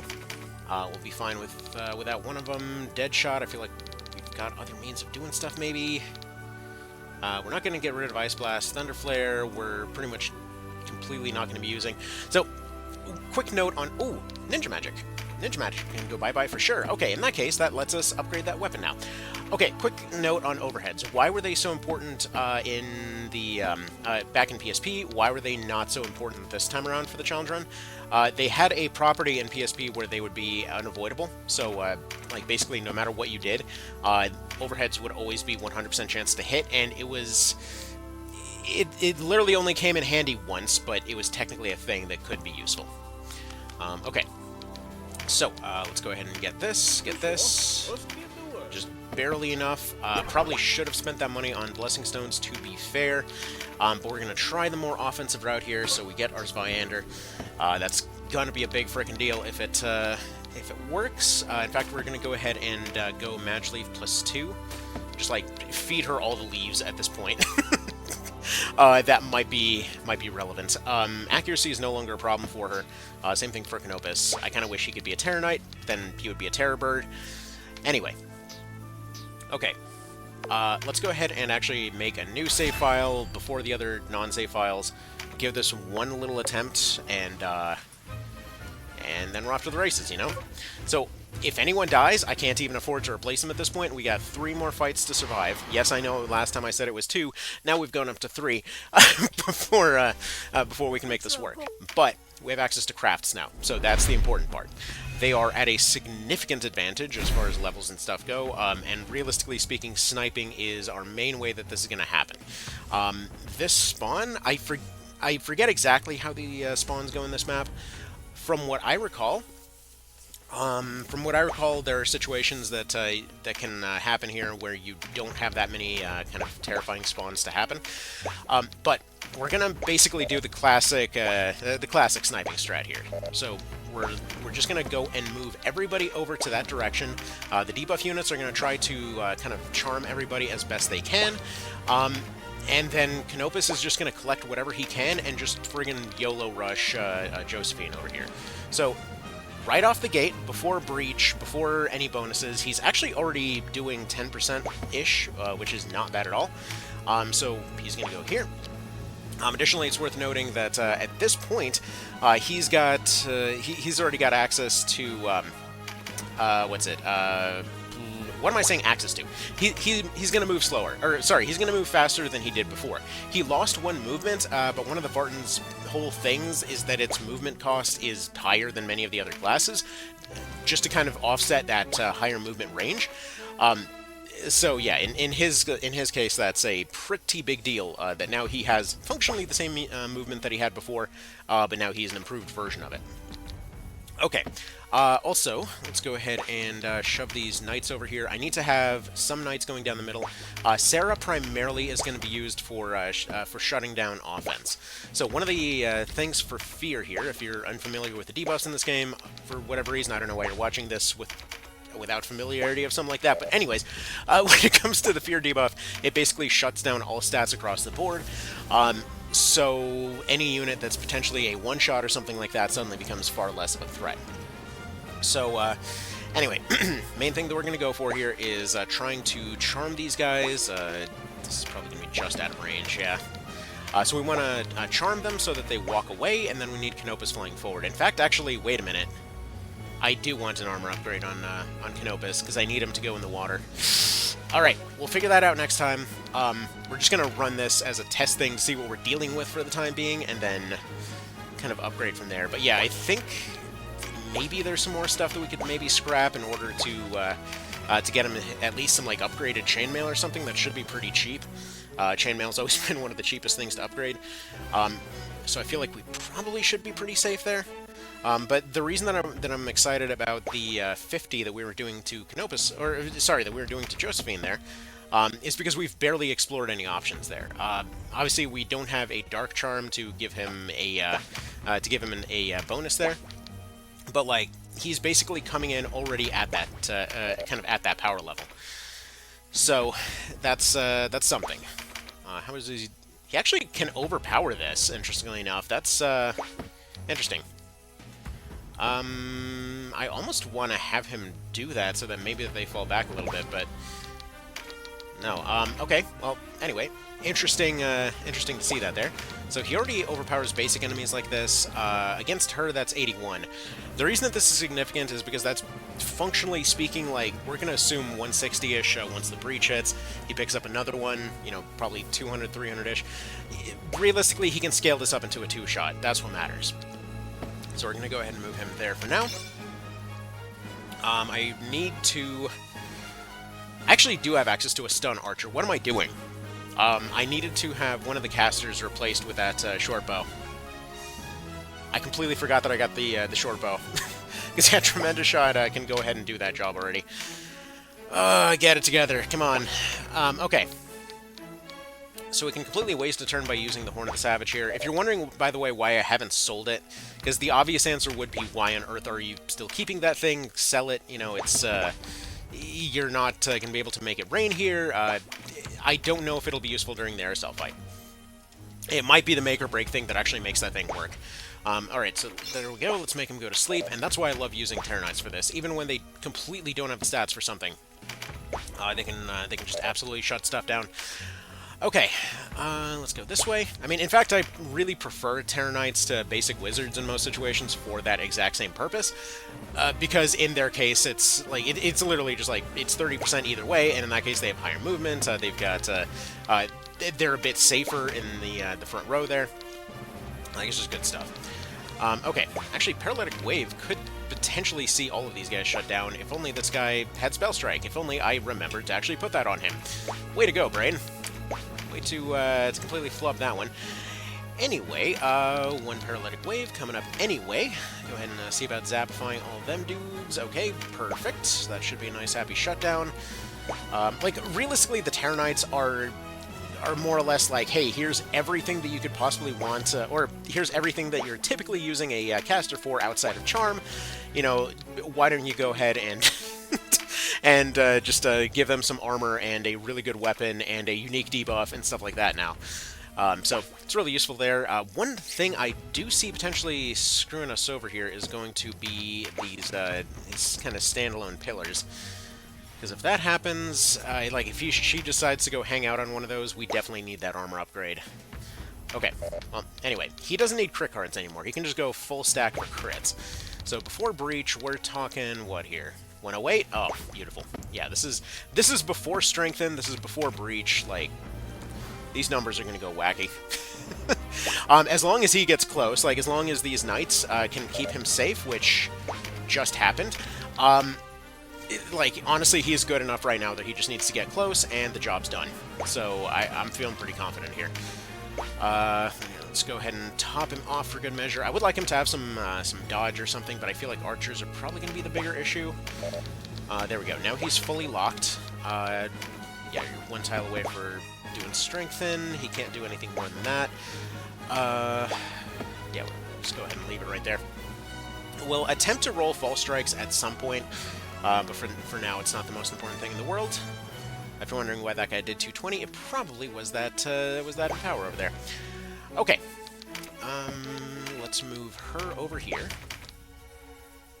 Okay, he doesn't have a counter. You might as well train up your weapons at least. We got one moving over there. Nice stumble. Beautiful. This one's empowered. Maybe you want to charm him a little bit, but you don't have Spell Strike because I am stupid. Okay. Fair enough, fair enough. Move you this way. Move you this way. He's going to hop on the pillars next round. We got 3 more turns coming up. Thankfully, they don't have a bajillion zooming units. We don't have to be crossing the map the entire time, so that's also pretty beneficial here. So one of the issues last time was there was so much movement required that yeah, we're regularly getting stuck moving absolutely everywhere. This guy's going to be back on his feet soon, so if he wants to get charmed, that'd be great. Apparently he doesn't. That's fine. Alright, fair enough, but she is still blocking off that right area. So that's something. And yeah, at this point, all we gotta do is get Canopus close. So I'm gonna take this path over here, probably. Actually, no, if he goes that way, he's screwed. So go this way. He's not gonna up himself just yet, and the sound is going funky, so that's not good. The sound might be scuffed. The sound might be scuffed going forward, so if it is scuffed going forward, I'm sorry. It just kind of randomly decided to do that. And or it's updating something in the background, I don't know. Okay, so now it's just kind of Operation Keep This Dude Safe. So the Knights are gonna start blocking these guys off. I guess break his Empower there. So one of the things we can do, since counters are going to be a bit weaker than regular attacks, is go in with essentially attacking them, trying to get rid of their Empower by getting them to counter. Okay, there we go. There's the bubble. Couldn't do that for them, but that's fine. So far, so good. It really does not take much time to see here. Perfect. Okay, it really doesn't take much time for Canopus to run this lady down at this point. So that's about as much time as we can realistically spare for getting him into position. So that'll do fine there. Let's see. Let's get rid of. No, we can't quite get rid of the octopus just yet, but let's go get rid of this guy's everything. Then we'll go ahead and compare some numbers real quick. Because after this section, because I'm actually a little bit optimistic about this, because I was originally planning to do this without crafting. I forgot that you get access to crafting already. For some reason, I thought it was after this fight. And I'm thinking that's because that's the way that works on Chaos. Alright. Breach faded. Can you paralysis, please? No. Alright, well, somebody's dying. Or not. Alright. That works. That works pretty well. Right, now with the strengthen before the breach, we're already at 116. Let's go ahead and Mighty Impact up and see what that looks like. That looks like 174 already before the breach. So 2 or 3 hits. That's all we need here. As long as we get everybody else up close, we should be doing pretty good. And in fact, actually, there's probably going to be an opening down the line for potentially using our own breach attacks to go get our own guys breached or whatever else to potentially kind of deflect away attacks from Canopus if he needs to go run somebody down. Now, I say this assuming that Canopus is going to stick around in the long run. Realistically, he is pretty much obsolete, not very long after this. He's got an advantage for the time being. He comes in with a lot of stats that other units don't. Realistically speaking, all we need is to get to the woods, and then at that point we can just kind of make almost anything work. But it just depends on what survives to the woods. Are you serious? Okay, I thought he was going to block that for a second. I wish I had the dodge on, because how hilarious would it have been if he actually rolled the dodge there? Oh, man. Like, I would just automatically auto-breach yourself. That's amazing. But she actually just locked herself in. At this point, I can do a lot of stuff with this, actually. Okay. So, shut down this one. Just do that. But yeah, no, he can actually just knock her backwards now. Oh, lame. Okay, well, anyway, we're gonna need some knights doing some healing stuff here. Well, do we even want to lock them in at this point? Because I need Voltaire to get close. He should still be able to. Alright. So we get the 174 there. That's good. Now we need to completely lock her in place. So, go for this. Oh, with any luck, hopefully, the next attack will get multiplied hard enough that it just kills her off here. Maybe. I don't really have the spare Blessing Stones anywhere to spare for anything else, so let's just kind of see how this works out. Also, potentially, if I can get one of these Octopi charmed, they might just go ahead and attack her, because their attacks count as physical. Or he might be dead right here. Okay. Do you want to charm an octopus? I'm sure you do, but you don't have the MP for it. Okay, there's Denim getting targeted, as you do. There's Denim getting taken out, as you do. Does she have upgraded armor? I doubt it, otherwise she could take some gravity damage here. Is that him gone?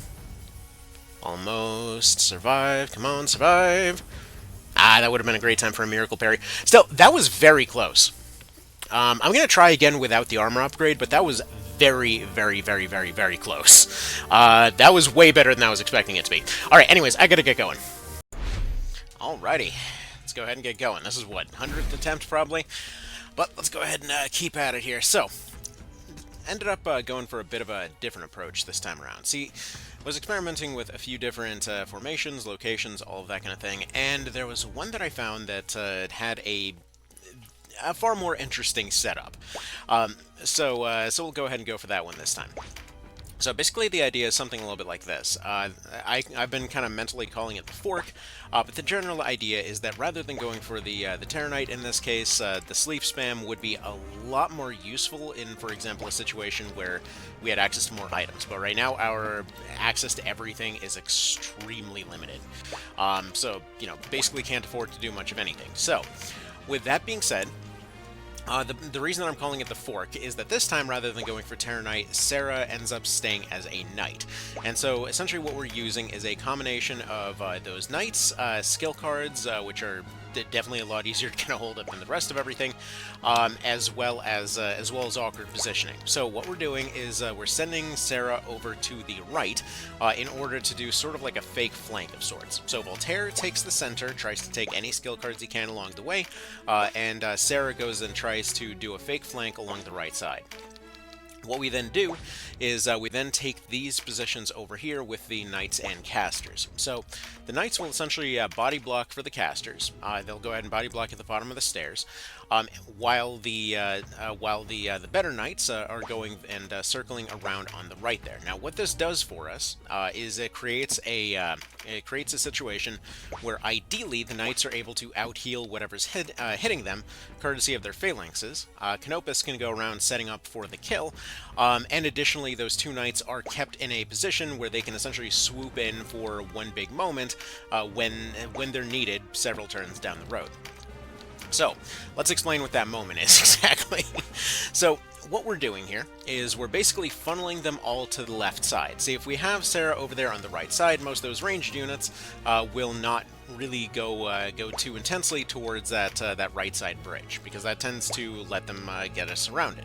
Which, normally wouldn't be too big of a deal, but considering that it allows that longbow to do more stuff here, it's a little bit of a problem. Now, instead what ends up happening is that we essentially claim that bridge without actually ever needing to step foot on it, and additionally, this allows for example, having Sarah essentially moving over this way, so like, she just moves to around here, and then hopefully these guys all funnel this way. So we put 2 knights, 4 wizards, just kind of right here, denim in the back, and then we have like a Voltaire around here, Sarah around here. And the idea is that once Josephine here gets to around here, we move in with both those knights, close her off. Canopus goes in with whatever he's got set up at that point, and then essentially they try to set up for pincers. It's not perfect. Obviously, when it comes to Canopus's accuracy right now, it's pretty crappy. So comparatively speaking, he's got pretty poor accuracy. Like, even when his True Strike wears off, he's potentially looking at a coin flip odds of actually landing a hit, but that's what Mighty Strike is for. So the Mighty Strike guarantees the breach, because the problem is, by himself, he has a really hard time actually managing to make everything stick. So the problem is that he'll end up getting close, but then he'll she'll do anything whatsoever along the lines of either healing or attempting to run away or whatever else, or the breach will wear off, because I think it's comparing their mind scores or something. So his breach does not last very long. So it typically will last around a turn. So if he can't keep Mighty Striking that breach back on her over and over, then it doesn't really stick. So anyways, there's a lot of complications that can happen there, but that's where we get the additional wild card of the casters over here on the left side. So the reason that we're funneling them all into this one little pocket is that the main thing that's a danger to them is those octopi. The other stuff is manageable, but those octopi, as soon as they start landing breaches and such, it's a problem. And the problem is that if I try to scatter them around, it's, 1 or 2 of them dying isn't the end of the world, but unfortunately it also leaves them scattered all over the place. So instead, what we're doing here is essentially having 3 healers and 4 casters stuck in a clump. The octopi are more likely than not going to end up on land, because the AI does not know how to plan for, getting itself into a better position. So Effectively, what this turns into is kind of an interesting situation where they have more options to continuously spam. This buys a little bit of extra time for Canopus here to set up, and additionally, it just gives us a lot more wiggle room in terms of surrounding Josephine there. Now, it's not perfect by any means, but it is a definite improvement over the previous thing. Actually, before she moves, why don't you go ahead and... No, you can't. She can't throw out the heal there. Gonna pick up the skill here. I'm kind of thinking I might regret that, but we'll see. It would have been nice if she had her phalanx ready to go for that. Now, the funny part was, right before this, there was an attempt that was using this fork strategy that was going very, very well. Exceptionally well. Like, we're talking about, I had gotten Josephine breached, everything spawned just right to have 4 physical cards right next to Canopus. So, like, he came in completely stacked, and then essentially one crit threw it out the window. So yeah, that was a little bit heartbreaking. Anyway, let's go ahead and get Canopus back up on his feet, because he got completely whooped by that octopus over there. Get on your feet, dude. You know, I got no time for naps right now. So yeah, this time is going very poorly, because somehow they're just getting all their hits off immediately. That's wonderful. That's wonderful. You love to see that. Oh, well, she doesn't have her thing going. All right, cool. Definitely paying attention, doing well. But yeah, that was, to put it bluntly, kind of devastating. Because yeah, it was going so well. Josephine was already half dead. That was basically, once again, like, one hit away from being dead there. The pincer got set up. The knights were in position. And just none of the debuffs would land whatsoever. There was a total of 2 debuffs that landed over the course of the entire fight, which would have been fine by itself, but then we get the back-to-back crit, where essentially the blowpipe lady ends up going and critting him first, knocking him backwards into a crit pincer from one of the octopi, and yeah, that was just that was heartbreaking. So yeah, that was a bit of a thing. Anyway, yeah, so that's kind of where we're at right now. So let's see. Is there anything for him to do really? Like, other than heal, because they're kind of in an awkward spot right now. If we get this set up in such a way that both knights are on either side of the healer and Canopus can go in and get his attacks off, then we're basically golden. But there's a lot of things that have to kind of land just in place along the way. Again, this went fine without charms, so if they do land, that's pretty fantastic. Now, the added benefit of all this is because they're on the left, and because, again, those octopi don't really know how to really plan things, this does create a situation that they potentially can get into kind of better position here. Essentially, just sticking themselves on the left, it allows for the healer to get herself hopefully stuck a bit more ahead than she normally would be. I'll just go ahead and burn his emergency heal here. Realistically speaking, I don't see this being the attempt, but, you know, weirder things have happened, I suppose. He doesn't actually need cards necessarily to pull this off, especially if the pincer stuff happens. I love how we just got... Oh, no, he wasn't the one we just got a charm off. Okie dokie. Here you go this way. See, that's the thing. This is why we need to get to the woods. As soon as we get there, as soon as we get to the point that we don't have to... we don't have to be conservative on our item usage, stuff changes. Because right now the main problem is that we've only got a couple of items at best in order to get things done, and it's like this amount of not spamming things constantly is not really beneficial in this kind of situation.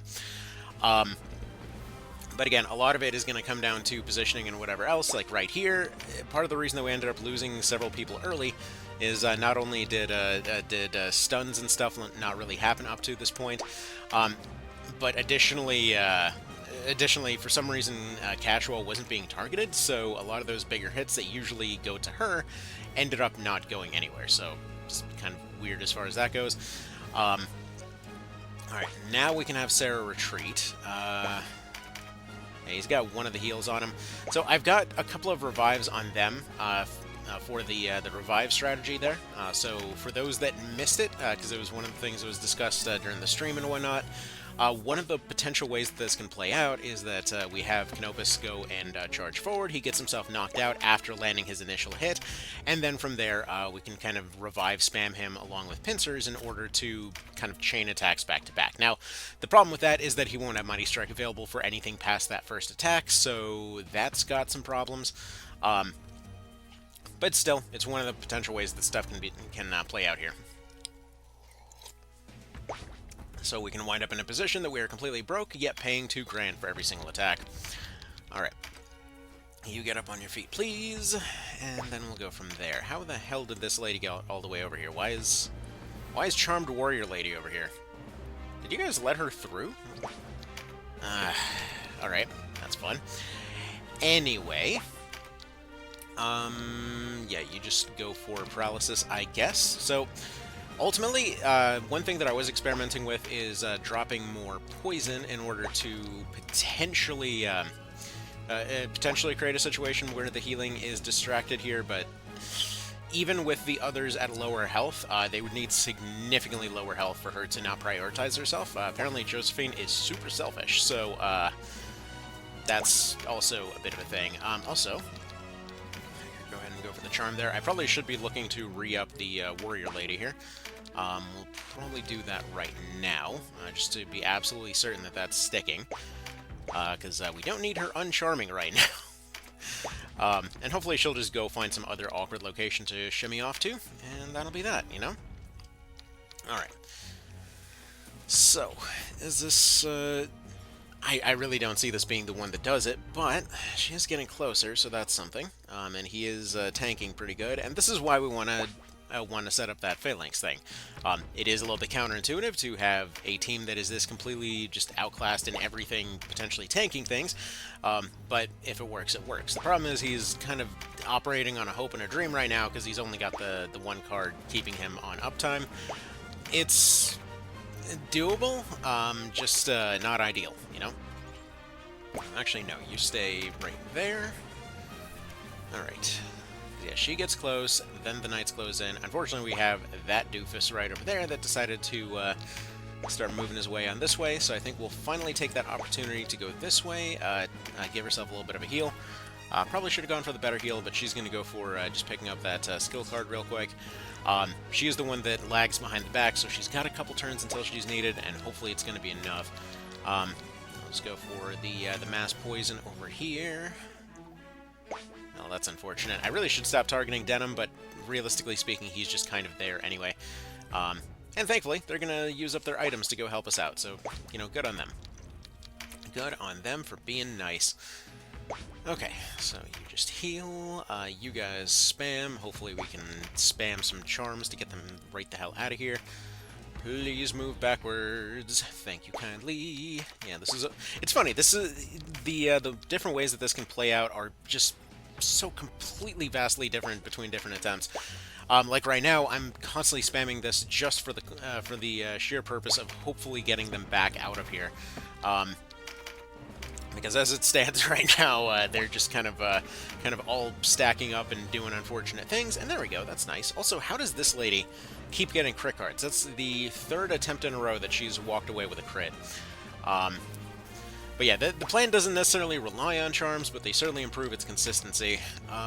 But yeah, again, the main thrust of the plan is essentially pincers and Mighty Strike. But that's why we have backup plans and backup plans and backup plans, backup plans and backup plans.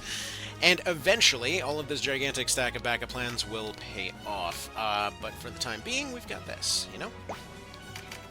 Kind of a bummer that the only one that landed was the stun. And by the way, we all know the one guy that's going to go and theorize about this. No, when it says 30%, it's just 30%. Nobody's preferred as far as the hit odds go. So it's not. So like for example, the one that got both charmed and stunned. There's nothing special about them. It's just they were the one that happened to get hit by both. Because there's always that that weird temptation that comes to mind to try to link stuff that isn't there. One more thing to also mention as far as charm goes. So while stun is overall the better value of all of them, part of the reason to actually go for charm over stun sometimes here is specifically for what you're seeing over there, where ideally, I was trying to get Charm on that knight as well, but charmed units will refuse to attack each other.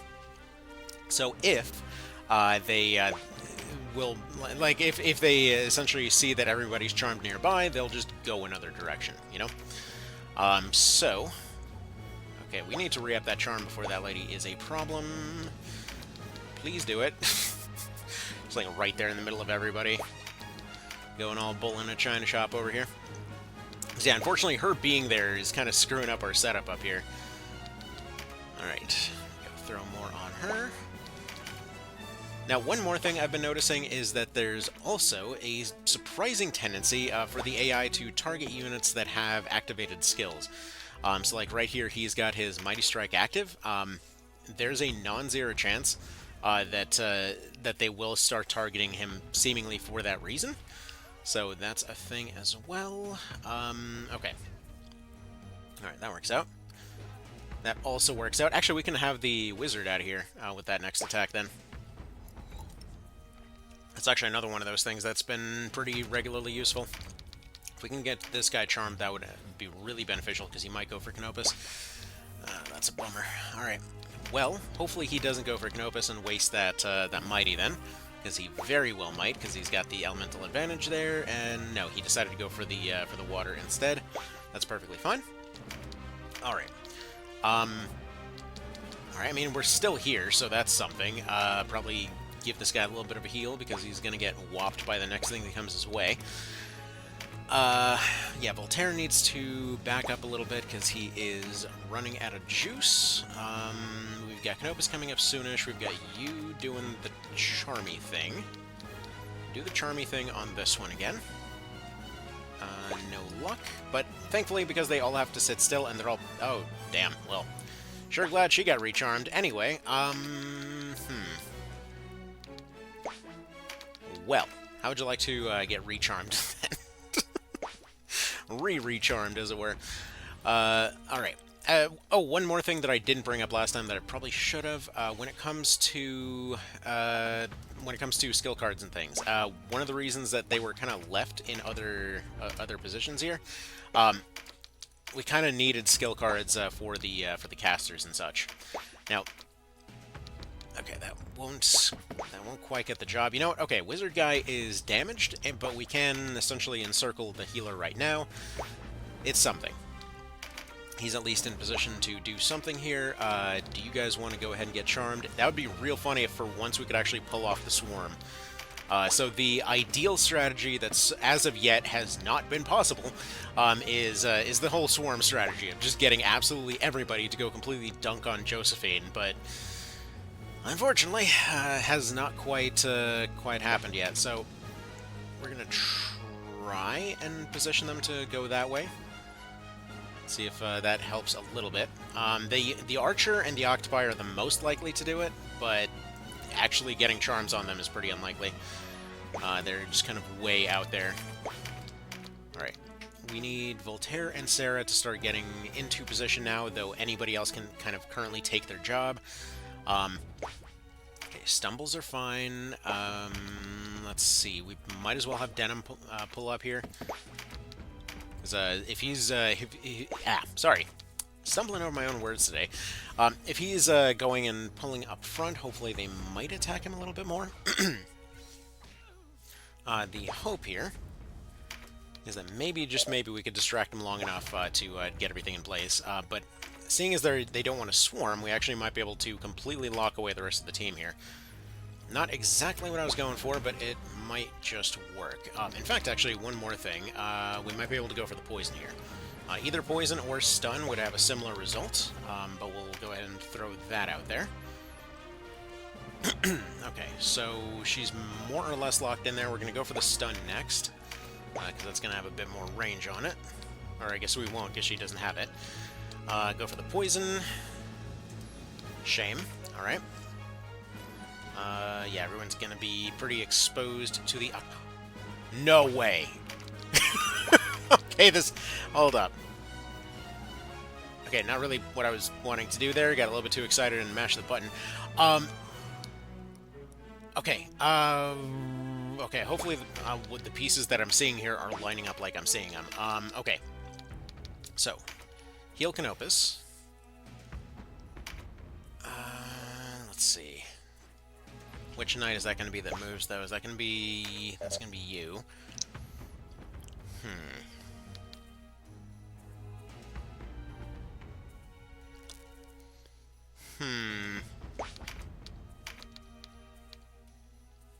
Let's see. Archer and Wizard are not going to be able to take either of those.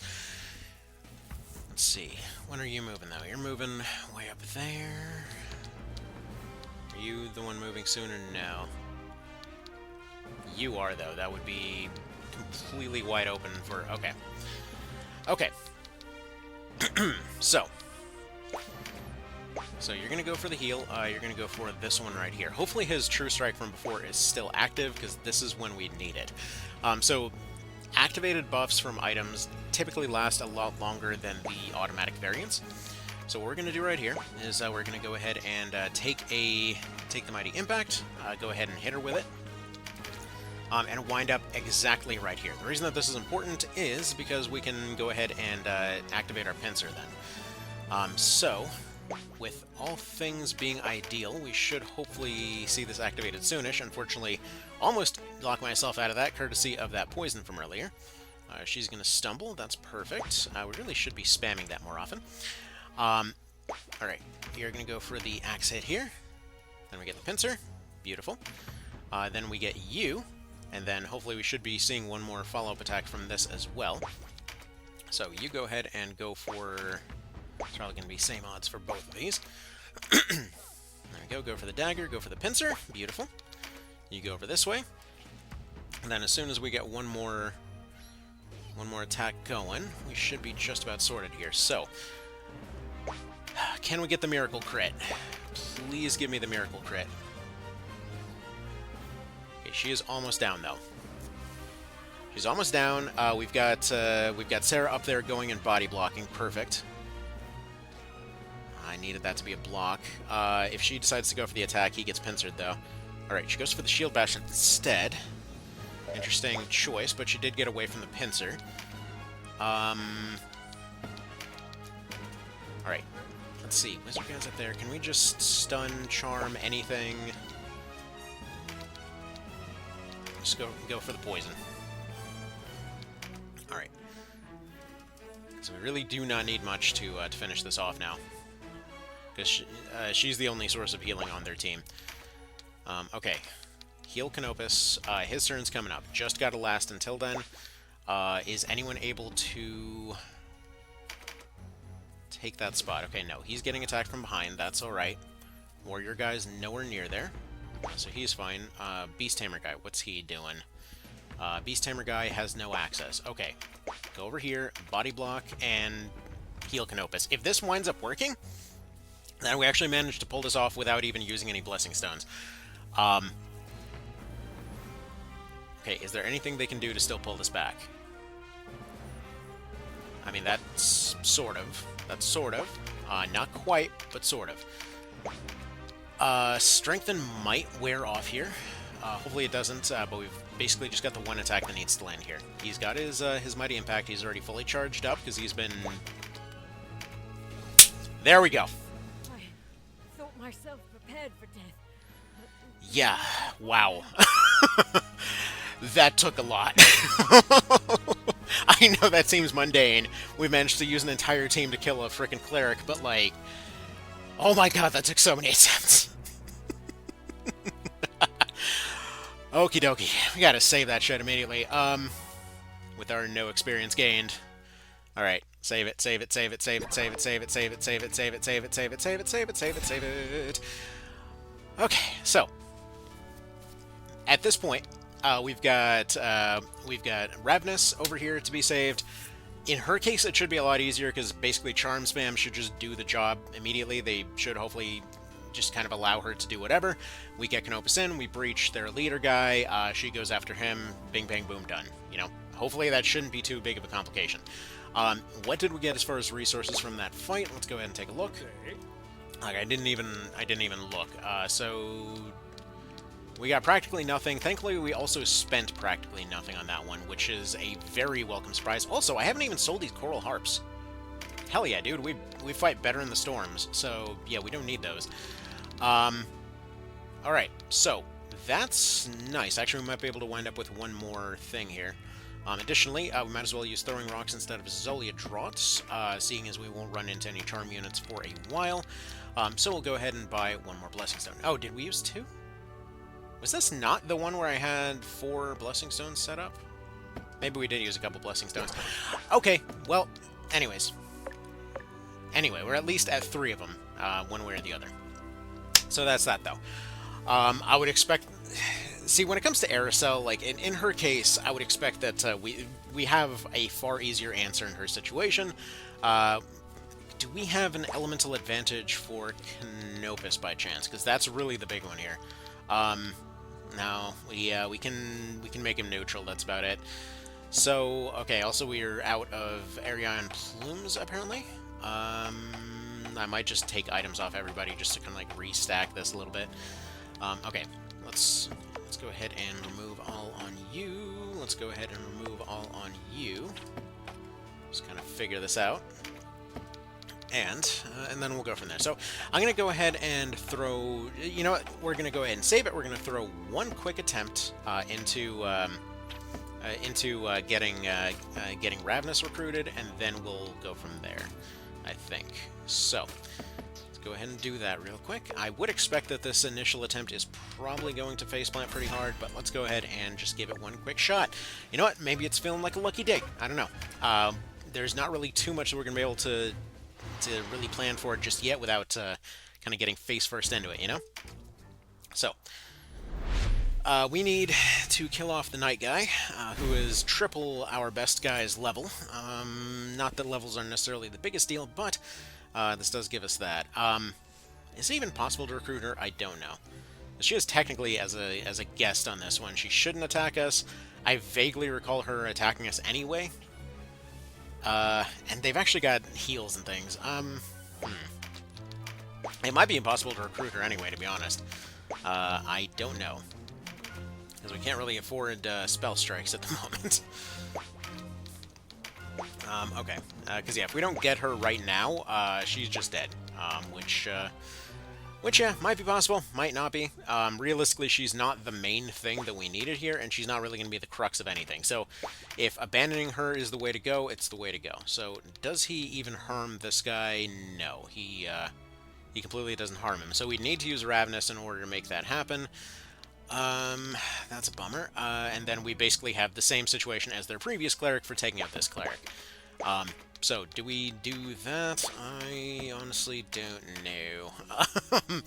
This feels like it's just not gonna fly, to be honest. Like, the thing is, he obviously gets his breach bonuses, physical bonuses, whatever else. The fact that he's doing a 1 tells me that it basically is going to end up being a kill-all map, and we do not have the resources for that. If we had access to the woods, then we'd be able to go get our elemental advantages, we'd be able to, you know, do all that, but we don't have that.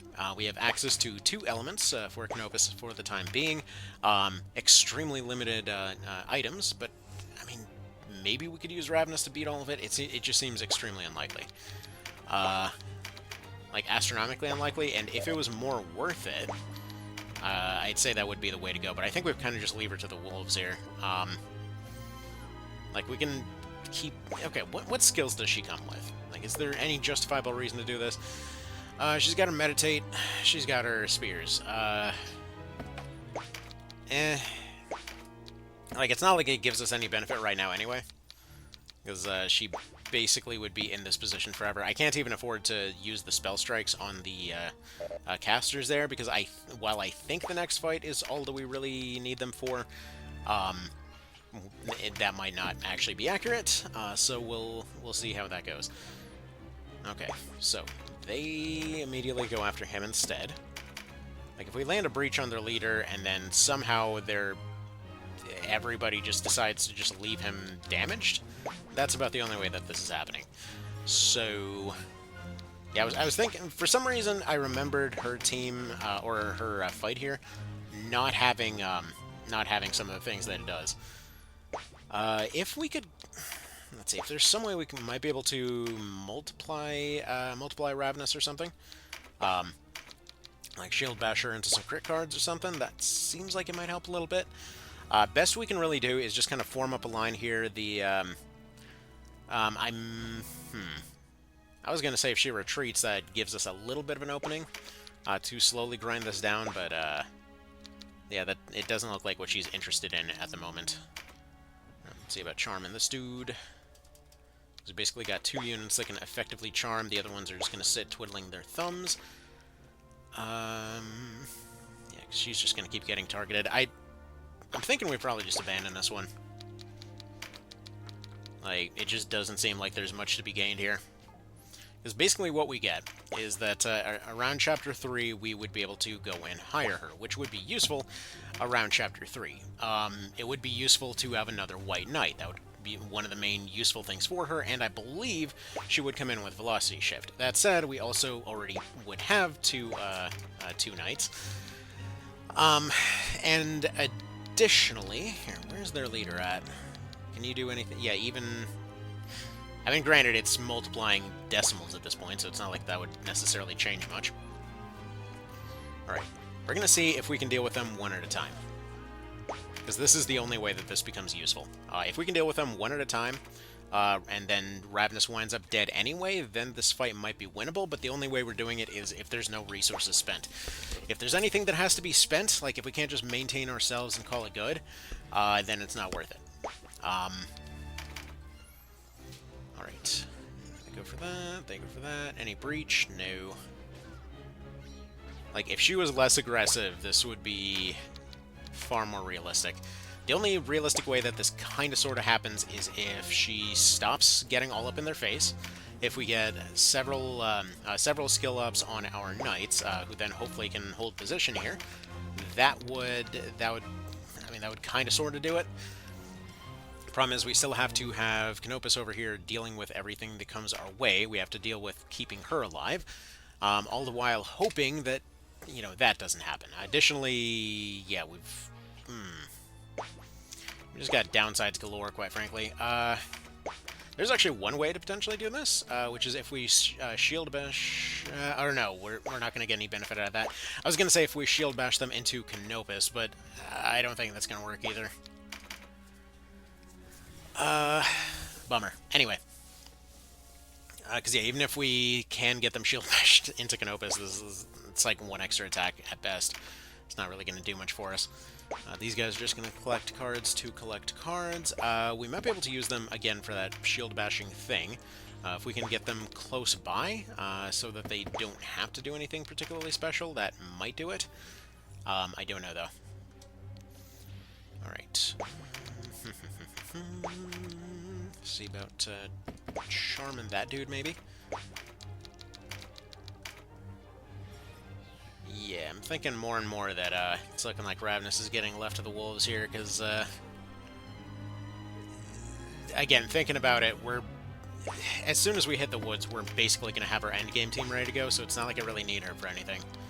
And this is going to be a whole lot of headache that can only be achieved without items, and that, quite frankly, after the last one...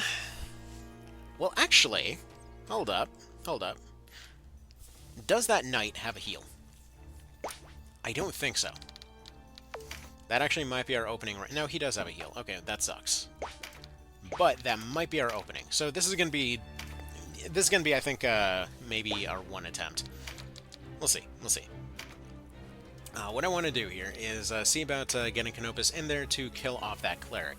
If the cleric's dead, then it becomes realistic-esque. If not, then no. Alright, so with 2 and a Mighty, he does a whopping 3 to their head knight, so that's amazing. Anyway. There we go for that. And then from there, if we had a spear, we would be able to pincer into this. But we don't, so we don't. Okay. Heal up Ravenous a little bit. The only reason that I'm even remotely considering this right now is if the cleric ends up dying, then that gives us the opportunity to actually start collecting some resources here.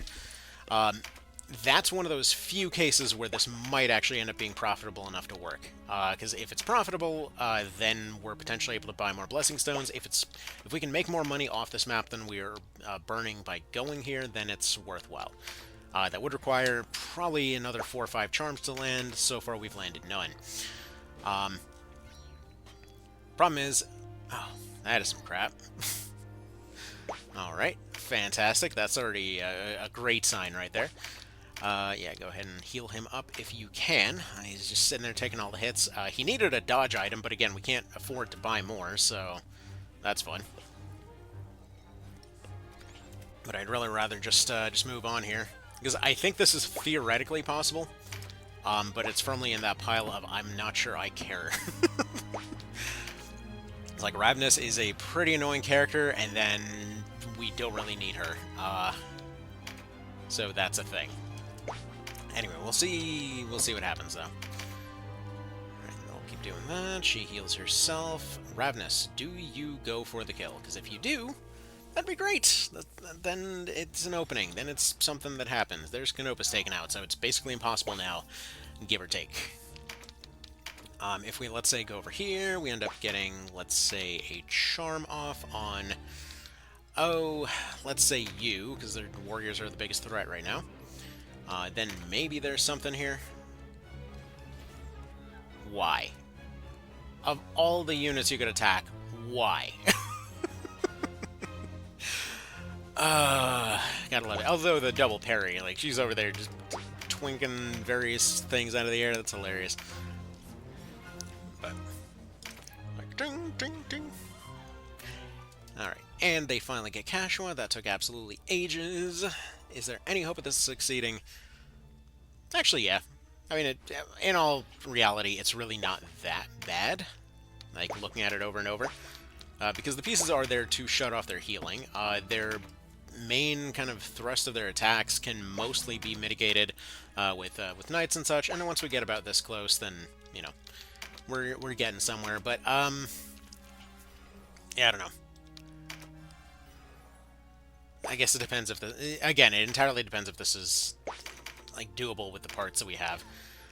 Okay, so there's their cleric gone. Then this becomes realistic-esque. The thing is, we don't have that many blessing stones, so we'll see how that plays out. So you go ahead and take your vet card. That's surprisingly valuable at this point. Okay. So you go there, you go here, hopefully distract some attacks. See, the thing is, again, we need... The only way that we actually damage their leader whatsoever is with Ravnus. He might be immune to poison at this point, I don't know, but that's looking like realistically what we'd end up having to go for. So I'm going to go ahead and get these guys activated, use up their Spell Strike powder, disable them for the next fight, with the intent to at least try. At least try to make this happen. Because next target from here is going to be the casters, I think. Are they even the biggest threat here? Because, I mean, those guys are going to attack each other, so that's perfect. If you mean to seize me as a traitor, then do so. Else return to your duties. Tarry here too long, and your master may wonder at your absence. Oh yeah, we have one of those, don't we? My lady, the resistance hunts you, yet you act as a... If you name friend, only those who follow you blind. A simple answer would have sufficed. The cards seldom give us simple answers, but I will offer you this. So... Alright, whatever, technically something. Anyway, I think that might have been the wrong dialogue choice anyway, but oh well. Alright. Again, my concern for this one is more, can it be profitable than necessarily is it something that that we need? Like, we don't necessarily need her, is the thing. Alright, he obviously can't be charmed, he is their leader. What about their archer? That archer would probably be pretty handy, although we have a nice little opening for not that, actually.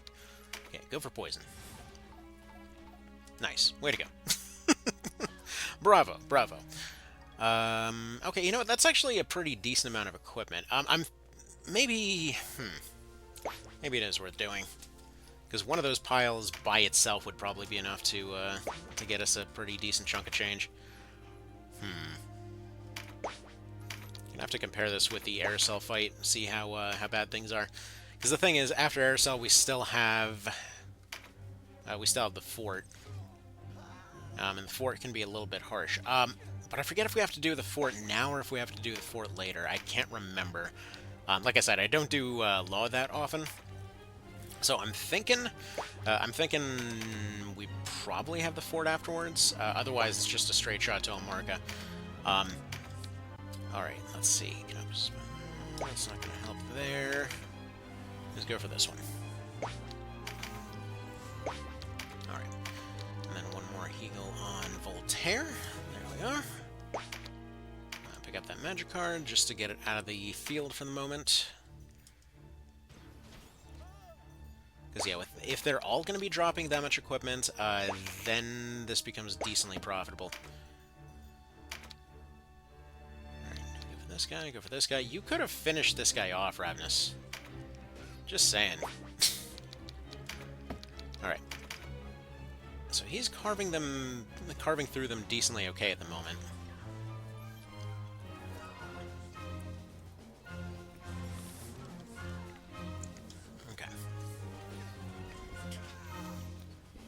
So most of the team is pretty well wiped at this point. Funnily enough, that counterpunch from archers kind of makes them a weirdly good anti-charm unit. Because they always end up getting targeted and always slap them back to their senses. But oh well. Okay. Yeah, I'm thinking this is probably not worth it. But we'll go compare with Aerosol real quick. But I'm thinking there's a pretty decent chance that this is just straight up not worth it. Let's see. How much does this guy drop? Just regular equipment. I mean, again, it is potentially profitable, but how much is that potential worth is the question. Because even after a completely scuffed and half-hearted attempt, they still only have, looks like, 4 healthy, 1 injured, and 1 leader unit left. Unless I can't count, in which case it's actually 5 and 1. But hey, you know, what are numbers anyway? Alright.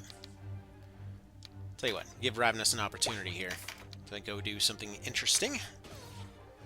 I go for the this Vi here. Actually, wait a minute. Does he have Phalanx? Is that what we just did? No, that's Rampart. Okay. Not that it necessarily makes that much of a difference.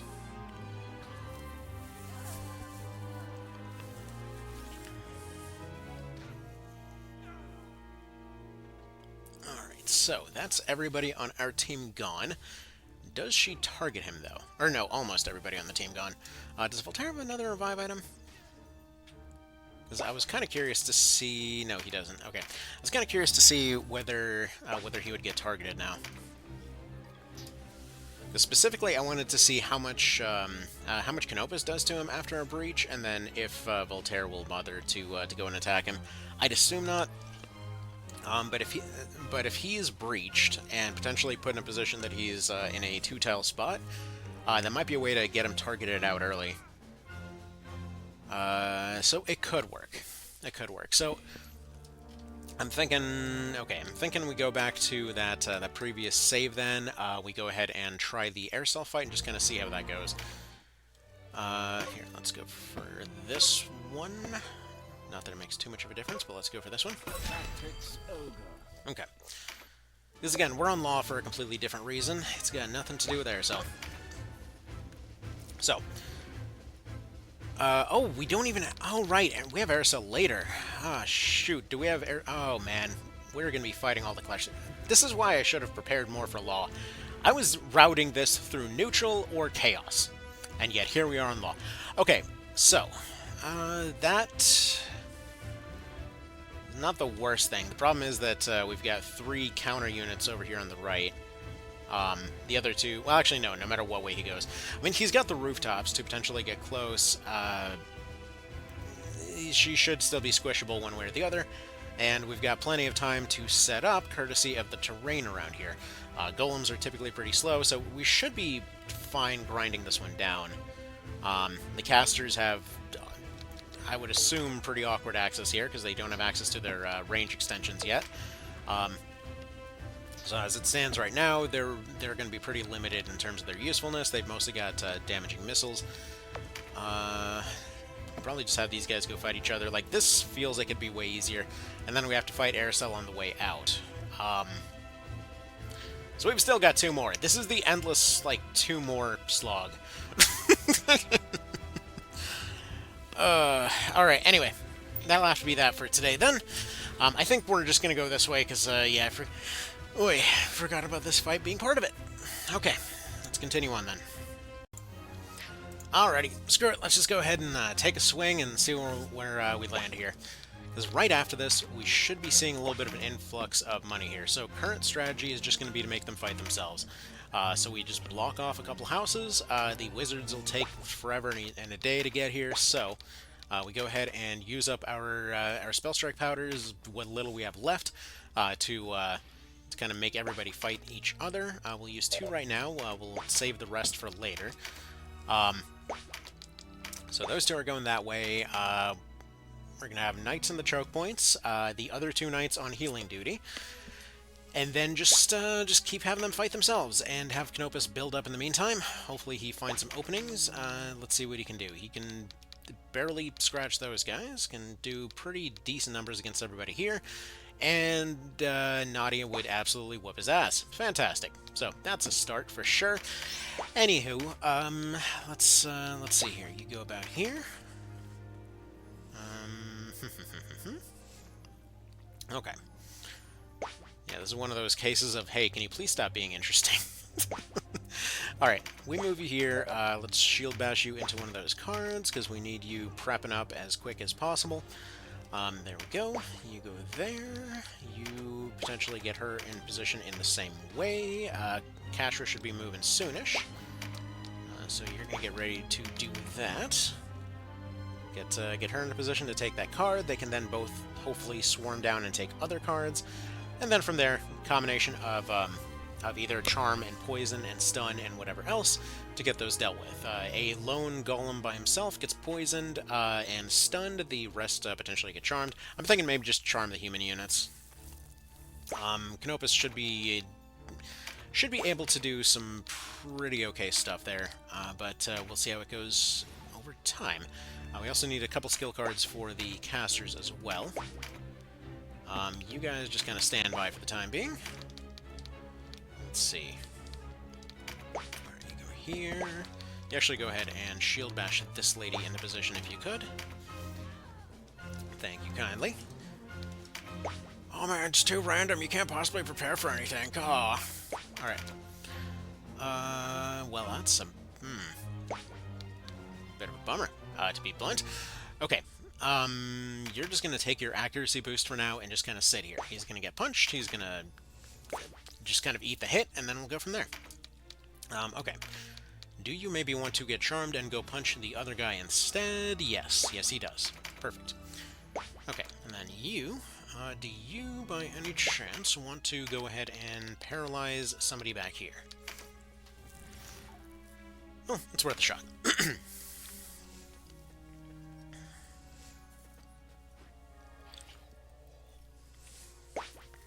Okie doke. So, we'll leave that one for Canopus. You go over this way. Take your heal.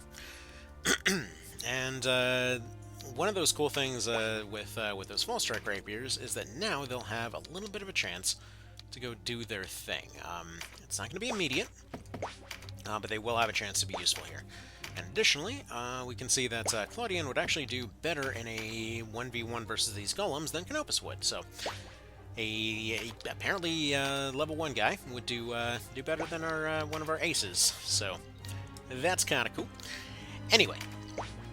You go over here, and then you go over here. Just kind of block these areas off as you do, and just kind of hold position for the time being. They take the hit, but it's only about 100. And considering that they don't have much in the way of longbows right here, this means that they basically should only have one source of healing. Now, I want to go ahead and verify that real quick, but I don't see anybody else that would be able to heal unless it's that guy, and he's an archer anyway, so we should be completely fine there. So this should be the first one that we can easily grind down. In theory, anyway. Okay. So, that being the case, that means that we'll get a influx of cash once this is done, and we can go ahead and afford to spend the last of that spell strike powder there. Let's see. Probably put you in poison. Maybe... Yeah, you need your cards here. So you take your autos, and then go ahead and go for that poison spam. Over there on the left would be nicer, but unfortunately we can't quite reach there just yet. But it looks like the grind should be on here. So this is, again, the kind of infusion that we need right now. Save her powder for the time being. Whatever we can save, good. Alright, you go there. You're going to need a little bit of a heal. We'll deal with that in a moment. This guy doesn't even have an MP at the moment. You go for the heal. There we go. Yeah, there's absolutely no reason for us to go for the other fight then. Because if best case scenario, we end up barely making it through that one, and maybe we end up having the option to recruit her later, but there's really no point. So let me explain further what the plan is going to be during the extremely long hiatus that this run's going to take as soon as we complete the current goals. The thing is, as it stands right now, obviously these units are in a bit of a rough spot. They're like, no matter what way you look at it, they're going to have a bit of a rough time actually getting anything done. So the reason that we're excited for the woods is that it gives us the option to essentially swap out for any element whenever needed on the one hand. On the other hand, it also allows for basically infinite card collection and stuff like that, which obviously that's going to take a little bit of a while, and just like the level 1 run, it's essentially going to boil down to realistically just picking up some way to have a lot of defensive units, so anybody that we've got by that point that is capable of being defensive ends up stacking for the defensive stuff, and then we put all the offensive stuff onto Canopus there. So kind of sort of min-maxing a little bit there.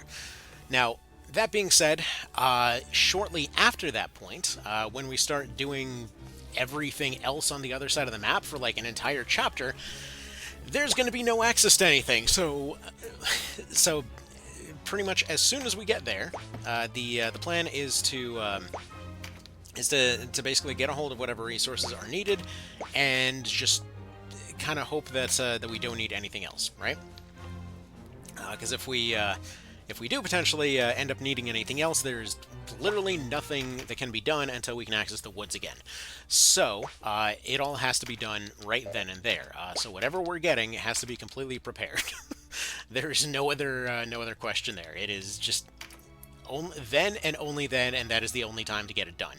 After that, like after this goes on for a little bit of a while, we should be fine.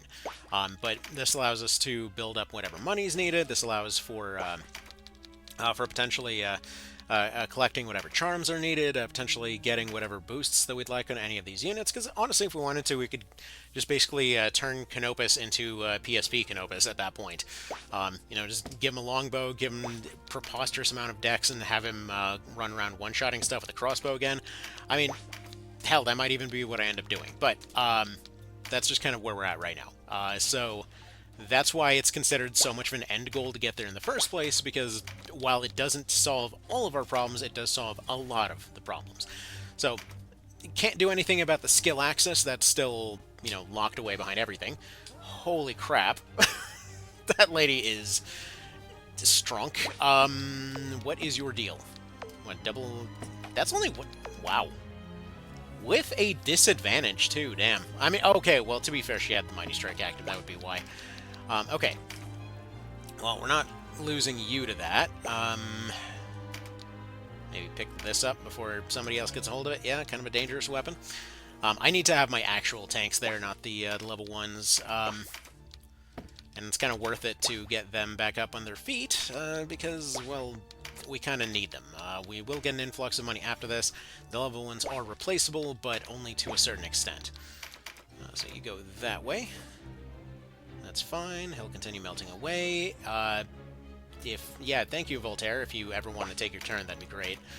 That's kind of the problem here. Kind of the awkward thing that every now and then we'll get outsped and whatnot, but this is what Charm's for. So, Hopefully we'll see some results out of that relatively soonish. There's the wizard on the top left. I'm thinking of just sacrificing him. And oh, crap. Well, that's a problem. We'll see what we still have available on the team here. But yeah, that's annoying. That was just kind of bad play on my part. Too busy talking. But this is the general strategy anyway. I'm thinking maybe it makes more sense to not even bother bringing these two wizards along because they're not really contributing anything and they're just taking up space. So I'm thinking we take them out. We leave the two casters to go collect their stuff. Sarah and Voltaire, I'd like them to have at least one auto card before they kind of get stuck in position there. So that's something. Okay. Yeah, you don't have anything that you can do there. You go for one of these. And I'm thinking we then go for the Hail Mary with Canopus. Because the one positive of all of this is that Canopus is very free to kind of do whatever here. Because he's got his rooftop access. So let's go ahead and go for this first. What's that looking like? Yeah, 102. I mean, if he gets her isolated, which he can, he's basically got this. So, alright, we'll put him there. It's a little bit of a dangerous spot for sure. But we'll see if they maybe decide to ignore him in favor of somebody else. Also, should probably get that physical card moved out of the way, if at all possible. There we go. We have his healing support all ready to go right nearby, so if he gets close, hopefully their caster moves forward or something, we get our knights in the way, and then hopefully he just kind of sneaks by those bushes, and that's the end of that. If they want to stop beating the Christ out of him, that'd be great. Here you go. This. No, you don't go that way, because we need Witch Lady to move. Not a witch. Don't care. All right. Yeah, that golem's basically useless now anyway. Cashroy handles healing back home. Do we end up losing that wizard over the course of this whole thing? Maybe. Not too concerned about that. That lady is irritating. Anyway, that's the general strategy here. So I'm going to go set that up again. We'll just start off once that's set up, because the idea is something more like this. So, again, we just don't bring those two. Sarah, Voltaire, over on the sides. This kind of setup happens again. Then we have Canopus just fly his happy ass over here, and then just beat her in a 1v1. Because at that point, all they've got for support is going to be this guy. Not really the end of the world. He should be able to take that, and then hopefully that lady's distracted. Like, the reason that he's able to resist this guy is because he's currently wind, so that's why he hasn't been targeted by him up to this point. Alright. Let's go back to this. Go and set it up from the front again. Alright. Because you really do not need that much to make this happen, so go ahead and take you off. Let's see, let's have Sarah over on this end, you're over here on heal support. Pretty much exclusively on heal support. Kind of this way is a little bit of a reminder, and then there we go. Well, I should probably change those guys into knights or something and give them heals. We don't have the money to afford that, so that's going to be a no-go. I forgot to check if they had any other items on them, but that is just fine. Did it spawn that differently? No, it looks like the same Earth Archer and stuff like that. Alrighty, I don't know if this is actually going to be the one, but, weirdly enough, might have kind of sort of lined things up here a little bit. I almost threw it, and still might throw here, but got Canopus all set up, and then we have a little bit of a choice here. He's got a little bit of recovery on him. He might be able to go straight for Nadia here. My hope is that if I move them over here, potentially there's some ways to make this happen. So, okay, here's kind of the deal. He would be able to potentially take a regular hit. He might be able to heal if he goes back there. If she shield bashes him, he does not survive. That's the problem with that situation. He's got the punch to be able to deal with her, but not necessarily the durability, and additionally, the two wizards over here will almost certainly target him. So currently, the plan is just to kind of retreat him out of there, and I would like to go right here, but I'm pretty sure the wizard down there would probably end up targeting him. I think he would be relatively safe if he went here. Unfortunately, we ended up getting a spawn over here, so that's a bit of an issue. I'm hoping this will be far enough away that he can just hopefully survive. And then, yeah, then we just have to get close to Nadia, and then we're done here. So yeah, we got 3 charms going right away here, so that's pretty convenient. If we could get those wizards down there charmed, that would certainly help as well. But yeah, the knights might be bleeding out here. The charm luck has been something truly special this time around, so hopefully that continues. Is this going to land? No, no luck there. I think the last, like, 4 or so have missed. Also unfortunate luck on that crit, but these things happen. Anyway, it's alright. It's at least better than it could have been. I'm not entirely sure why he decided to move there, but whatever, good enough. Let's see, more charms going over here. We definitely want to continue keeping this guy charmed just in case, if it's at all possible. But unfortunately, it's apparently just not feeling it right now. Okay, so this has expanded our bottom line here to the point that Voltaire should be able to hold all these 3 at bay at this point. Probably worth sending out Denim here as a little bit of a bait. Because if he goes down here, then they probably try to dogpile him, although currently he is relatively safe-ish, I suppose.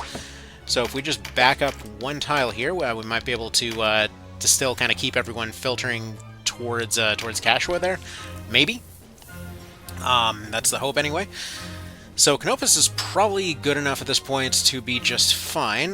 Looks like she's going to go for the heal here. And she does decide to go forward, so that's something. Yeah, my original plan here was to try to get him sort of awkwardly stuck in the middle, but it didn't quite pan out like I was hoping. Let's see. You're going to be moving first. Please get charmed. And that is a fail, unfortunately. He's going to take one of those cards up there. She's going to probably try to take out Denim here. Might succeed. Looks like she does succeed in that one. So now it's basically just full YOLO mode with Canopus. So if we just kind of park him over here, he should be safe-ish. I'm going to go ahead and set up the Mighty Strike preemptively here to try to get him into position. If I can get him into a corner with Nadia being nearby, she should still go for the Shield Bash anyway, so that might be something. Okay, he's going for more wizardly type of stuff. We might already be kind of out of luck with the timer and whatnot, but either way, there's one of the wizards gone, so that's something. Thankfully, again, the charmed units work as a hive mind, so we don't have to worry too much about you know, them going and turning on each other. That's one of those massive improvements since PSP, because that's like having your charmed units go and uncharm each other was super annoying. It almost felt like they were going out of their way to do so. We've almost lost Sarah up there, unfortunately, and it might just end up being a loss that we have to take, but we'll see. Yeah, he is completely out of steam at the moment, but he's just going to continue marching on forward. You continue healing Canopus, just kind of top him off. He has to make this this hit land. We have enough stuff on hand to be able to potentially maybe replace some units after this. Again, all we really need to do is actually reach the Wildwood, so there might still be a possibility here that that we have to take some losses, but we'll see. It looks like all the charm luck has disappeared, unfortunately. But alright, whatever. We'll deal. Hopefully. I mean, we might not deal, to be fair, but if we can deal, we will deal. So, you know. As you do. We're going to have to forego that card for the time being. You go here, just charge. Just run her down. If you can get this, you can get this. Probably going to start a separate save just in case this is kind of when it all goes wrong and it becomes soft-locked and we have to backtrack, assuming he can even get this done. But either way. So you're going to go ahead and run on forward. I would really like to see these guys shut down as much as possible. Please land this, and you didn't. Oh well, get punched in the face then. What can I tell you? Bop. Bit of a bummer, but again, it is what it is. We will not necessarily directly be able to replace a lot of these units, but we will be able to somewhat get the general idea of replacing them to some degree. Okay, so we need to set up a thing here, so please land some of this poison. Perfect. Okay, so the reason that's important is it might cause her... Oh, well, I guess he's just going to get one shot. Alright, well, that's amazing. So that went great. So that's also a cool thing to deal with. So, alright, let's go ahead and restart this thing again. Okay, maybe we're getting somewhere. So I have her more or less cornered at this point. This guy is gone. He's been one of the consistent kind of pains in the neck here. Now, I'm assuming she'll run up and go for the shield bash. The reason that I'm hoping this happens is it basically blocks off the route over to where she is. And we can maybe land a charm on one of these two. I honestly could go either way, but I'm kind of leaning towards this dude over here. There we go. Perfect. Okay, so if they don't cause too much of an issue here, then it might be possible to basically squeeze Voltaire over to the other side and essentially use him to set up a pincer maneuver over there. This area over here is completely blocked off for the moment, so I'm just going to move Denim over this way.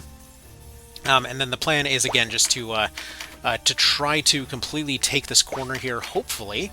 Hopefully create a situation that she runs up, she attacks Denim, or not Denim, attacks Canopus, hopefully gets countered, which then hopefully lands a breach, at which point he can essentially use a Mighty Strike, hopefully land behind her.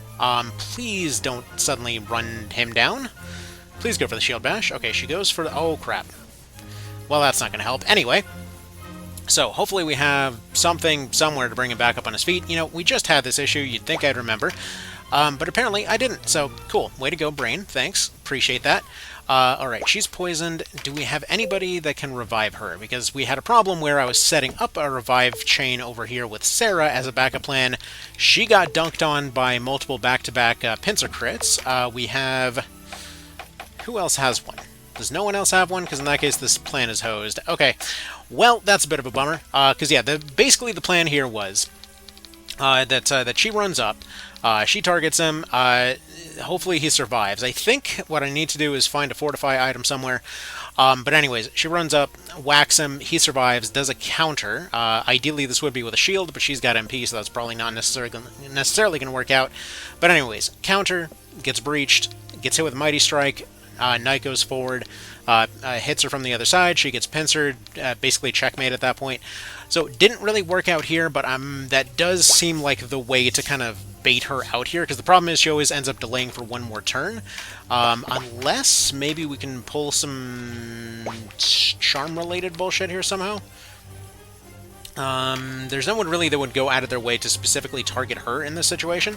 And if we could, like, one of those reasons that we need to get to the woods is those charms.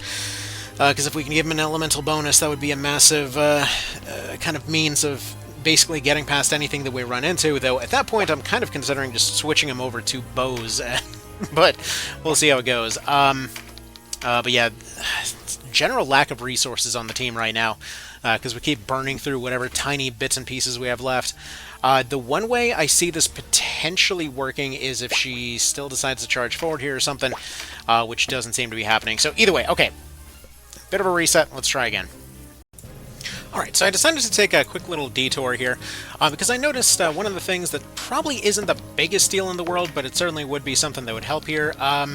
Even though Canopus can only get a max rank of 4 on his swords, it is something worth actually going and raising up in this particular instance. It's not going to be much, but it might just be what's needed to actually make this work.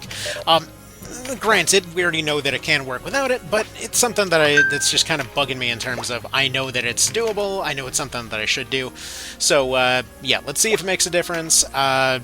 It might do absolutely nothing, but still, it kind of feels good to go into one of these fights here and actually not get completely raffle-stomped by everything in the entire map for, you know, the first 5 seconds. So, so there's that. It's interesting that, like, this whole mode feels very similar to something like a Resident Evil Outbreak in a way, where it's like you go in and you're almost at the same level when you go in, but then just as time goes on, you find yourself more and more outclassed every few seconds. Kind of nuts in that regard. Anyway. So back to it in a sec, because the dogs are starting to go nuts. Alrighty, hello every folks. So quick progress update.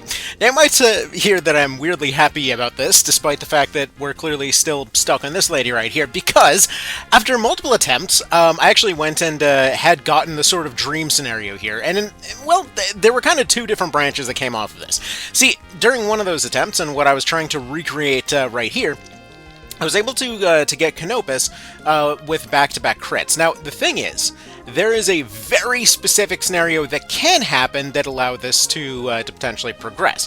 See, it actually takes roughly 3 back-to-back hits, 2 of which have to be crits, in order to get this lady taken out. So basically, what I'd done is I had created an opening using a couple of the units and a series of charms to then get Voltaire and Sarah all the way back here. Actually, I should say 4 attacks. Sorry, not 3. And so basically, here's how this theoretical, well, not theoretical, I know for a fact that this would work, but here's basically how this works. Canopus has to get at least 1 card on his way over. He ends up, actually getting all 4 is just plain not worth it. After trying this a bunch of different ways, even completely maxing out at 4 cards, it didn't really change the scenario much. 1 card is just enough to make this work, otherwise 5 attacks would be needed. But effectively what happens is he has to be set up with a crit beforehand. He ends up landing right here after picking up whatever it was. The other 2 knights have to walk their way around the building and surround Nadia here. He has to run up an attack. He has to essentially land that attack, and then has to set up a second Mighty Strike behind it. The other 2 then go and essentially attack with a pincer, which then allows him to land the second Mighty Strike, and then a third one to attack there, at which point Canopus has to get taken out, at which point we use a Blessing Stone on him that we have Sarah carrying here, in order to then attack again. Now, that way could work, and actually we probably would use the one from him here instead. Anyways, that could work, but then I realized something else. Then I realized that I actually was missing something this whole time. In fact, there was something that I was missing for the speedrun of this as well. That is not the button I meant to push, and anyway, let's go ahead and go show it here real quick. Because, yeah, it turns out there's actually a potentially way easier way to be dealing with this stuff. That I might have to go back to an earlier save for. So let's take a quick peek here. Because what I was thinking, I was going and playing around with different options at the shop. So what I was thinking is I decided to go in with tier 2 missiles, see how those would end up looking. Not very good was the answer. And then I realized, wait a minute, shots are already unlocked. How the hell did I miss this? They're right next to the holy water. I bought that stuff a bunch of times. Anyway, apparently, yeah, shots open up just way earlier than I remember them opening up. So this actually gives us a bit more of an option here. I actually accidentally just canceled out of the save file that was meant to be testing this, but while expensive, the reason that these are significant is that they effectively do a locked-in amount of damage based off of your weapon skill. Now, this does mean that we wouldn't really be able to do that much potentially with them right now. It does mean that theoretically there would be some long-range options available for anyone that can throw an item. Now, do we have any Beastmaster marks? So there are Beastmaster marks at the store, which means that if we can move the numbers around right, we would be able to do a locked-in number here, and additionally, that would mean that these 2 are actually able to do proper damage now. Effectively, Phalanx plus those bombs are a very solid option, and additionally, they can be scaled up using physical cards. So this could be another way forward, and in fact made me consider, maybe there's actually a way to save Ravenous here, which actually... Let's go ahead and double check this. Is this actually a kill all map, or is it a kill leader map? Because if it's kill leader, we can do this. Because he is technically marked as target here. So if it's just this guy, and we buy a bunch of lobber bombs, that is doable. I think, anyway. So either way, I'm going to keep checking the numbers here, but this is progress. Again, I completely missed that those were available at this point. Now, again, we get back to our same problem that this party is broker than broke, so that's a thing. I can tell you already, I'm probably going to have to sell my my Volge, which I will be... Like, anything that we sell at this point will be getting back later. The only thing that can't be sold at this point is this Vihander, because, you know, it's kind of our best damage dealer. But as it stands right now, I'm thinking physical shots and grenades might be the way to progress this thing. Now, the thing is, though, if this is an option, if this is something that we can do, how many heals are we looking at? Let's see, one heal there, and obviously one heal here. Looks like a major heal here.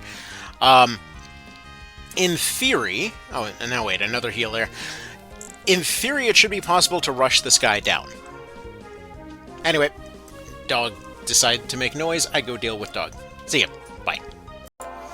Alrighty, so, before we roll the dice on this thing, I just want to say that this was the most friggin', I guess you could say, blurst attempt that was possible, for lack of a better term, because it is a combination of the best RNG I've ever seen and some of the worst RNG I've ever seen back-to-back. Okay, so here's the rough situation here. So, first of all, bad stuff. One of the longtime casters ended up dying. I think we lost... No, we have both the wizards, we have both the replacement knights. So it's just one of the casters that unfortunately ended up dying because they got sniped with a crit pretty early on. That being said, every single exact specific tile that I needed Canopus to take along the way here had another fizz up on it, and he was able to get the double crit set up versus Nadia here. So effectively, he is now in a position that he has the means to go and finish her off. Now, the thing is, I had set up for this to some degree because I had gone and moved Sarah over here. So it had gone down to the wire. Everybody was down.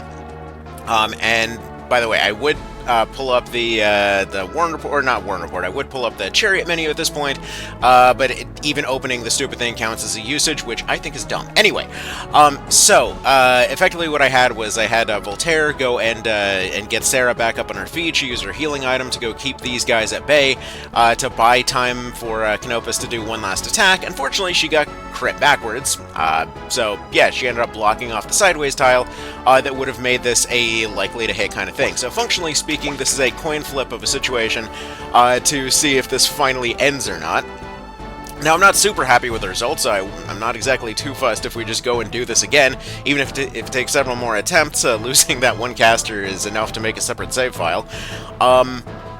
But yeah, that's kind of where we're at right now. So, ultimately, the trick that has helped, well, in theory helped a bunch in this situation was adding 2 Jules the Avatar to the mix. While this particular setup here is definitely lucky, adding the 2 Jules the Avatar made it far more consistent as far as getting all of the hits in. So I'm pretty confident that if we try this again, it'll be enough of a success here, because, like, again, okay, I actually forgot the other thing. Technically speaking, he's on 6 attacks at the moment, despite the fact that he has all those physical cards and whatever else. I forgot the fact that we did the same setup as I did for a previous video, where I used Voltaire's low accuracy to actually cause her to block. She blocked, turned around, and, you know, did that whole thing. Canopus went to go swing with a Mighty Swing and got frickin' parried. Again, the sheer RNG of her to parry every single time is amazing. Anyway, let's coin flip this thing. What are we doing? Okay, I guess that's that. Yeah, fuck off, Nadia, the Iron Cleric. Oh my god, that took so freaking long, you have no idea. Anyway, so that was, I kid you not, probably 60, 70-ish attempts, somewhere along those lines, but we do get a medicine crafting book, which gives us access to cheap MP restoral items. We got the Balder Axe from this menu here. I'm going to turn down the volume on that music real quick, because I would rather this particular thing not... There we go. Hopefully that's better. Anyway. So yeah, Balder Axe is just good because it gives us a bunch of money here, so that's pretty darn handy, and that's one more step forward here. So yeah, one more step forward. We technically can still apparently go back to Saber Ravenous, which is interesting. I thought it cut off at this point. Anyway, so actually that Balder Axe potentially might be useful on Canopus as well if we need a... No, it's actually weaker. Never mind.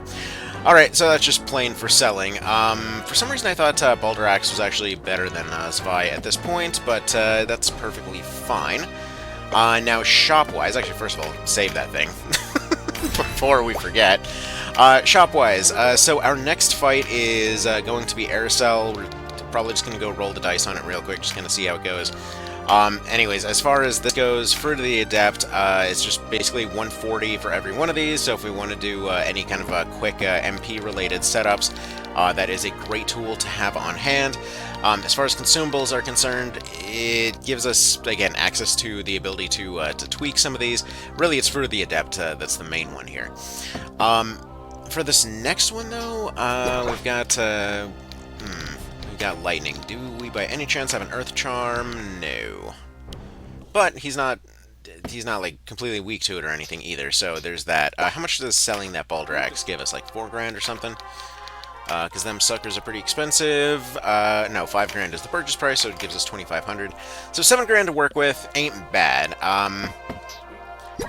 I'm not going to save over that real quick, but we are going to see just what the numbers kind of shake out like here, because I do need to get one more party member anyway. So we got to replace our caster that died, which is a shame, because, again, they're one of our long-timers, so we're going to be stuck with pretty much just level 1s pretty soon here. So Aircell's 1 level higher. She should, I believe, have lower defenses, though. And additionally, it might actually be worth using our Knight, maybe switching over to Warrior or something like that. Might be worth having her handle the kill here. So, so on that end, let's go ahead and get some arranging done. See if we can get ourselves a card right off the bat. Nope, skill card on you is, well, skill card would be useful. She's the main skill card user at this point. You go over here, you go over here.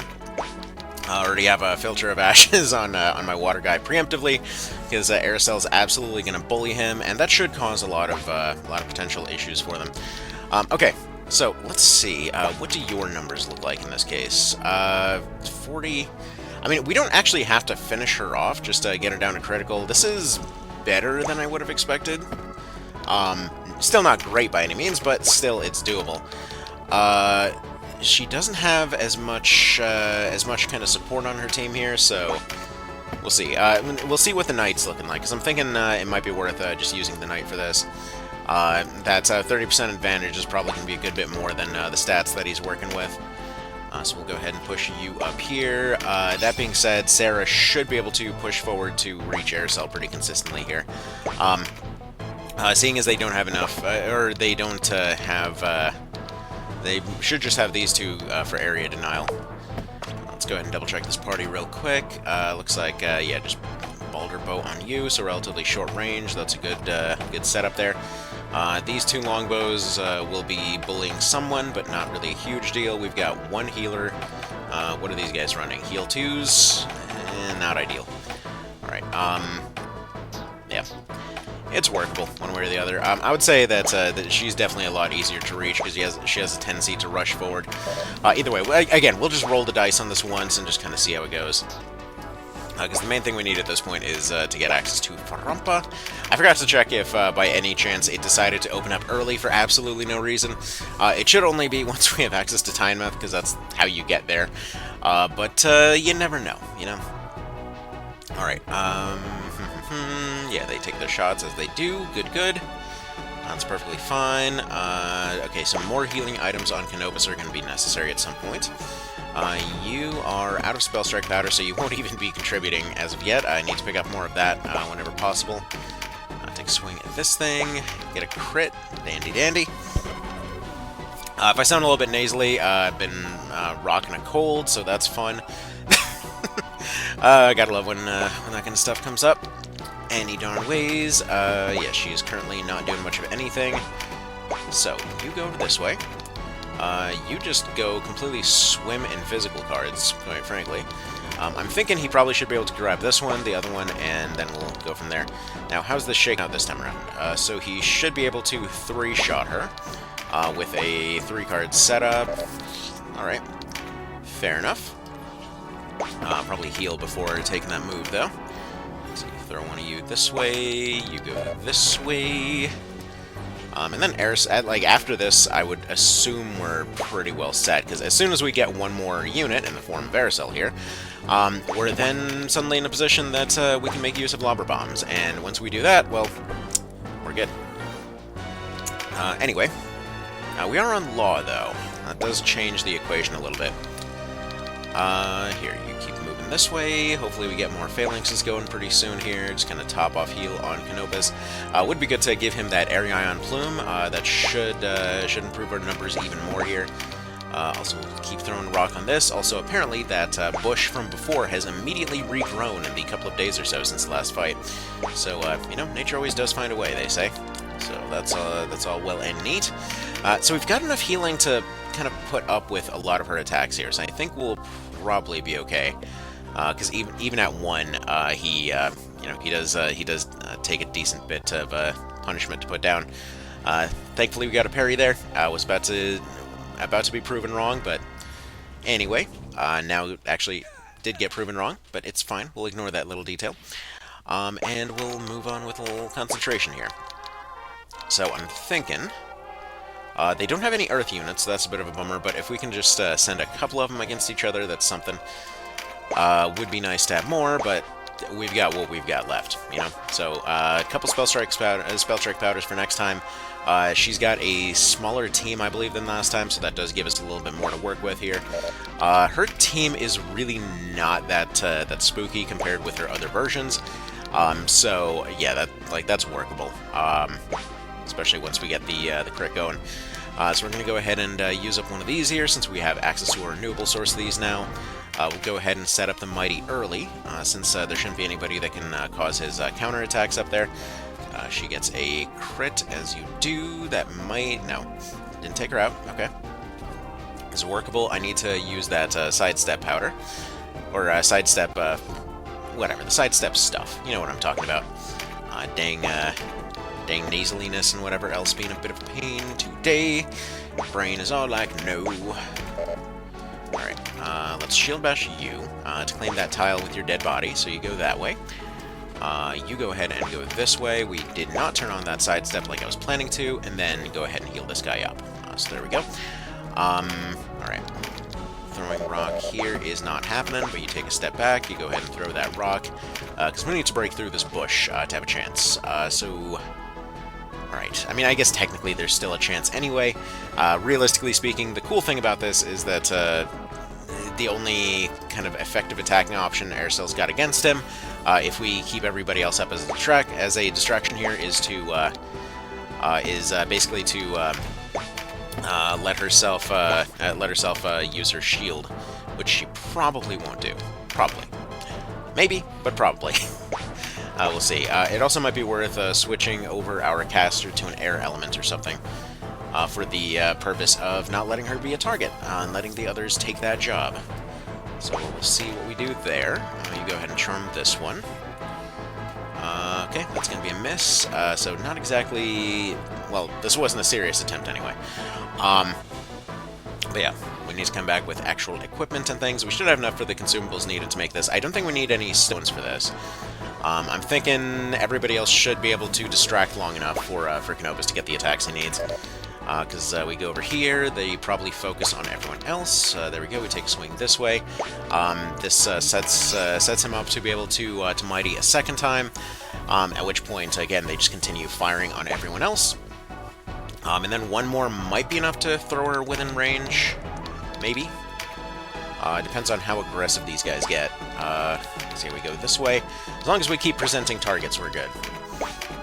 Let's see, you just keep healing. There we go. Look at these nice squishies for everybody to get all obsessively angry at.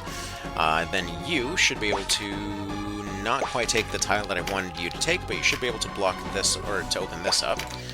Which then opens up a card over here, which then allows him and his tankiness to hopefully distract the melee units. And then from there, I think that's enough of everybody being open for Canopus to get the attacks he needs. There we go. She takes the attacks that she wants to take, being stubborn and attacking the thing that she's weak against, but alright. Let's see if we can get a glimpse of that turn order. Canopus' turn is nowhere near coming up soon, but it'll be here when it's here. Looks like we got both the archers. Okay, they do got the healer that's going to go help her out, though. Yeah, this doesn't seem like it's going to be too much of an issue. Like, I don't feel like she's going to be the roadblock that the last one was. Because this is without our debuff items. This is without any elements swapped. We should be good. but it's a lot easier to... do we really need to go to the other party menu to do this, though, or can we just... I'm thinking it makes sense just to reload before the fight, because I still need to go buy some things. Alright. Throw out a Mighty, throw out this, and then there's actually a small chance that they decide not to heal her and just go after Voltaire here. That's the only reason that we haven't done anything here, because they've got two that they're distracted against. Technically speaking, if a miracle happens, there is a very, very, very small chance that they just kind of go after everybody else instead.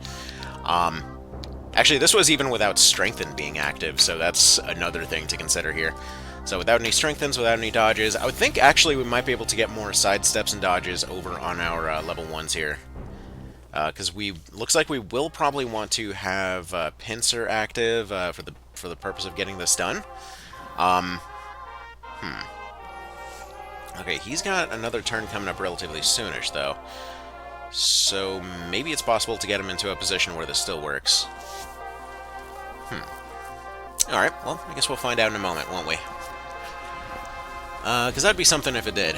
Because basically what we would need is just Voltaire to have a turn. He would have to activate his Phalanx. Currently active there. Canopus would have to just go up behind Aerosel. He would have to get a turn. I don't think the turns are lined up for that to happen.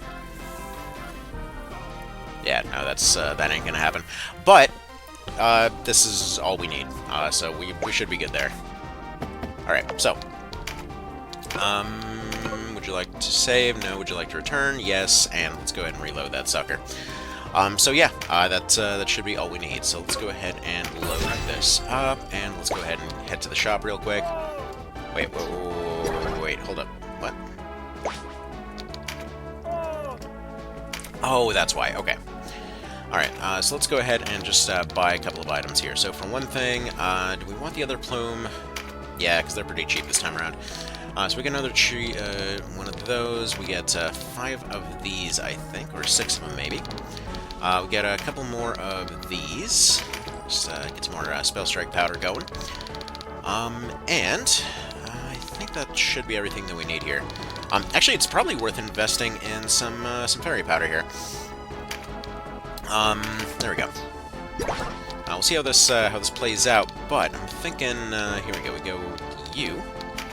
You're going to go ahead and go fairy powder, you're going to go, actually, no, it's probably not worth wasting it on you, you're probably not going to last very long.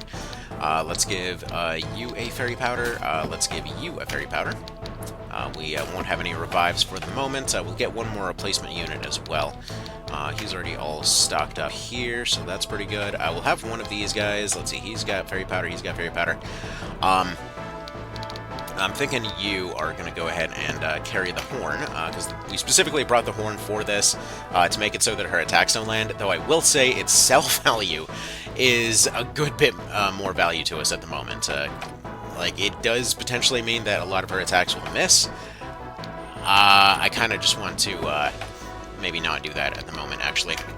So we're going to save it for now. Let's get one of you. You've got that to give to somebody else, as well as a plume. So that should be pretty good there. Alright.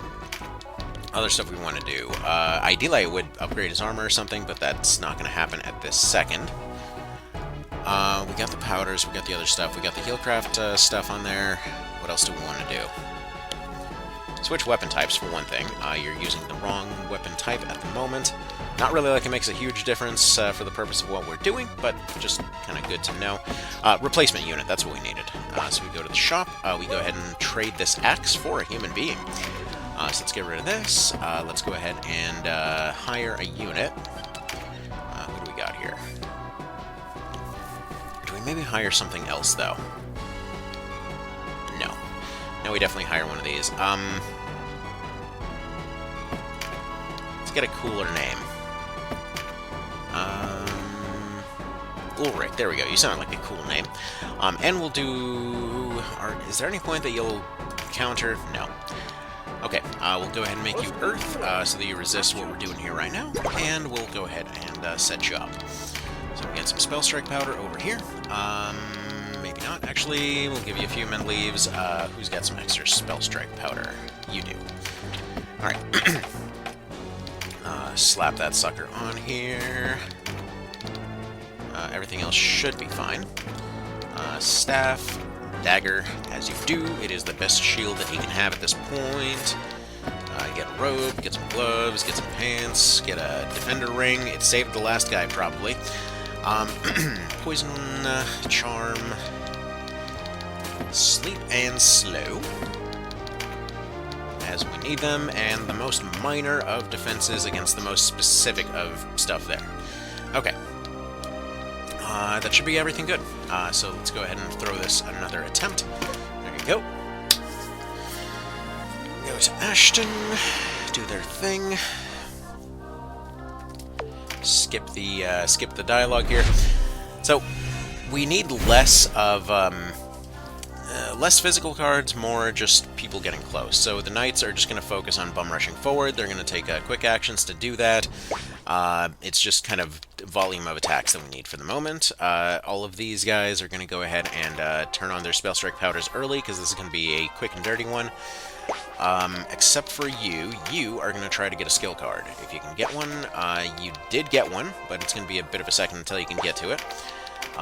You are also going to activate yours, as well as sidestep next time around.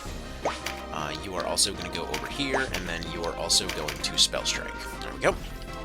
Now, this does waste one turn of setup while we wait for them to get into position, but I'm hoping that we probably could be able to accomplish some stuff with sleep. Alright. Let's see. Now, I'm going to go ahead and burn this early and get his Mighty Impact set up early. This doesn't necessarily help right now, but I think it'll save us a little bit of time down the road. Get a Jewel of the Avatar here to boost his dodge rates. You go there. Alright. Mostly it's the knights that we need, so we're probably going to send them around that left side there. Or at least we're going to send one of them around the left side, see if we can get something off this wine cask. Not quite. Not really what we needed. But you go ahead and charge on forward. Go ahead and activate your fairy powder. So we'll slow them down for the first round, but for everything past that, it should help. Alright, you go there. You go there. Actually, no, you are probably going to get bogged down in the middle, so you're going to go ahead and attempt to flank as well. Actually, I probably should have gone for a shield bash there. That's just a bad play on my part. Alright. Kashwa steals the card. That's just rude. Kind of needed that thing, dude. Alright, so they're getting their knight through at the moment. It doesn't make sense to go for the cleric, not so much, because really the main healing is coming from their knights at this point. So that's not really going to do anything for us. I'm going to go ahead and move her back towards this way. See if she can maybe throw out some paralytic waves, start stunning a few dudes. Maybe throw out a little bit of slowdown here. You're going to go this way. They're going to attempt to put the cleric to sleep, I think. But either way, we've got the wizard hit squad over here. It's like they've got the temporary ability to be useful for all of like 5 minutes. Well, not even 5 minutes, like 30 seconds. Who are we kidding? Okay. So that blockage is thoroughly terrible. That just does not help us at all. Okay, so that's going to slow everything down a bunch. You go ahead and shield bash this guy. Get yourself in a position here. There we go. They're going to keep pushing forward, but as long as we get one knight and Canopus through, which is, like, of course we're getting Canopus through, then we should be golden here. So for now, we focus on this bush. That's going to be one of the things that's kind of preventing us from doing anything in this direction. So you go here, you turn on your powder, and then we should be alright. Okay. He's going to turn on his plume here, and he's going to go ahead and pick up another MP card. For the moment, anyway. It would be nice for him to have something else, but if we can guarantee constant crits, that's beneficial all the same. You can throw more rocks, and then retreat a little bit to go pick up this auto card. Because more phalanx on her would be better. They're going to start approaching and getting close, so that works. Let's see. Hey, you take this spot right here, and you want to just go ahead and get her to our side. Like, the odds for all these to hit are roughly the same. Sleep would probably benefit more because it probably would last longer, but the more charms that we can get out there, the better. So that's something for the moment. What about these guys? You want to throw out some poison here so that they're wasting their heals? So poison's good because it'll hit multiple targets, it'll make them waste some of their MP, so that hopefully they won't have it when they need it. Alright, they're going to keep firing out those. Not exactly ideal, but it is fine for the moment. Let's see. Yeah, charm that one if she wants to go ahead and berserk, that'd be awesome. Didn't quite happen. That's alright. Not a great time to get a physical with an elemental weakness. Man, that's not ideal. Alright, free critical. No dodge. Alright, are we getting anyone through at the moment? Not currently. So that's at least mildly problematic. So you're going to go ahead and collapse on this way. Nothing we can really do for the moment as far as this breakthrough goes. But we might be able to exploit this. If we make them a little bit of a lane here, they might just decide to go on through.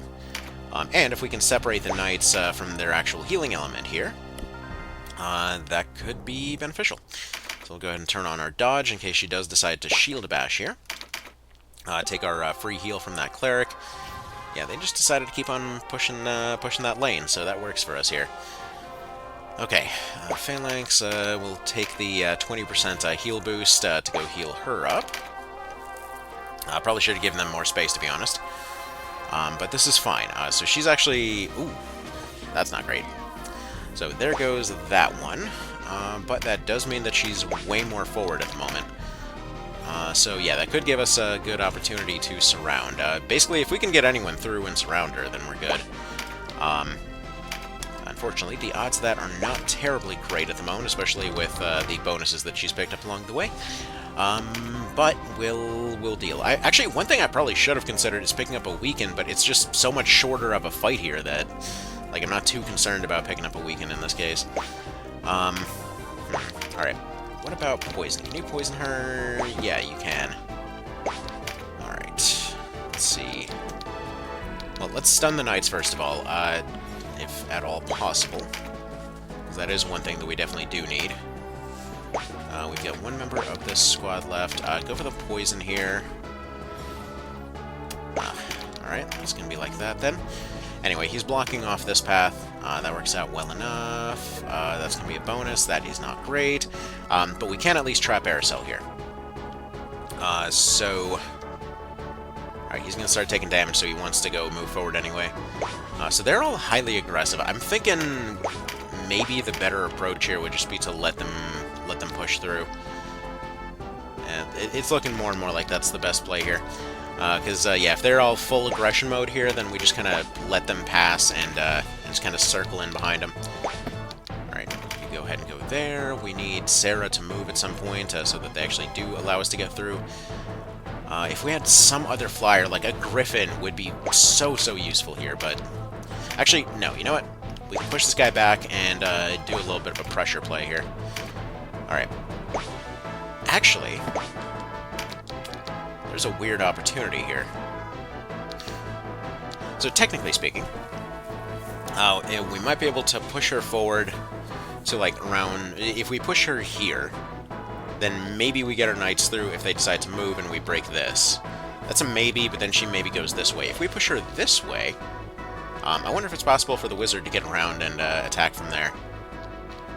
You know what? It's interesting enough to try. Let's do that. Okay. Alright. Do that initial setup. Get the 104 here. She's not ready for a follow-up by any means. But you're going to go over here. You're going to go ahead and throw out some heals on this guy. Perfect, perfect. She's going to parry. There we go. We do the pressure play. Get pushed back. Hopefully Sarah's turn's coming up soon here. That's not great. But that can work. So a Blessing Stone or two in this equation would help, because at this point what we would need is we have one guy revive that wizard that's in the back, one more revive Canopus. He flies forward, does the attack, this guy revives, sets up a pincer, you know, that kind of thing. Anyway. Alright, so I gotta go get the gaze...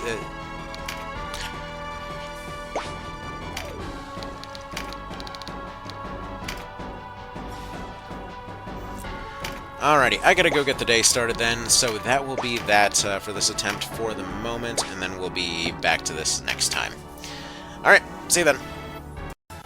Alrighty, this might be a little bit of misplaced confidence, but let's go ahead and give this a little bit of a peek here. So, I ran this setup a couple times. This looks like it could be a bit of a winner here. So here's the general plan.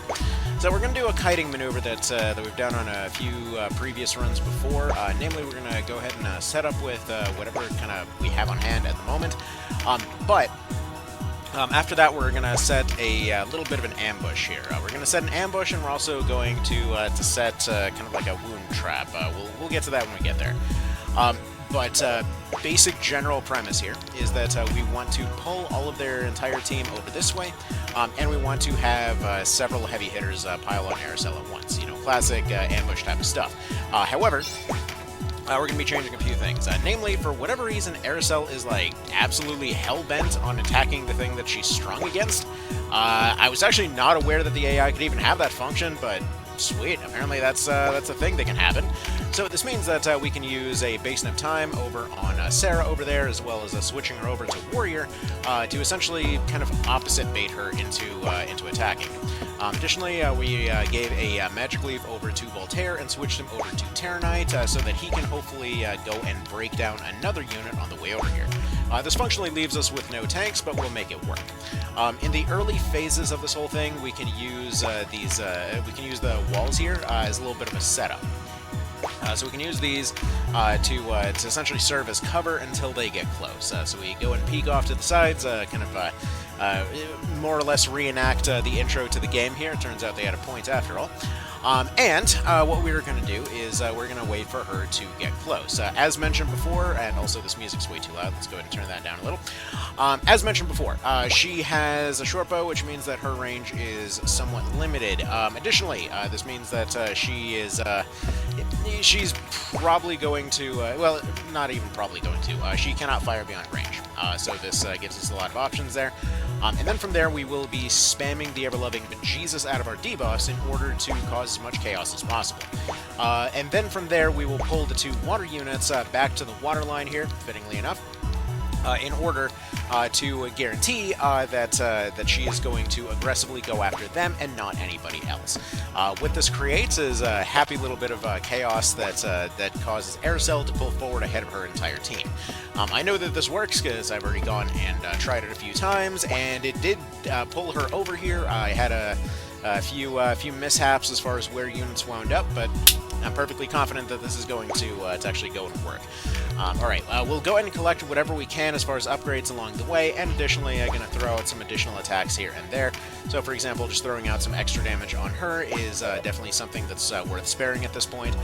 You'll notice again, I switched Voltaire and Sarah out of their previous classes. This is to give us access to multiple different heavy hitters, and yes, I basically blew the entire budget on getting a second Zweihander +1, as well as getting as well as not selling the Balderax this time and upgrading it instead, giving us technically our highest hitting weapon for now. In case needed down the road, there's a few more tweaks to this plan, but this is more or less where I wanted to wind up as far as the party goes. Mostly because Terenites are going to be a huge mainstay going forward. Fear is a great way to break down individual units. And additionally, being able to essentially wound a unit in order to distract healing is going to be vital for making sure that damage on Aerosel sticks. Now, she's going to take a couple rounds to get moving, but her turns are relatively quick. She's a fairly fast unit, so we should see results from that pretty soon here. Okay, additionally, I'm also going to be using up a Magic Leaf on her, just to have all of our stuff ready to go relatively quick here. Okay, so you go up here, you go throw out any kind of charm or poison or anything else that you can kind of throw out there. Any kind of stuns, poisons, whatever else that we can land at a distance are going to be beneficial. Every one of them has some sort of part to play. Additionally, I ended up reverting from the previous plan here as far as converting Denim into a Rune Fencer. Not because that isn't going to be a great plan. It will be useful down the road, but for the time being, I just don't have the money to spare to do so. It was more cost-effective to try to go for this heavy hitter approach. Once we kind of get there, like a little bit down the road, we'll be able to do a bit more with that. But any kind of debuffs that we can land for now would be good. Apparently, the AI or the game's just not really thinking that's a great way to go. That's fine. Whatever. We'll get what we can get. For the time being, I probably should have gone and saved her there. But either way, for the time being, anytime that we can cause somebody to attack and retreat is another turn that they're not attacking us. So, for example, Canopus can take that hit over there, as you saw. It's going to push him backwards, and she only saw a snapshot of the turn where it was, kind of when it happened, so she ends up pulling herself backwards. He's going to go ahead and start getting ready for some shenanigans down the road. We'll go ahead and give him 1 Mental Leaf for now, and there we go. We'll go ahead and sit right there. As far as not picking up the crit card on him, I don't think he's going to need it just yet. I'd like to potentially save our opportunities here for maybe something along the lines of another Fizz or MP card if we can get it, but either way, for now I'm just kind of leaving options open. His crits are going to be guaranteed.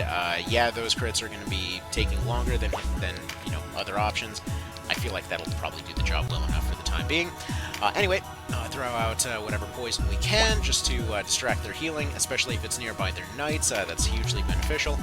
He needs to back up and get ready to switch himself into dodge mode. Additionally, we've got you.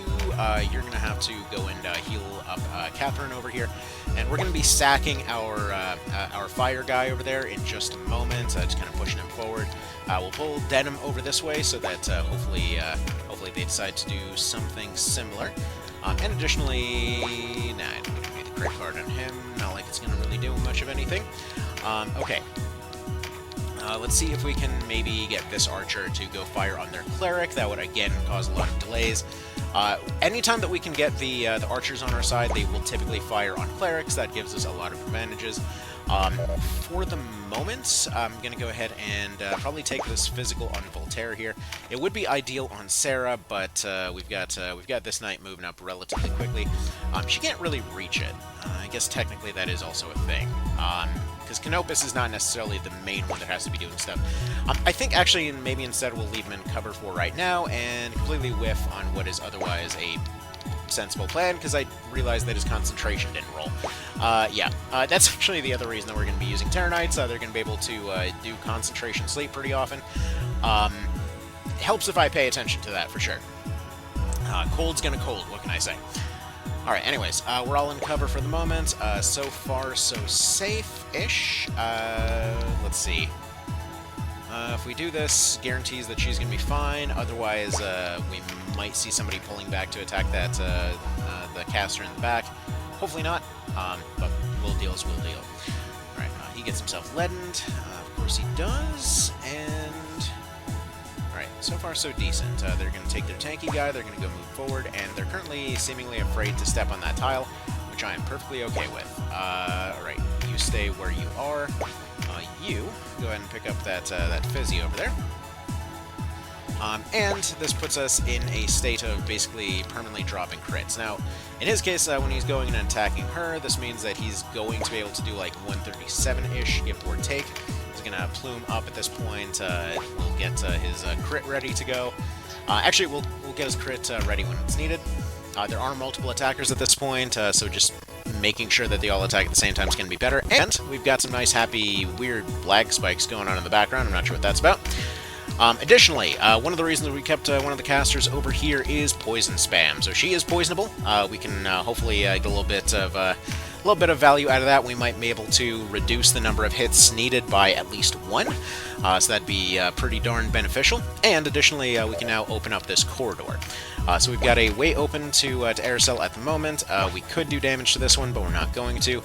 And now Aircell will probably pull forward to go attack those water casters back there. Either the water casters or just go for the warrior here.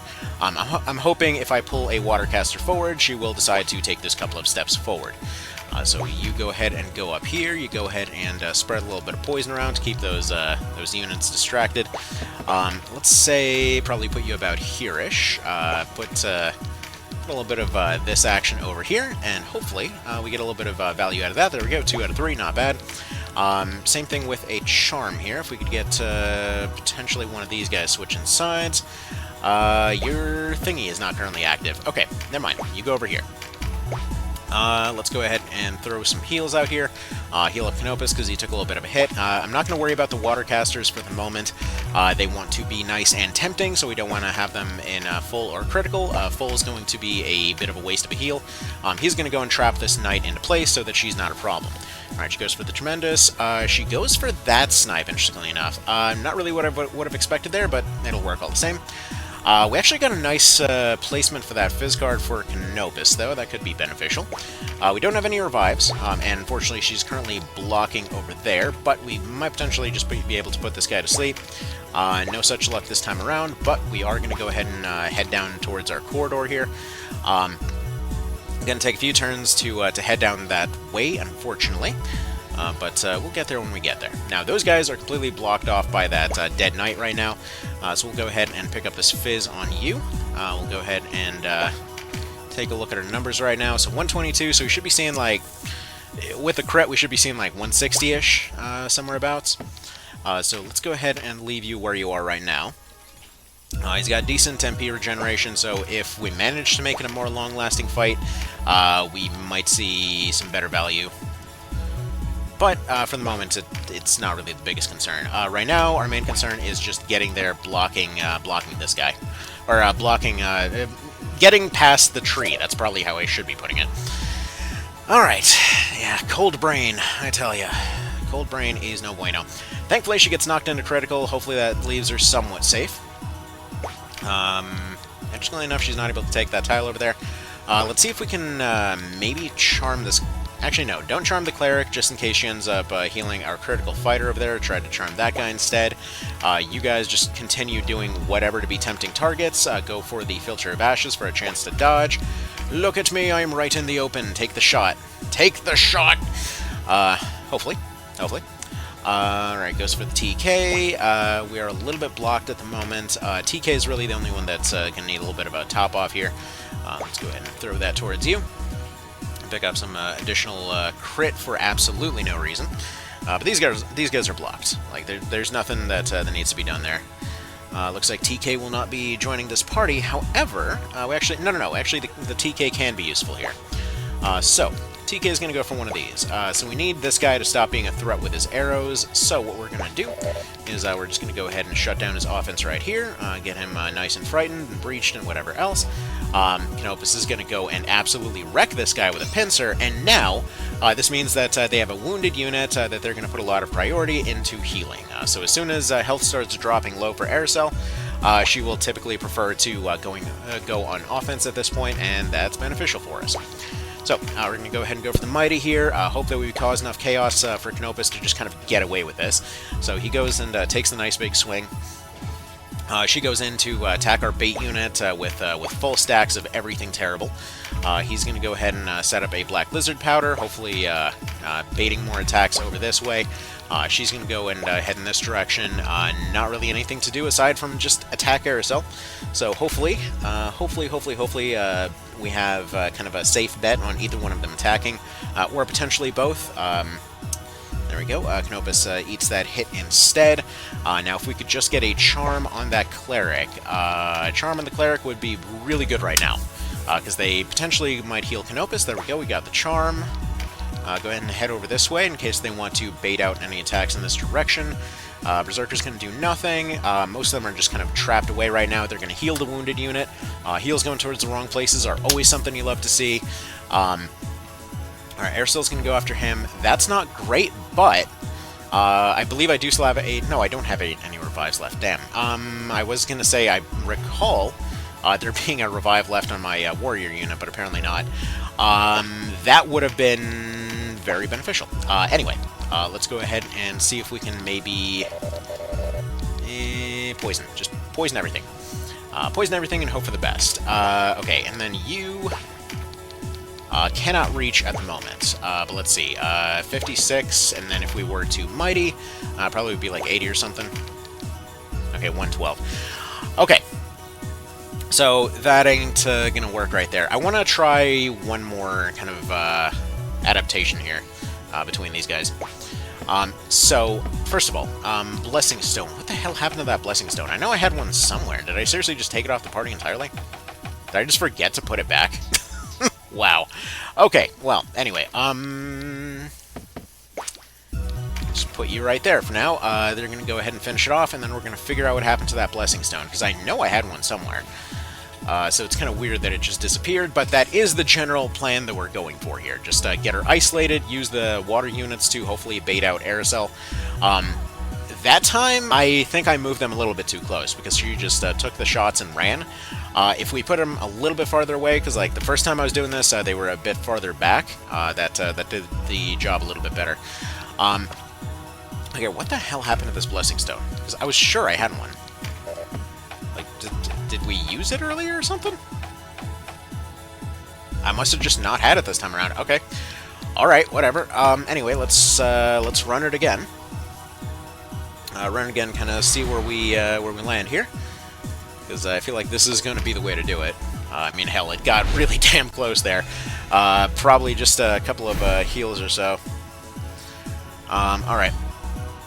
Let's go ahead and move onwards here. Now, we're probably not getting the triple physical setup like we did last time, but it's not really necessary. If we can get the pincer going, it's far more valuable than triple phys there.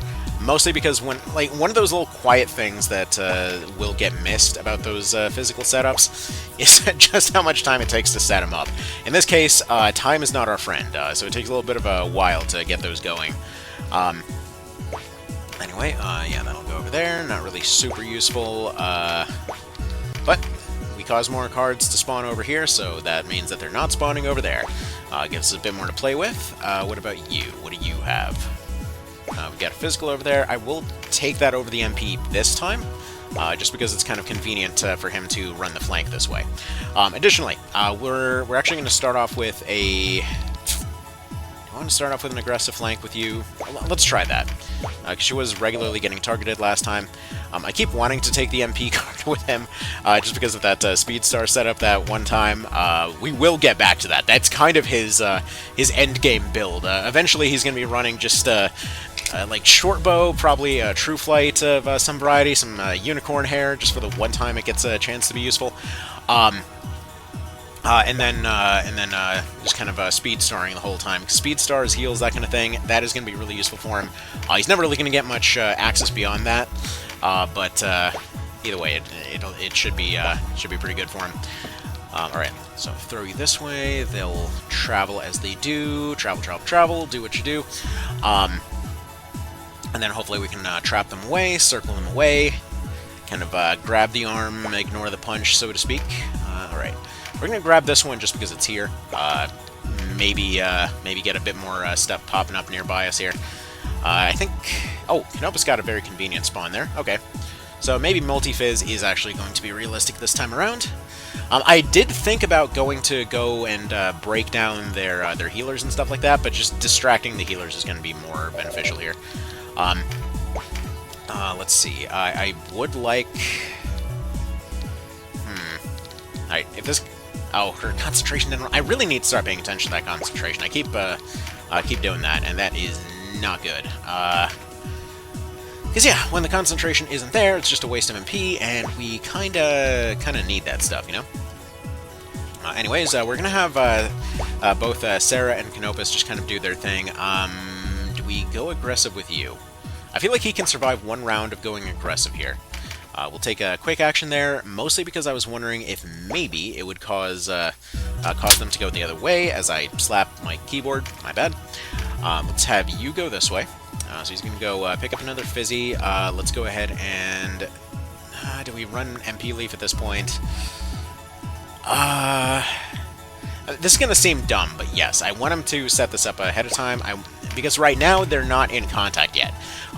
Spending the additional time to get Mighty Strike active is worthwhile right now.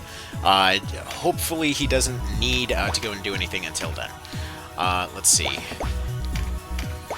Now, in his particular case, he's a little limited in terms of his options. We're just going to go here. With that Rampart Aura being active, that actually could be a bit of a problem for us. Alright, and the main reason I had her out here, by the way, is actually to do this. So this way she gets to take that physical card, so we don't have to worry about them breaking through later. So then we're going to move you into position right over here. That 20 health probably will not be the end-all be-all here, but, you know, nice safe opportunity to heal right there. We'll go ahead and take it. Knight moves forward, and then I'm hoping we can have... maybe have Canopus land behind the warrior and have her perhaps go somewhere else. We'll see. And just see what we end up doing on that one. And alright. They got an auto. Not really too beneficial for us. Let's see. Anything for you to do? Like, if we could get these knights on our team, that probably is what I want to aim for. So, as weird as this sounds, the knights are actually going to be the best healers on this team. So what I want is actually to pull this this knight forward here, and I want to try and charm them to our side. So we want her to pull forward. I need Voltaire to move out of the way, and we're actually going to go ahead and maybe have him swap out on that right side there. Let's see. What do these odds look like?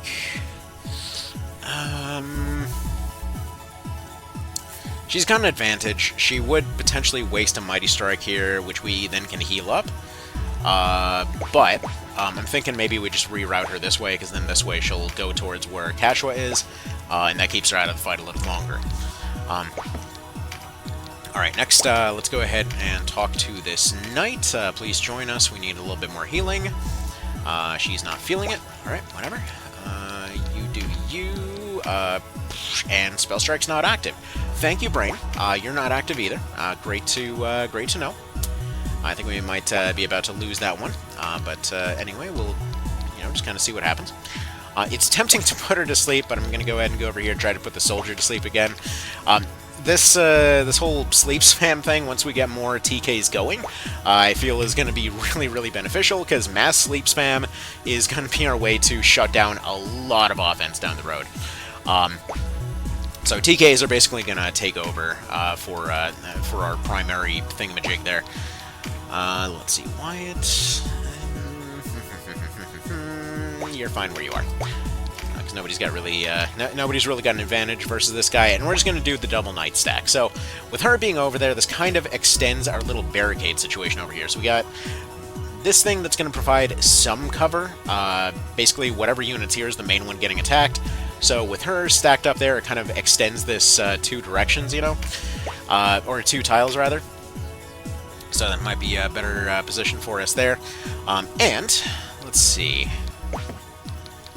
what's your situation? You're just bows, right? Bows and no sleepy times. Fair enough. And you are just no stun. All right. So question is, do we just wait, or do we have him throw her backwards? Because if we throw her backwards towards our line here, that does still block off from both directions, but it also allows for maybe getting past her a little bit easier. I feel like she's going to go attack her wizard anyway. I think for the moment he's just going to buff up and wait. So buff up, double fizz, should be okay. She might take a shot towards him. Yeah, there she goes. That's okay. Because we can heal that up, we're still comfortably within healing range, and she's getting a little bit closer. So, either way, as long as we keep making those shots happen, we're good. Now, do you want to join our side by any chance? Yes. Okay. So she's going to be joining us in healing. I don't think there's any awaken on that cleric. Maybe, maybe not. Here, let's go ahead and check that real quick. Yeah, there we go. They take their shots, as they do.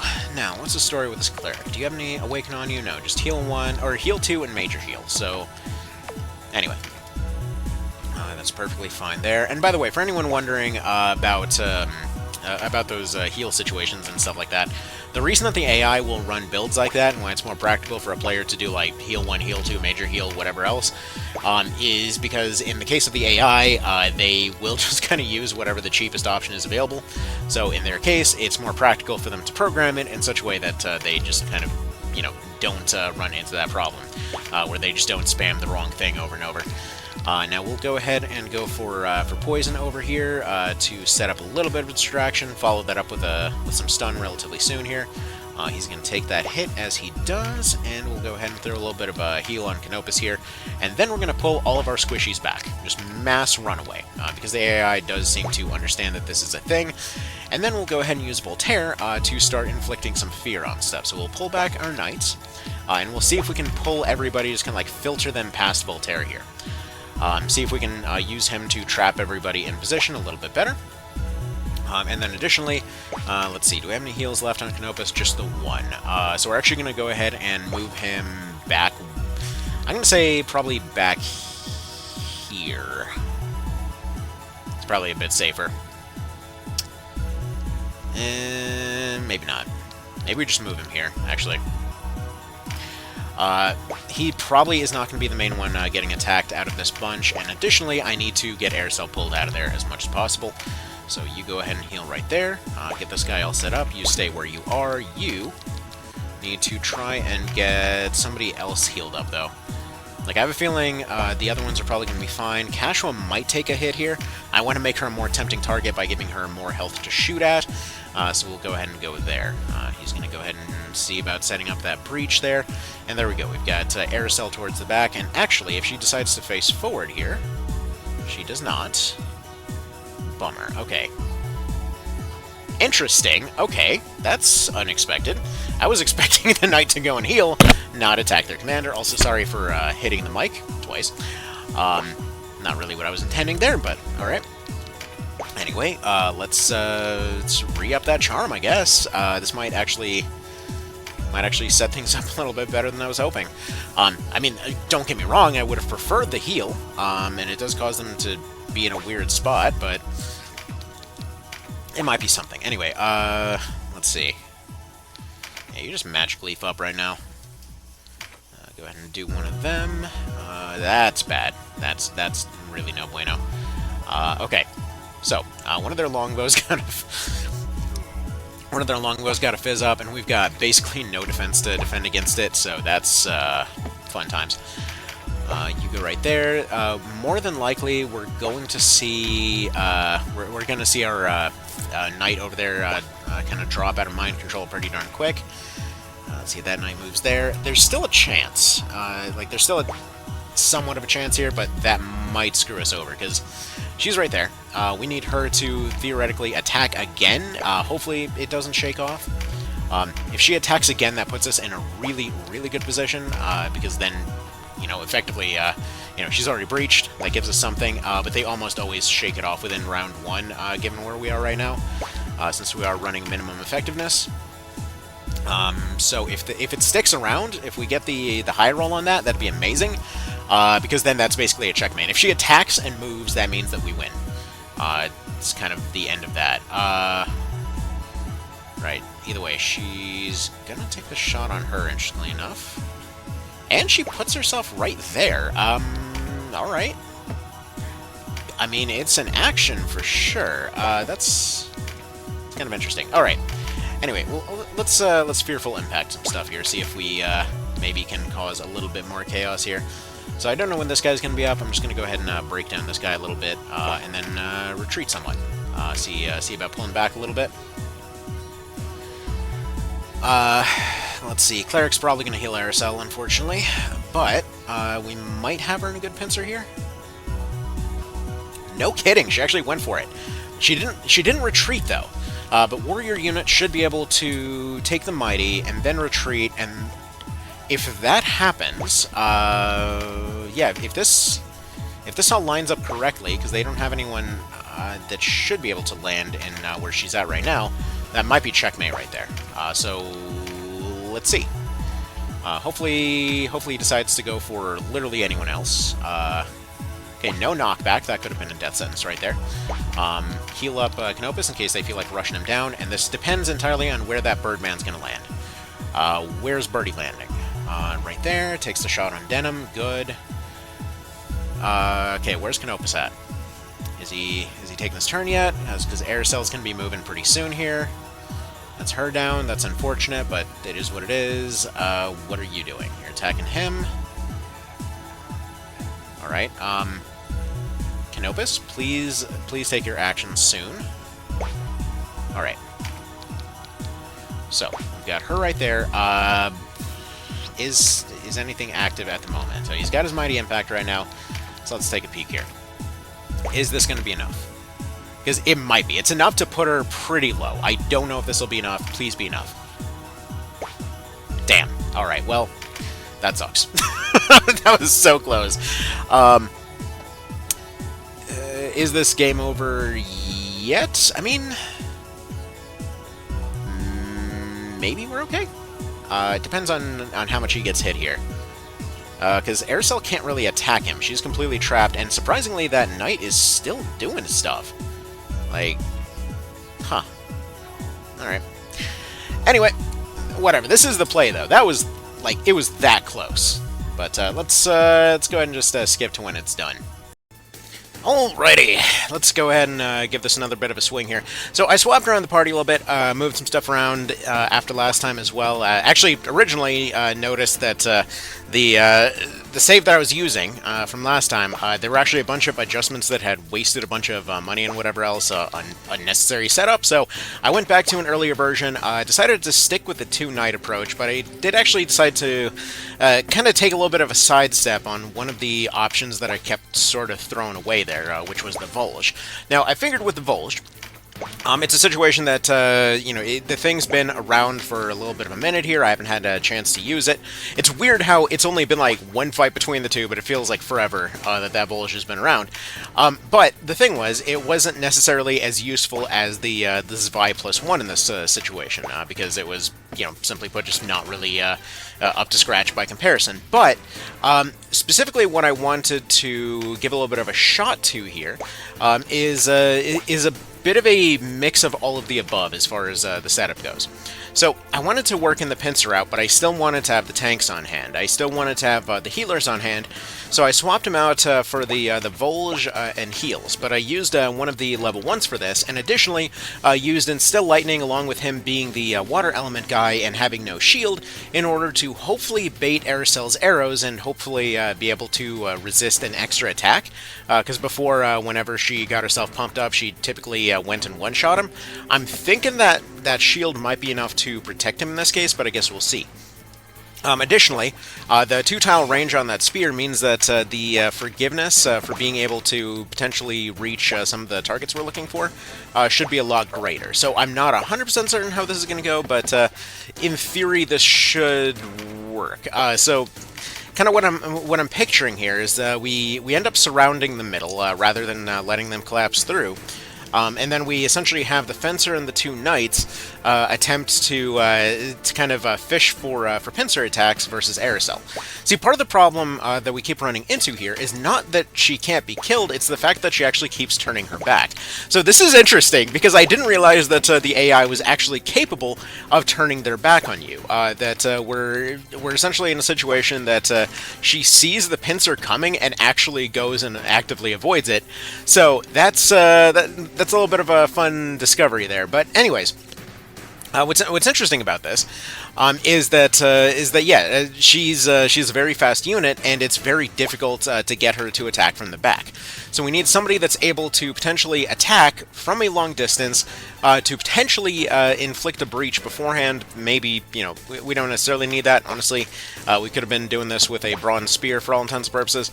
But still, somebody needs to bait out that pincer, right? But if we can stab through our own guys with relative safety, if we can potentially set that move up ahead of time, that might be exactly what we need.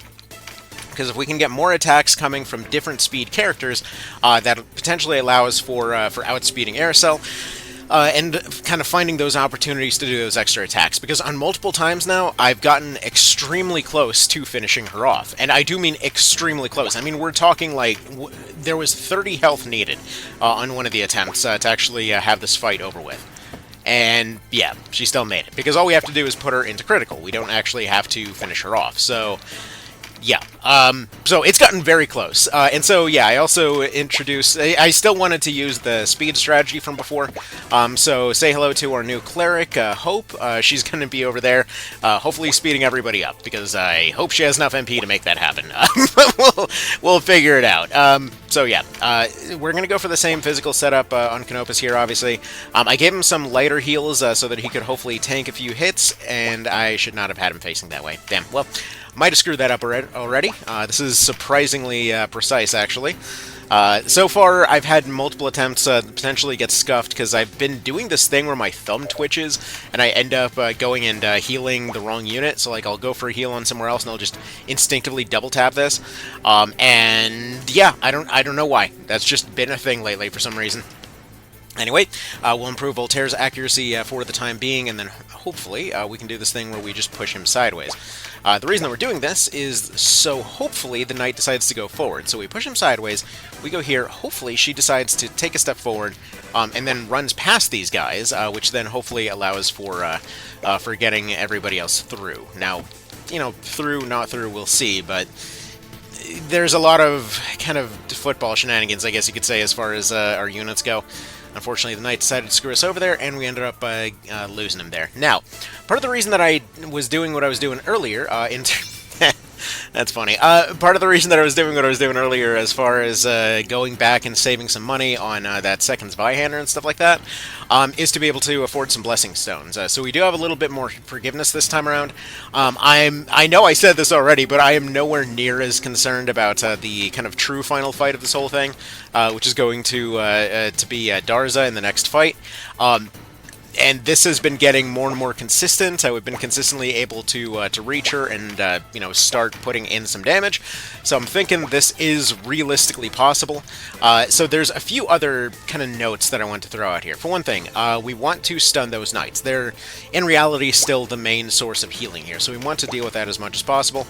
Additionally, we want to be kind of okay with the fact that any one of these characters can potentially die, because, again, once we get a little bit farther, like just a little bit farther, we're basically free. So we want to try not to risk things too much. Also, yeah, 58% ain't happening. Just speed yourself up, sir. There we go. See, one of the downsides, by the way, of using clerics in this situation is that they don't get meditate in a level 1 sense. So... that's dandy. So, yeah, that's just straight up not an option for them.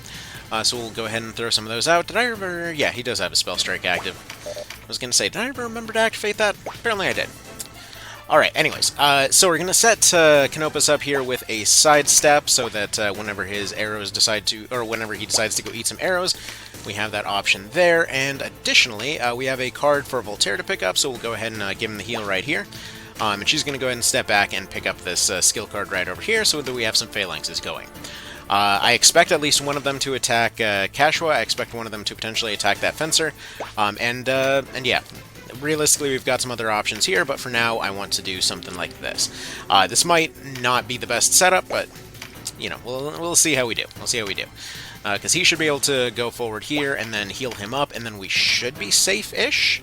Because he should be able to take most of those attacks from these guys, and yeah, he's in critical, so he should be kind of quietly invisible at this point, one would hope anyway.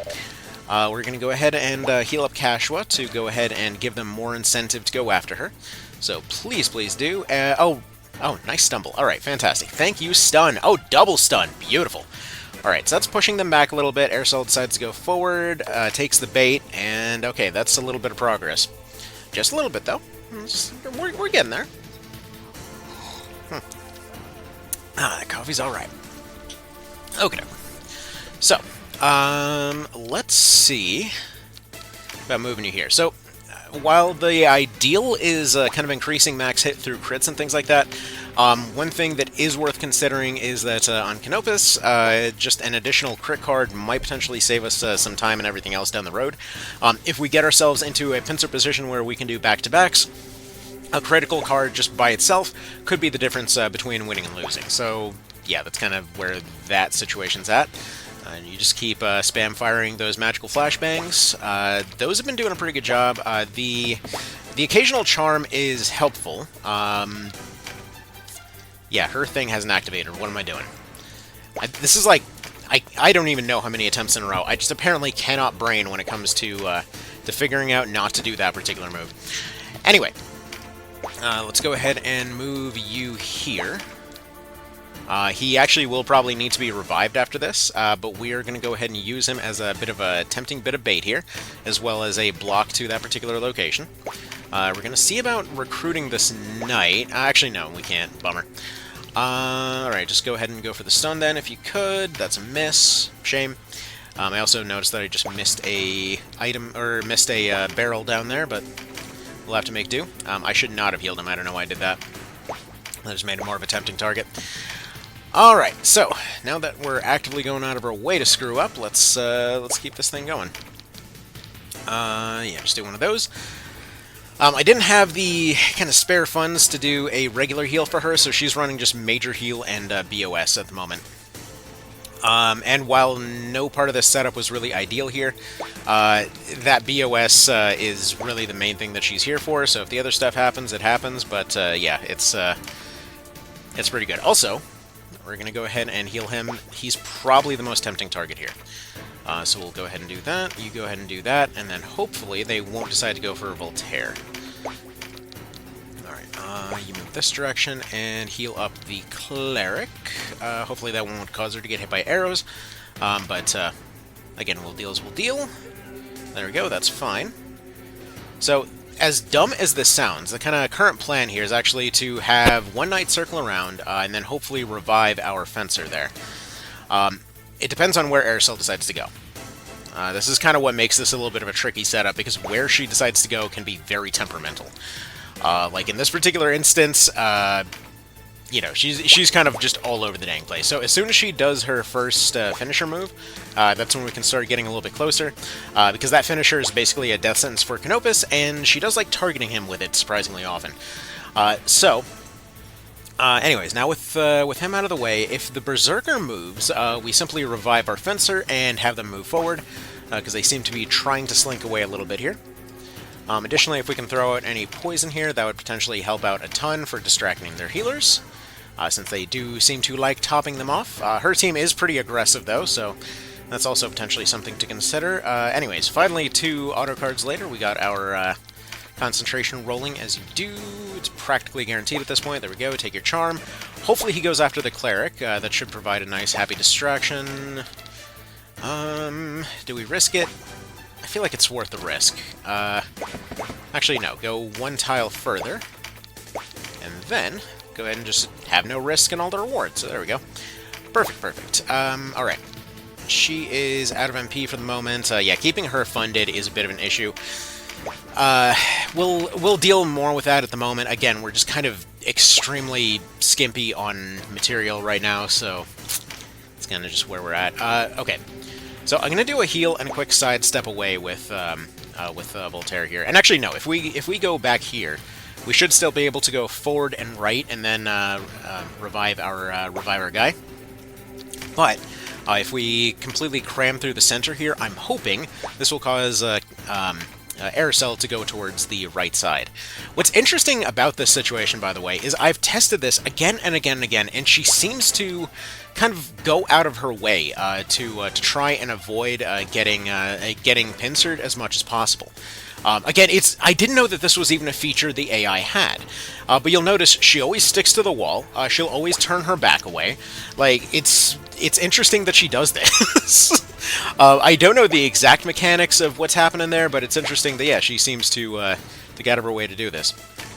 Now, this attempt is probably scuffed. I can pretty much guarantee it, but we're still going to attempt to just kind of go for the swing here just in case. Again, a couple of times we've been in a situation that it's gotten surprisingly close, so that's kind of where we're at with that. Alright, let me go for the Tornado. That is fine. Cleric goes down over there. But yeah, getting Aerosol to be in a position to have her back exposed pretty much involves having 3 other people there, managing to basically crit her away from the wall, and then just kind of hoping for the best. Like, it's weird because for all of the rest of it, for the items, the cards, whatever else, it's not bad at all to actually get set up. But when it comes to where she moves, it's surprisingly been the Achilles heel of this particular thing here. Like, she is extremely temperamental over where she wants to go. Additionally, getting this Cleric charmed helps quite a bit. The Knights definitely help in that regard, too. Okay. He rolled his Phalanx. Unfortunately, he got blocked off by this Berserker, so he's going to go this way. I should actually probably also point out this is a different spawn from last time. So one of those things that was kind of neat is that when it comes to our spawn situation, there's a warrior on the left side, a Amazon, who basically is a death sentence for this particular approach. Like, she covers the left flank like nobody's business. So having her not spawn is a pretty big deal. Also, yeah, he's... well, anyway. While we're probably screwed here, this is going to come down to when Voltaire acts next. If Voltaire acts, he gets Canopus back up on his feet. Canopus flies behind Aircel. Actually, wait a minute. Due to that Berserker, we actually could be onto something here. Huh. Well, I guess we'll find out. So, come on. Voltaire, take your turn. His turn is coming up here-ish, I think, because downed units are no longer shown on the timeline. Actually, this is one of those quiet features I really should just make a separate video about. Because, like, just the fact that downed units are denoted differently on the timeline order is such a massive quality of life improvement for this version. It's going to be... For those that never experienced the PSP version, one of the most irritating things was, like, that moment when you thought you had, like, a fight completely dead to rights, and then just out of nowhere, like, oh, nope, just getting completely swept by a bunch of units you thought were dead. So that's always fun. Anyways, go ahead and stun this lady if you could. No such luck. We got Catherine over here. Please throw out some poison. If you could make some poison happen, that would help out quite tremendously here, because that could potentially be 20% of her health gone. No, but we'll throw her out here as a bait, since we're basically just going into full endgame territory here right now. Alright, rolls up the Phalanx. We're going to go up... Which would we prefer? He might be slightly safer here, giving them a bit of a choice over which thing to attack. We get Canopus over here. Like, watch a physical card just spawn behind her. Alright, anyway, so you fly over here. You'll notice his numbers are dramatically lower at this point. Anyway. Yeah, that'll happen. Shitty. Okay, so yeah, I think she's out of stones at this point. I think we're completely out of stones at this point. Because yeah, we just had the two. Bummer. Well, anyways, we'll go ahead and continue getting wiped then. But yeah, that's more or less just how it goes. Like, you get to kind of just getting to the point of being able to threaten her there, and potentially you have an issue right there. Realistically speaking, if he had landed that attack, she probably would have gone a bit more aggressive. Her AI does seem to adapt to a few different things, so there is that. Anyway, alright, well, let's go ahead and get this set up again. Alrighty, I was doing a completely different video trying to show off the whole aircell sticking to walls thing, and I think we might actually have our win here in just a moment. So let's see how this pans out, because this is looking pretty promising right now. One more critical from Canopus, one more attack off of Denim, which is, it's realistic, I suppose. And we might be off to the races. Currently, their Cleric has stayed charmed for a couple rounds. She's probably going to shake it off. Yeah, there we go. Come on, heal somebody nearby you. Don't go for it. Perfect. All right. Awesome. So, Wyatt died. That's, you know, rip, I guess. But, come on. Just don't... Two things need to happen. For one thing, Canopus needs to get his attack off. For another thing, nobody steal my very expensive rapier off the ground, please. Okay, his sidestep faded. I don't know what we're possibly going to do without that. But, between this and the poison... so she's in a pretty rough spot. Her Knight might heal, or she's probably healing. Like, no, she's going somewhere else. So, if Denim gets an attack off, we might actually be somewhere with this. Wait, are you frickin' serious? I mean, don't get me wrong, she rolled it, but what? Come on, Canopus. Live! Live! Alright. Come on! Pincer it! Pincer it! Pincer it! Yeah, no, I think that might be... Is it out of range? Is it out of range, though? Okay, well... Oh, yeah, I forgot. I took the rapiers off and sold them. Right. Well, that's actually beneficial here. Okay. Thankfully, because of that parry that Denim got, he survived that. Does Canopus actually survive to get a turn here? Yeah, great. Can you have a turn, though? She's just going to go for the punch and the counter. Hit it. Come on, give me a turn already. Okay. I don't think he's got enough juice in the tank, but he might. Holy crap, wait a minute. Hell yeah, there we go! Oh, man. Yeah, many times, actually. Thank you. Beautiful! Alright, there we go. I'll see if I include the other part of this, because I was trying to do the whole video of trying to show the weird AI quirk where she goes and faces her back to stuff wrong, and... Whew, alright, there we go. Now we're off to the true final boss of this whole thing. Sister, let us take this ship for our return to Almorica. How about we go to the woods, dude? But yeah, no. Basically, this means that Brezin, or not Brezin. Is it Brezin? No, that's Sword Fighter Brezin. Darza. Darza is our final boss. Darza is the actual finale here. So once he's done, we're good. Basically, that just opens everything up. So, okay. Right. So, the thing is, though, technically, Reason Way is still open. What did we get from that fight? Because I think we just got our own stuff back, and we had one more casualty, so... You know. That's a thing. Now, the thing is, if this remains active... I actually have never tested this, because why would you? But if this remains active, when we end up completing Kadriga, this means that it's actually completable. Because all we have to do is to actually beat the leader of that fight. And once we get access to Zapan, if he survives this, which he actually should, given everything, they would be way more likely to attack us in this situation. Also, I guess we're 2 people down at this point. Whatever, we'll make it work. Anyway, like, if we get past this fight, this run is a victory for all intents and purposes. Because once we get access to Farampo, that's infinite money, that's infinite element changes, that's essentially infinite stats on everybody. Like, we are full-blown gold mode at that point. And all we need to do to win this one is get a Breach off and a Charm off. I don't think they even have any healing here. Because we need some poison, we need some general-purpose healing, because he's not going to approach for a couple rounds. I don't think... Okay, we've got one guy that heals. And it is possible that there's a spawn without him, so that's also something to consider. So we're going to try to swing this. I would assume our probable best course of action here is just to send in Canopus, have him breach stuff in order to set up for Zapan, and have everybody else focus on healing him. And then just have him carry the fight, basically. Everybody else is just going to buff up as much as they can. Thankfully, on this variant of this fight, he does bring cockatrices, so that's a major win already, but saving Mr. Beef Boy over here is basically our only shot at this. So that's also a thing. So that's good to know. We've got a few Jules the Avatar that are saved up for this fight. This party's got nothing left in the tank right now, dude. they've got absolutely nothing left. So we're running off... We've been running off fumes for a while now. Like, it's been a plain disaster since, well, since we started down this particular route, frankly. So, yeah, like, we've lost one of our casters here. We'll probably replace somebody with a Terranite, to make up for that. We lost, what else did we lose? We lost one of our Knights, so that's not great either. But yeah, if we can set up a bunch of breaches for Zapan, this should be winnable.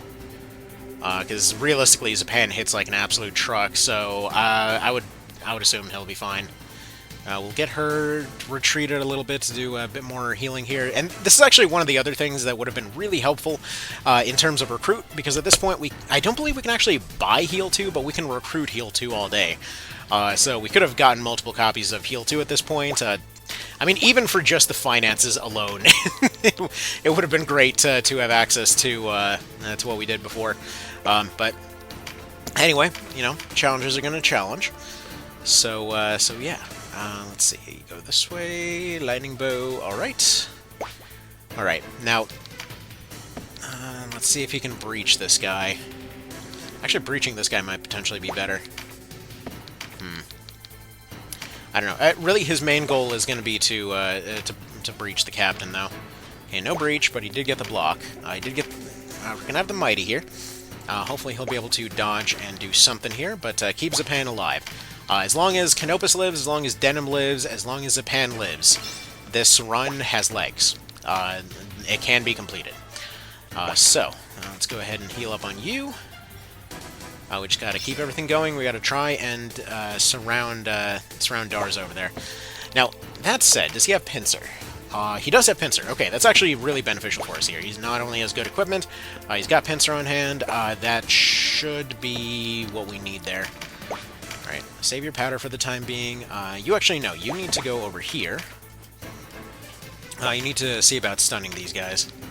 There's a little bit of stun scattered about, would potentially save lives, so... Okay, good. He's attacking. If we can get the breach off, Zapan can actually beat him. Alright. So we've got the heal going here. I feel like heal on you is probably going to be more useful at the moment. I don't know that for sure. Still a bit of a shame that we lost our other knight, though. He's been around for a solid at least 5 minutes in-game time, rather. So that's something. And there we go. That's why we love to see those those breaches. Those are some nice, happy big numbers. Now she's out of here, or that Amazon's out of here. So we just got to get him focused and MP'd up in order to go and two-shot Mr. Dars over there, because his finisher is gonna completely wreck him. All right. Okay, good. We got the double stumble. Like I said, stun saves lives. All right. Cleric's down. It's fine.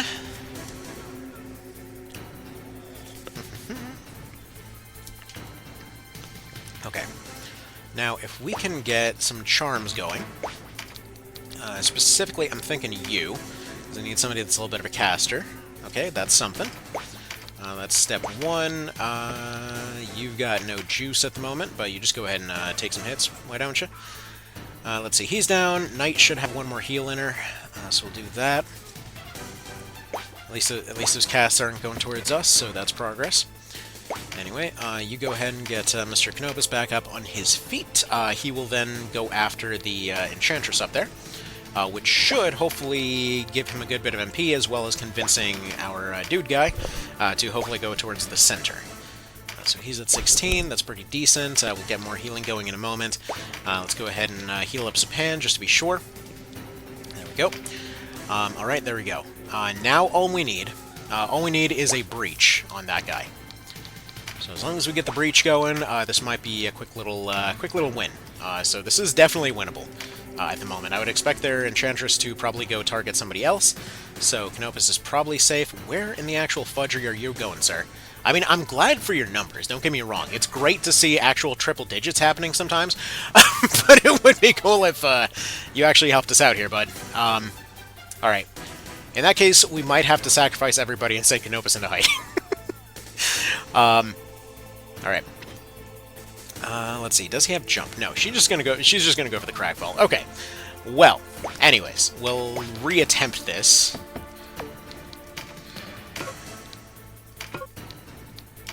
Alright. So let's run it again. This time preparing a little bit more. Alright. So first of all, at the shop, can we sell some of that equipment? Because we've got their rapiers. I was expecting to need the rapiers for this. I feel like we can afford to sell those and just buy a Blessing Stone and some buffs instead. Because, yeah, at this point, like, we don't even necessarily need, you know, actually, let's buy a couple of these, and let's buy... what else do we want here? Probably a healing item for Canopus. There we go. So, okay, I was expecting to need False Strike on him and whatever else. I forgot that he had the right element for this. So we need a couple of things for this. For one thing, juice. You get the juice. You get all the juice. You get all the power. You're already set up for that, actually, so I guess that was a bit of a waste. Well, that's fine. We won't save them.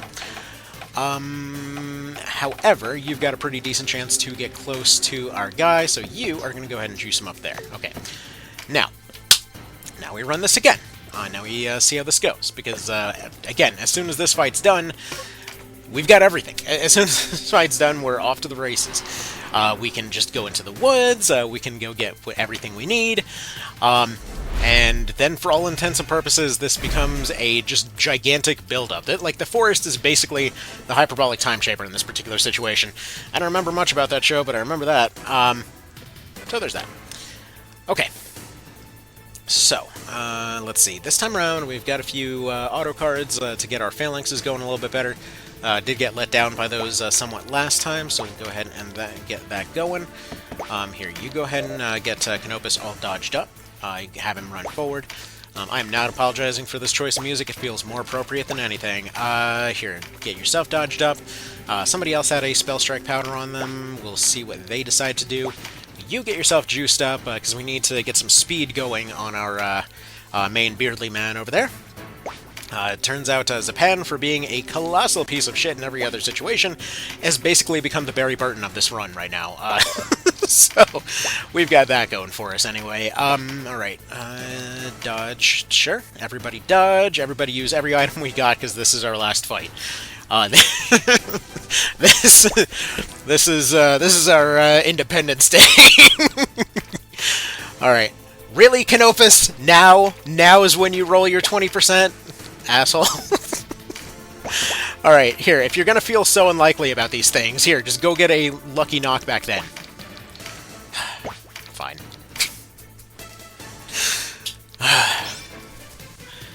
Oh well. Oh well, it's fine. It's not fine, but it's fine, you know? Alright, shield bash this dude. There we go. Sounds good. Should get a bit more Phalanx action out of them. Yeah, nothing tanks like Phalanx. Honestly, them two with their Phalanx is, like, just pure unmitigated gold. So, anyway, okay, they're going for lots of attacks on him today. That's actually really good, because we can fix that. Alright. So, last time we didn't get any physicals on Canopus. This time we should get at least that one, you know, unless it gets stolen because he decided to go block it when I was trying to shield bash him into it. Okay, they're really dunking on him this time, though. That's, not great. Alright. And there's the crossbow that convinces everyone ranged weapons don't work. Alright. Now then. Alright. You get your meditates going. You charm some people to our side, please. Like, I don't know, this dude. Just do it. Well. I would say he tried, but I'll be honest, it didn't really seem like he did. Right, you don't have any Spell Strike Powder this time around. You, though, can go ahead and speedify this dude right here. Probably should have shielded bashed him, actually. Maybe dumb action on my part. Anyway, we also have Brezin going in the completely wrong direction. Fantastic. So we'll have to deal with that. I mean, there's a non-zero chance that we have to completely last stand this shit, though. And just kind of have to, Actually, no, I can throw him off the wall. What am I doing? Yeah, we can throw him off the wall. That's doable. We have a guy that's specifically tailored to throwing people off walls. Why would we have a problem with this at all? Alright. But either way, we heal up Canopus, or not Canopus, we heal up Zapan, we keep him alive. Essentially, like I said before, as long as Canopus gets out of this fight, as long as Denim gets out of this fight, as long as Zapan gets out of this fight, we're good. Sarah and Voltaire, it would be ideal, but if they don't make it, they don't make it. Like I said, we probably won't necessarily need tanks after this. As nice as it would be to have them, we could always use some other people for that. I would like to see them make it to the end. Especially, I would like to see my my level 3 make it to the end. But again, you know, we'll do what we got to do to get past this thing. So if we lose somebody, we lose somebody. Also, if we could maybe not have that happen, that'd be cool. Nice getting every bonus at once, man. Alright. Yeah, for anyone that missed that particular interaction there, what we saw was a situation in which a character got a physical bonus on top of already having an elemental bonus on top of a gigantic level bonus, and stacked all of that shit together to crumple her like a soda can. Alright. So, he gets his Cragfall, turns on invisibility mode. Alright, you're gonna go for one of those, that's fine. It was like one of those cases of I kind of planned for it, but also didn't expect it to actually work. Alright, anyway, you're gonna go this way, and you're actually just gonna shield bash some stuff. Actually, no, you're gonna do no such thing. You're just gonna go this way. Just convince them to attack this way. You are going to take your meditates and stuff, and you're going to go here, and then you are going to hopefully convince one of these guys to join our side, please, because you're way too far away to make that other guy useful, so at least go for something. And then, yeah, current plan is just to have Canopus throw Darza off the wall, and hopefully he gets close, hopefully he gets within range, and then that would not only be, you know, solid numbers, that would also be just extra solid numbers, I suppose. That is the worst possible way I could put that, but it's fine. Alright, heal you. There we go. Keep him alive. Let him live. Deny some of these physical cards. Heal up Mr. Canopus. We'll probably need our knight back up at some point as well, but for now, you go there. Okay. And you continue healing, except heal our Phalanxer for the moment. We're going to need her later. His lower health hopefully should dissuade some attacks, I say as he gets incinerated alive, but that's okay. He didn't need skin to live. Alright, so, good. We've got him going in the right direction at this point. So he's going and he's throwing out some pretty legit numbers. We've got Canopus getting ready to do his thing here. He's going to go right here, and then hopefully... does this guy have a finisher ready to go? He does, actually. He's going to get one shot if he tries to take that card. Okay, so, current plan instead is actually to put him right here. He's going to set up his mighty right... No, he's not. He's going to stand right there and get ready to throw him off. So, the hope is that we can hopefully see Zapan going up that hill. Hopefully. This is actually a case that I really wish I had access to Rampart Shadow. This is actually something else that... it's never been a trick that's been helpful over the course of any playthrough here, but it's something that in theory would be really useful. Like, I'd expect it to come in handy for One Vision and stuff like that.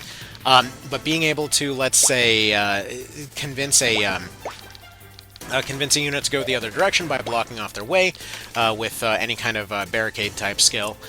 So in this case, a Rampart Shadow over there, potentially blocking his way, forcing him to go up the hill is kind of the theory there. It would be nice. I don't see that working, but it would be...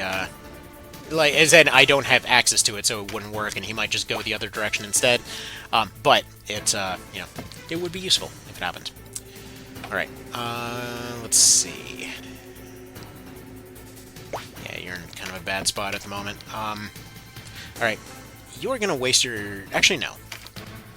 What you're gonna do is actually set this one up for a kill. Come on, roll it. He didn't roll it. I didn't want to throw out the Mighty there. For one thing, he might have gotten double-rounded. For another, I wanted to bait in Brezin. Or not Brezin, but Darza. I'm going to constantly get those mixed up. And for another, I wanted to make sure that she was here so that our dude man does not get thrown down the hill, you know? Alright, one more heal on Zapan. Come on, live it. Live it! Good. Kashua doing her job exceptionally well today. My start button timing, though, not so much. Not so much. Get over here, coffee.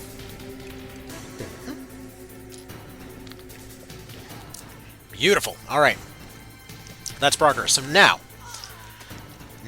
in theory, all we need is Canopus to get his turn. It's coming up relatively soon. The reason that this is important is it means that... actually, no, you need to go out this way to tempt them to go this way. Now, the reason that this is important... Hot damn, dude! Level 1 with the spear! Just pulling out some bullshit over here. Nice! He's taking on a 2v1. They're 16 levels higher than he is. Or 15 times his level, rather. You love to see it. Anyway, okay. I forgot what I was talking about. Anyway, let's get you set up for a kill, because at this point, yes, he's got the points. He's got the touch! He's got the 2 damage to bring in the breach. Come on. Let's see that, let's see those numbers there, Zapan. Come on. You got this, because we sure as hell can't do it ourselves. Oh, man. Oh, we are so completely hosed if he decides not to go for this, because if he doesn't take the bait right now, take the big elemental bonus, which actually, shoot, Enchantress has to move. Oh no, he got the hit first. Ah, that is disappointing. I know, right? Damn! Alright, well, we'll set that up again. Alrighty, so the more that I assess this situation, the more it's clear that we are going to have to play this extremely safe, and essentially just kill everything here. Now, while not ideal by any means, this is potentially the only way that this actually works, because, thinking about it, in order to take on that big of a defense bonus as Darza has up there, we're gonna need some better stuff on our side. So we need a few things. For one thing, we need to be strengthening Zapan over there. So we're going to be getting there with a strengthen, but the current plan is just basically rally around that guy and just have him murderize everything. We'll use our buffs, debuffs, poisons, charms, everything else at our disposal to support him, but more than likely it's only 3 people that are walking out of here. So there's that. I can potentially use the wizards and stuff like that to keep the Cyclopes distracted out of the fight, and hopefully just prevent them from ever getting close.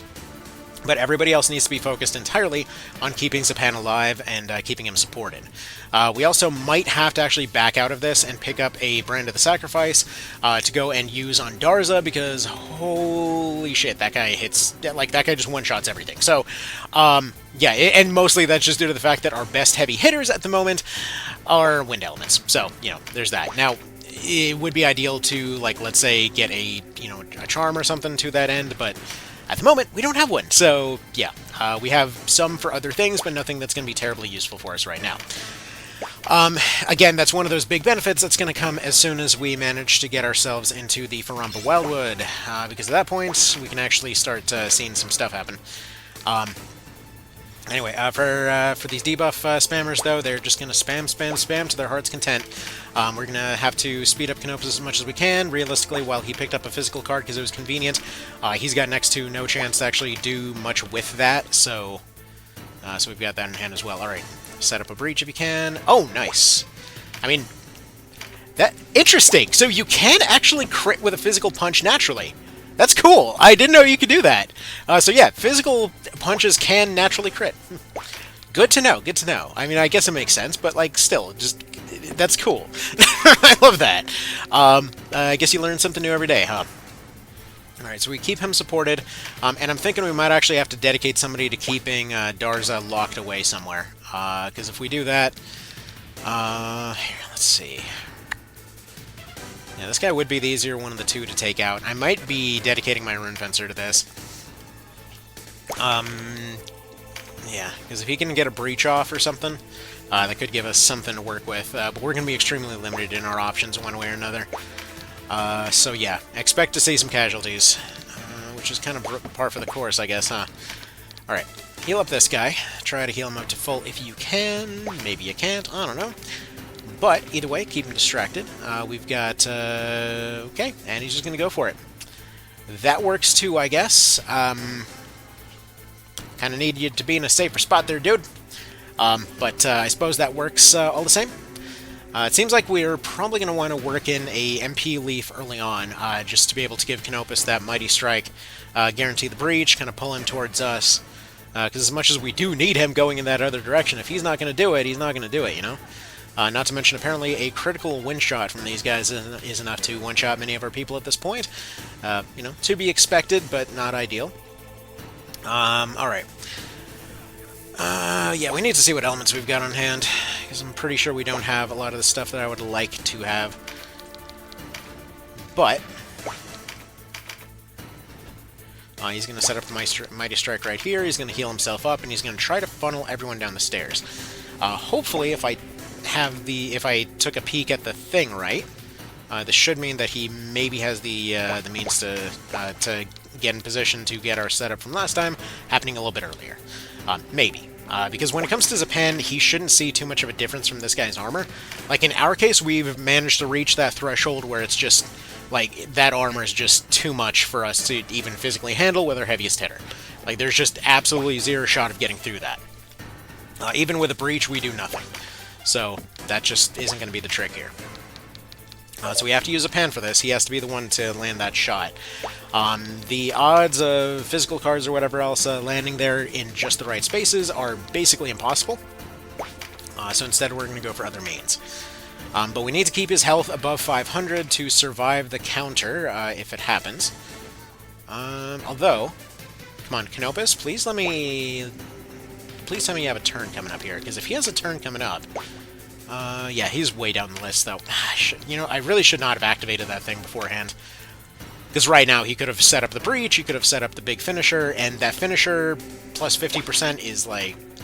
You know, that's basically game over at that point.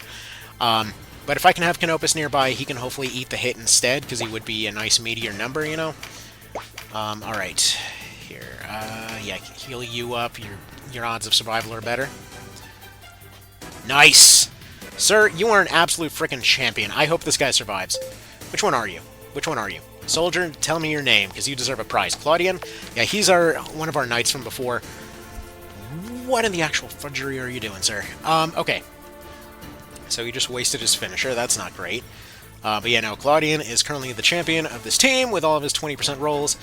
Yeah, technically that wizard over there has parried God knows what at this point, but he's less cool, so, you know. Rune Fencer privilege. Okay. So. Breach. And what I'm hoping will happen here, part of the reason that I set him up where I set him up here, is that I'm hoping he will then decide to go step towards Canopus. Like, otherwise he would take a move and walk. I'm hoping in this case he decides to just take a step forward and attack Canopus instead. We'll see. Alright. Here, you sleep if nothing. Actually, no. Yeah, just go for the stun. Or not. Or not, or not.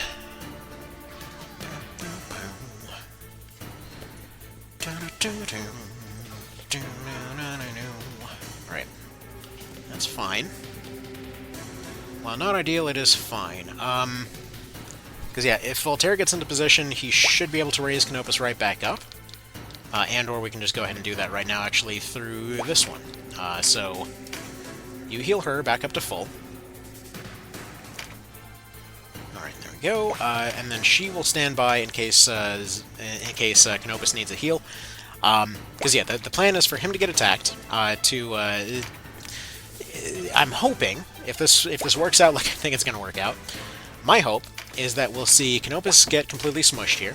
We'll go ahead and see... where can we put you? Yeah, let's just move you here. So my hope is that Canopus gets smushed, we see Zapan do a bit of a follow-up here. So hopefully Zapan lives this. No, he did decide to go for the Ice Person instead. Well, that sucks. Anyway. Yeah, that's annoying. Okay. So this is going to be another one of those, isn't it? Damn. Well. I mean, we know it's possible. It's just going to be on the tricky side. And sometimes the AI does interesting things. Alright, so I think it's time to go back to the rebuild screen here. The pieces are here to win this. We're not 100% of the way there. Like, right now, it could come down to randomness, but I would like to see... I feel like to a certain extent, part of it is we just need to be able to do a bit more to Darza here. Like, if we could maybe threaten him a little bit more to speed this up, like if we have a ice element somewhere in the inventory, that would be pretty handy. Like, I don't see that necessarily being the thing right now, but it could be one of the tools that we have. Okay, let's see. We need one more revive over here. But not yet. Okay, you stay where you are. You're functionally invisible for the moment. Okay, good. That one's gone. That's fine. He'll eat hits. We have the breach set up here. And he's going to go for her, because of course he will. Yeah, that's annoying. Okay, okay, no, let's go back to the rebuild screen here real quick, and see what else we can do.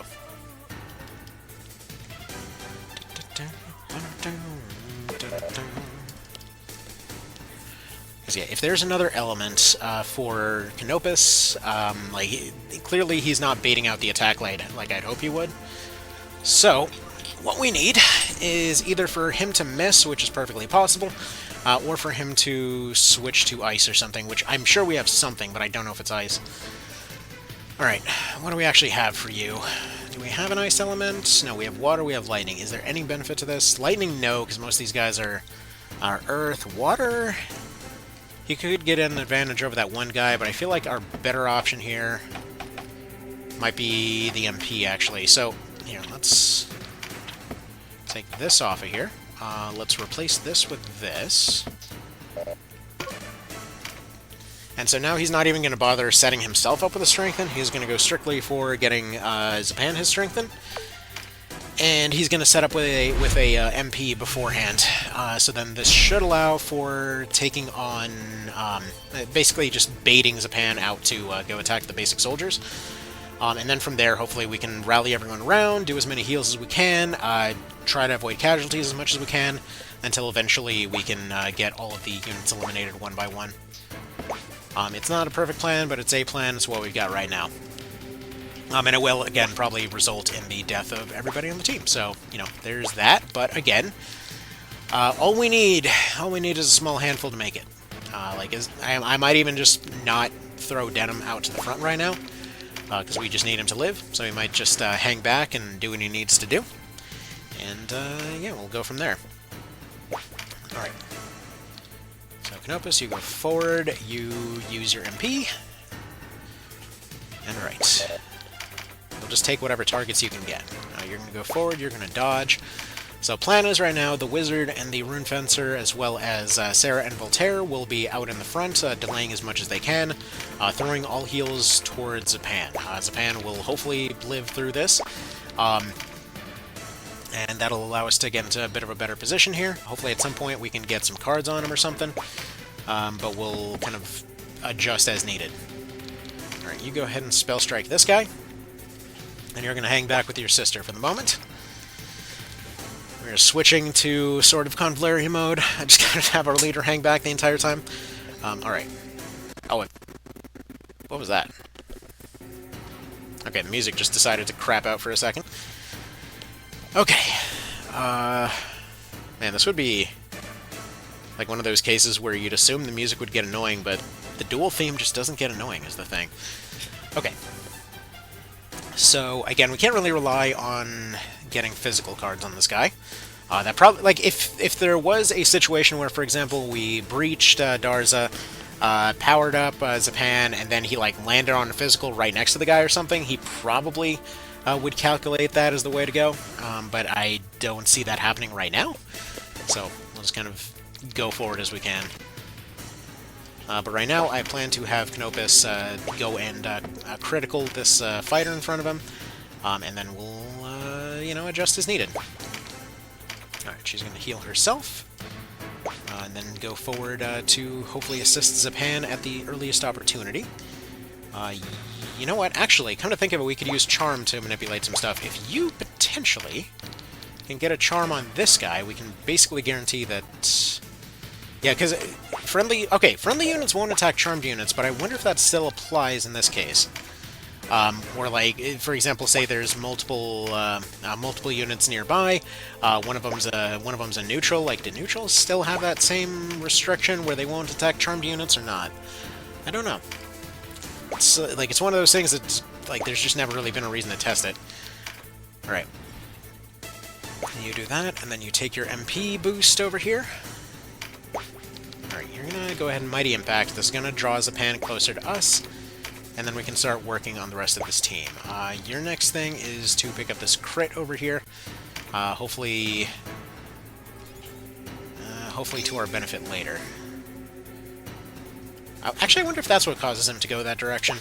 Maybe he's trying to reach Zapan, or reach Canopus. I don't know. It's kind of interesting. Anyway, heal him. Hopefully he just takes that breach bait. Come on, do it. Beautiful. Alright. I mean, I would prefer if he would just take a normal attack, because he's practically getting the same bonus on his regular attack as he would on that finisher, but whatever. It's fine, it's fine.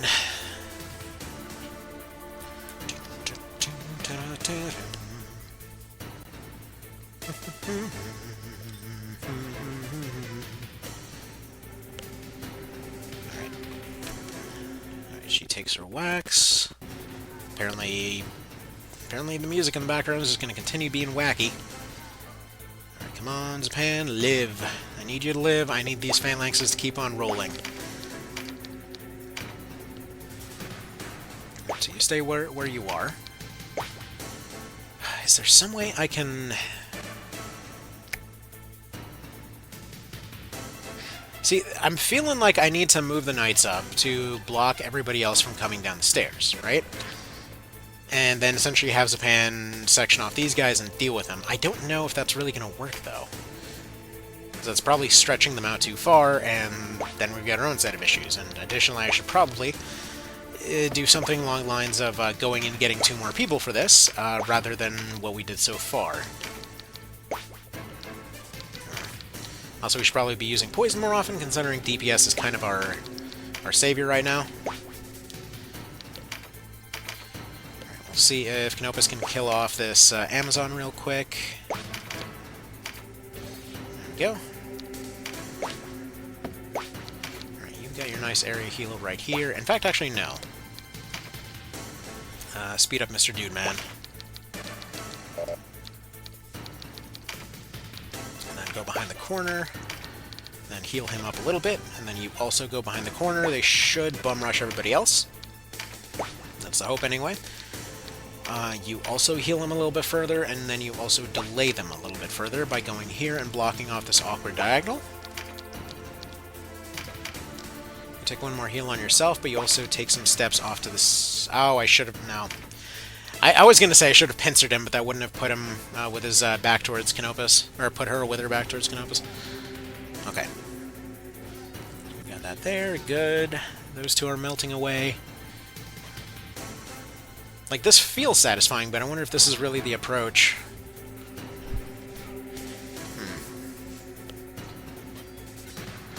Dude, this guy. Just Mr. Claudian over here.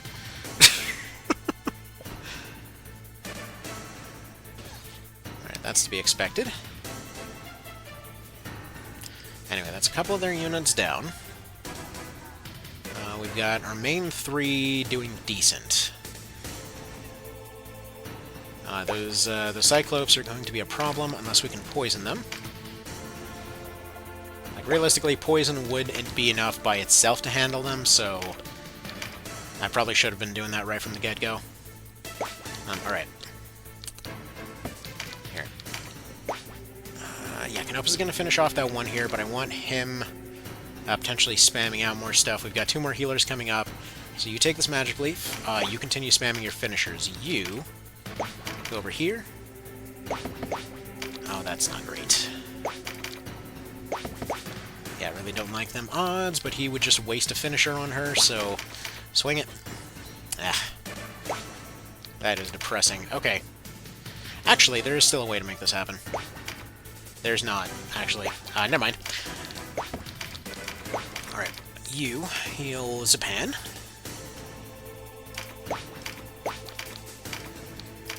You heal both of you guys, and go back here. It's not that she needs this card, but this is a nice awkward spot for her. Oh, he did. Okay, good. He didn't waste his finisher. Good job. Okay.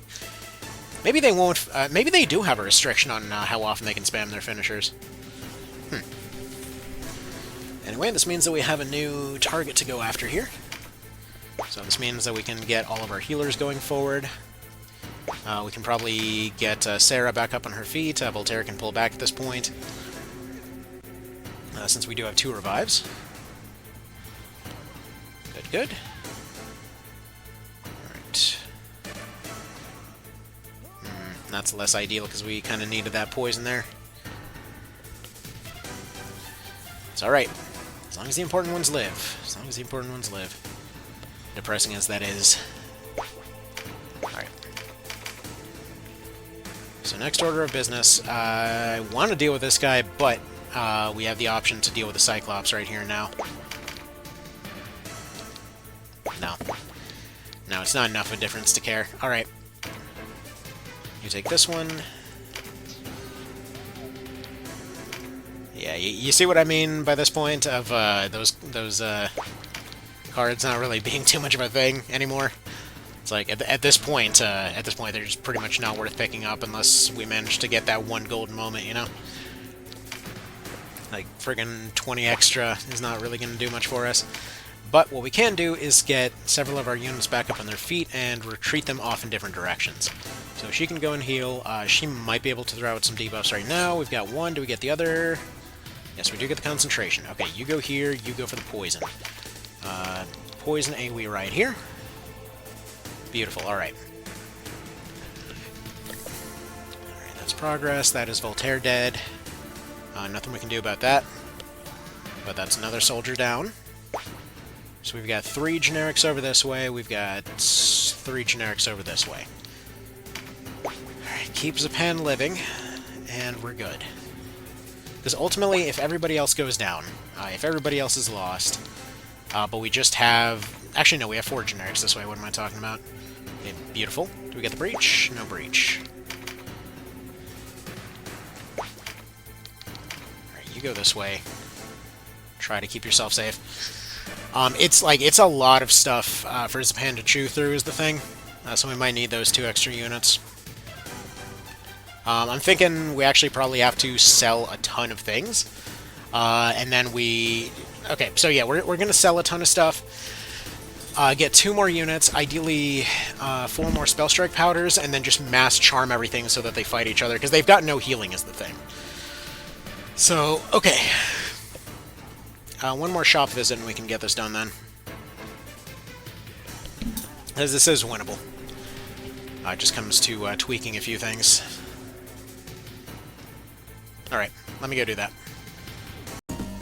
Oh jeez, could this be the attempt? I say, having no friggin' idea. Maybe. I don't know. It might be something or other. Certainly something will be occurring here. So yeah, here's kind of the current situation. We've got a couple of units that are effectively charmed and thinged. We've got a couple of units that are lined up. We've got their leader breached, and it's not a full setup by any means, but it's still progress in the right direction.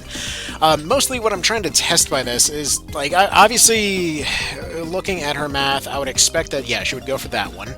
But as far as potentially getting close to her leader, or the leader guy here, there is potentially a chance that he decides to go do something dumb like getting himself killed here.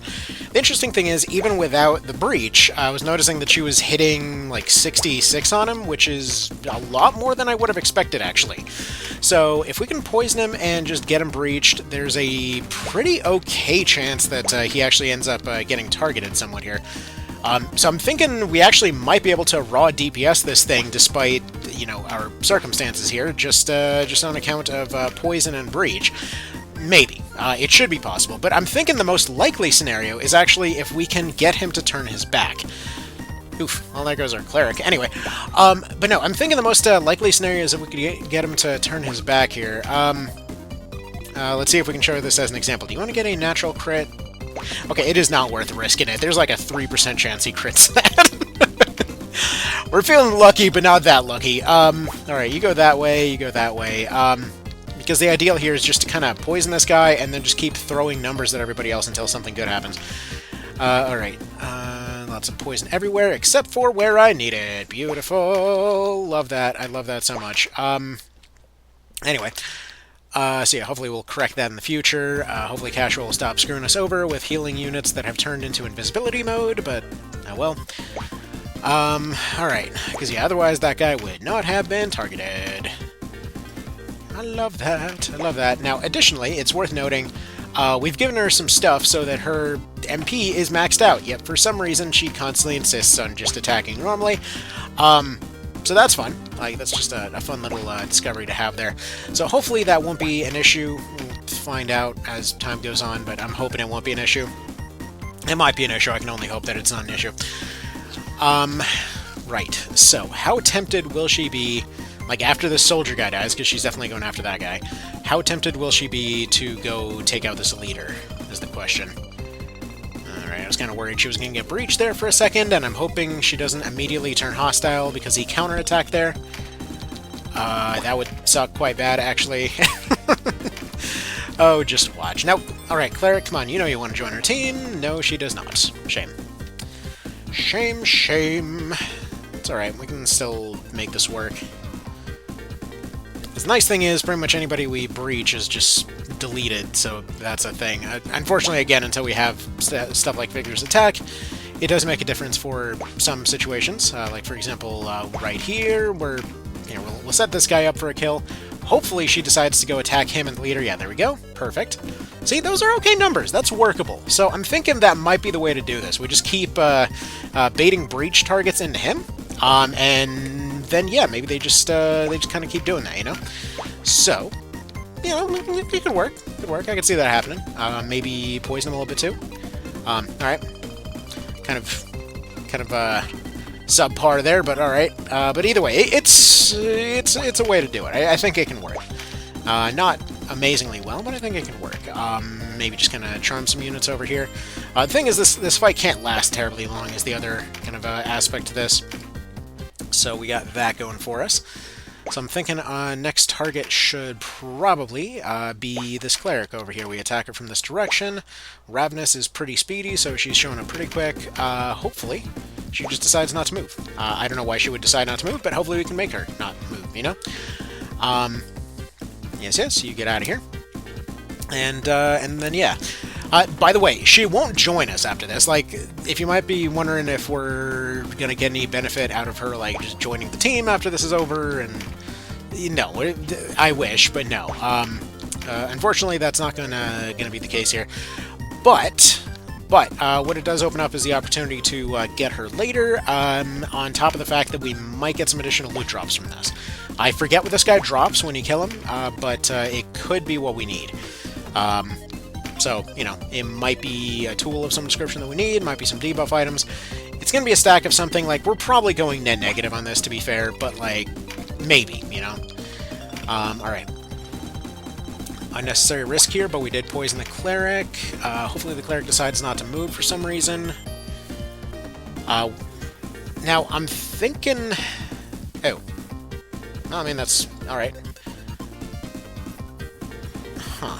What's she gonna do in this case? She's probably just gonna stab and run, I would guess. And that effort's scuffed because Canopus is dead. Alright. I mean, like, she still hurts this guy. I don't really know... she must have picked up something, or something else must have happened that she was dealing 66s to him last time. It actually might be a spawn thing, now that I think about it. Because I did restart it completely, so you might have spawned with different equipment. So that's actually maybe something to go for here.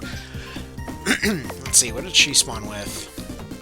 I don't know, why did he... I'm gonna have to tweak this a little bit, see what happened here.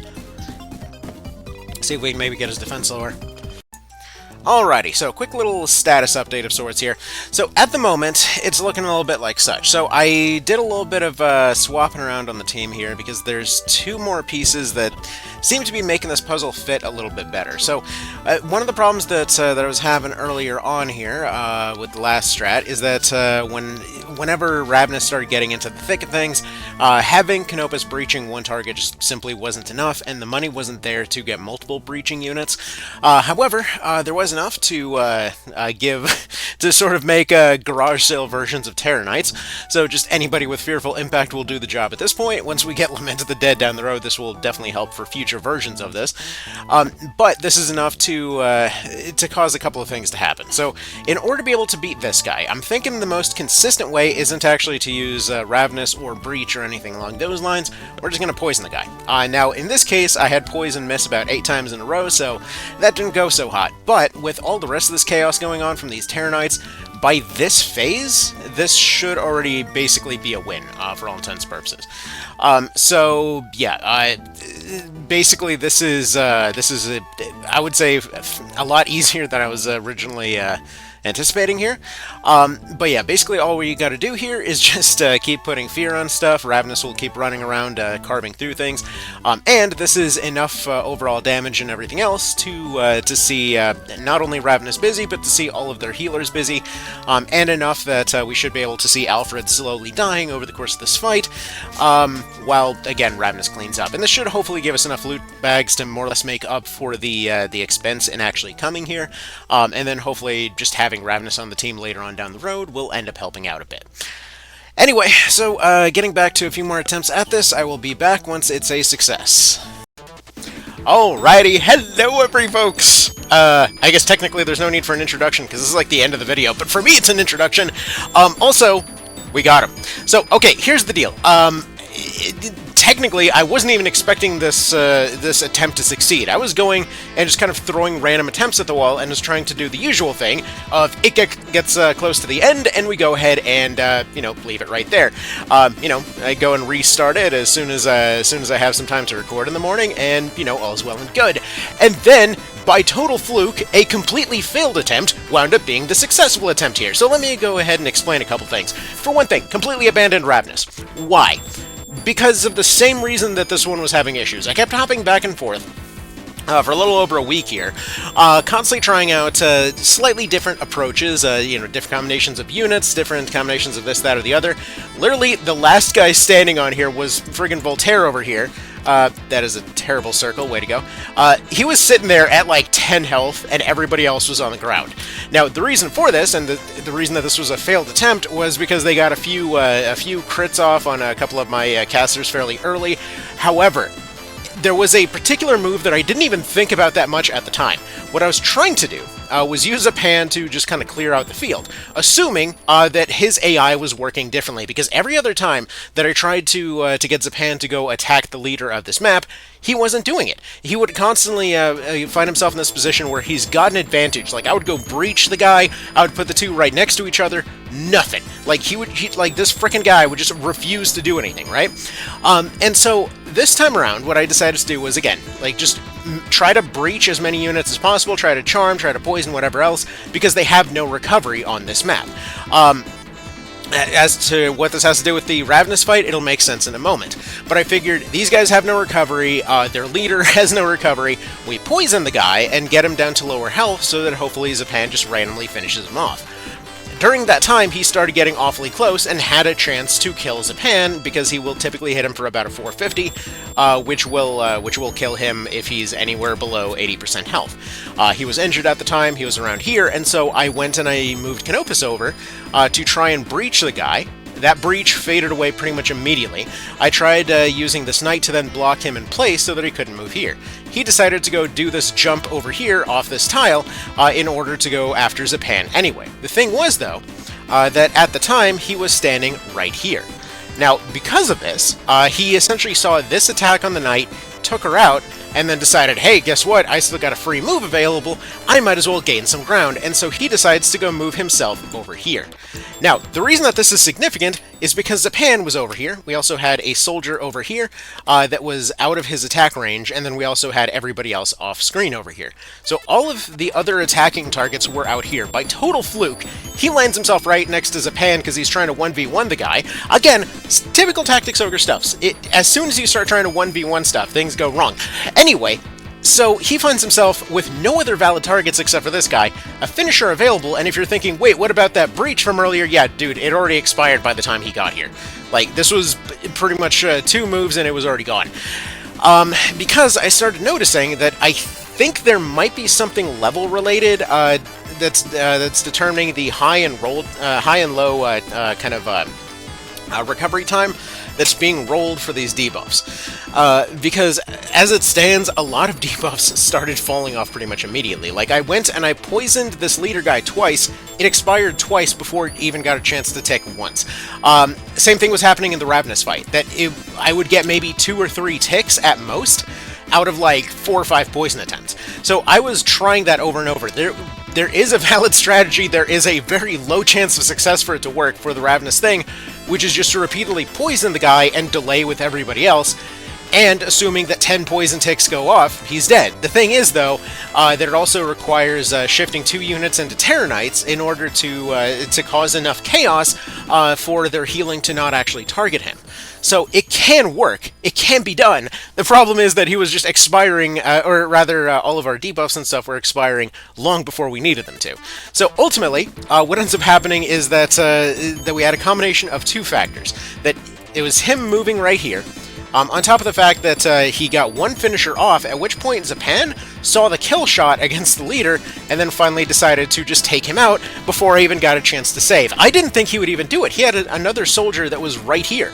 He decided not to go after this guy because he saw the kill shot. Apparently, guest AI will see a kill shot when they can take it. So, yeah, ultimately he ended up two-shotting the guy even before the breach. That's just the power of finishers for you. But yeah, that's kind of where we're at right now. So right now, we are now here. So we're in the final fight.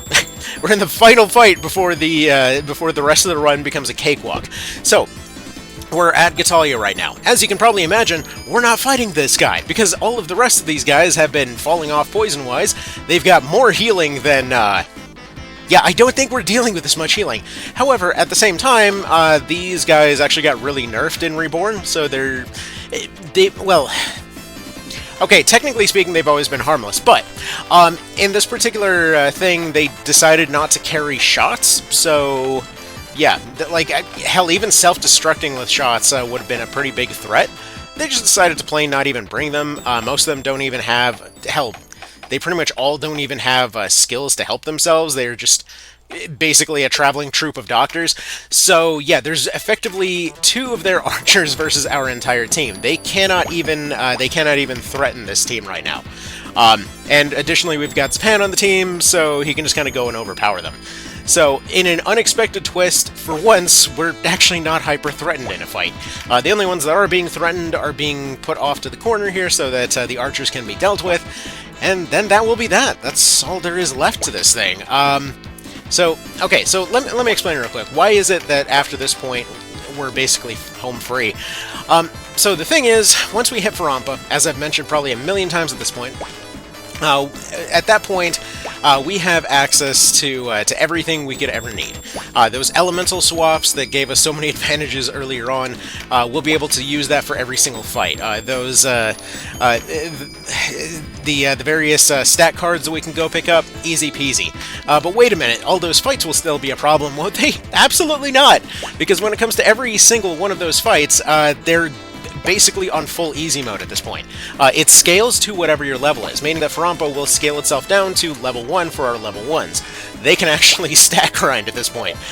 Now, usually I absolutely hate grinding in anything. However, due to the circumstances, just like the level 1 run, I am willing to put up with it because this is such a ginormous victory lap at this point, because this part up to this point has seemed practically impossible. Also, I think we're gonna shift the music here real quick because I'm a little bit tired of hearing the same thing over and over. We need some Lava Reef Zone, I think. There we go. That sounds good. That sounds a bit more appropriate for this situation. Man, oh man. Like, honestly, I wasn't sure that this was even possible after those last few fights. That last minute reroute that caused so many complications here. It seemed like it wasn't going to happen. I completely forgot that these guys didn't even bring weapon skills with them, so, like, we can just completely bully them to our heart's content. Right now, we're just killing time until Gatalia gets out of here, so, like, Zapan can go get whatever he can get. Our only worry is pinning down these archers. He's going to be moving pretty quick. He should be outspeeding most of those archers. Well, one of the 2 archers. He can outspeed 50% of their entire archer force here, which is totally an army, you guys. Though it is funny that these guys can still threaten Canopus over there. I mean, I guess technically, yeah, even their basic punches and shields are actually a pretty decent number against us, so I guess there's that. It's the one situation that they were actually prepared for. But yeah, Zapan's gonna absolutely tear them a new one. So there's that too. So yeah. But either way, I'm excited, dude. I'm so excited right now, because, like, again, this seemed like it was possibly tilting towards impossible. So just to have it done like this feels so good. And additionally, we didn't have to change out of knights. Repeatedly, I was thinking we'd have to change out of knights, and apparently not. So that's cool too.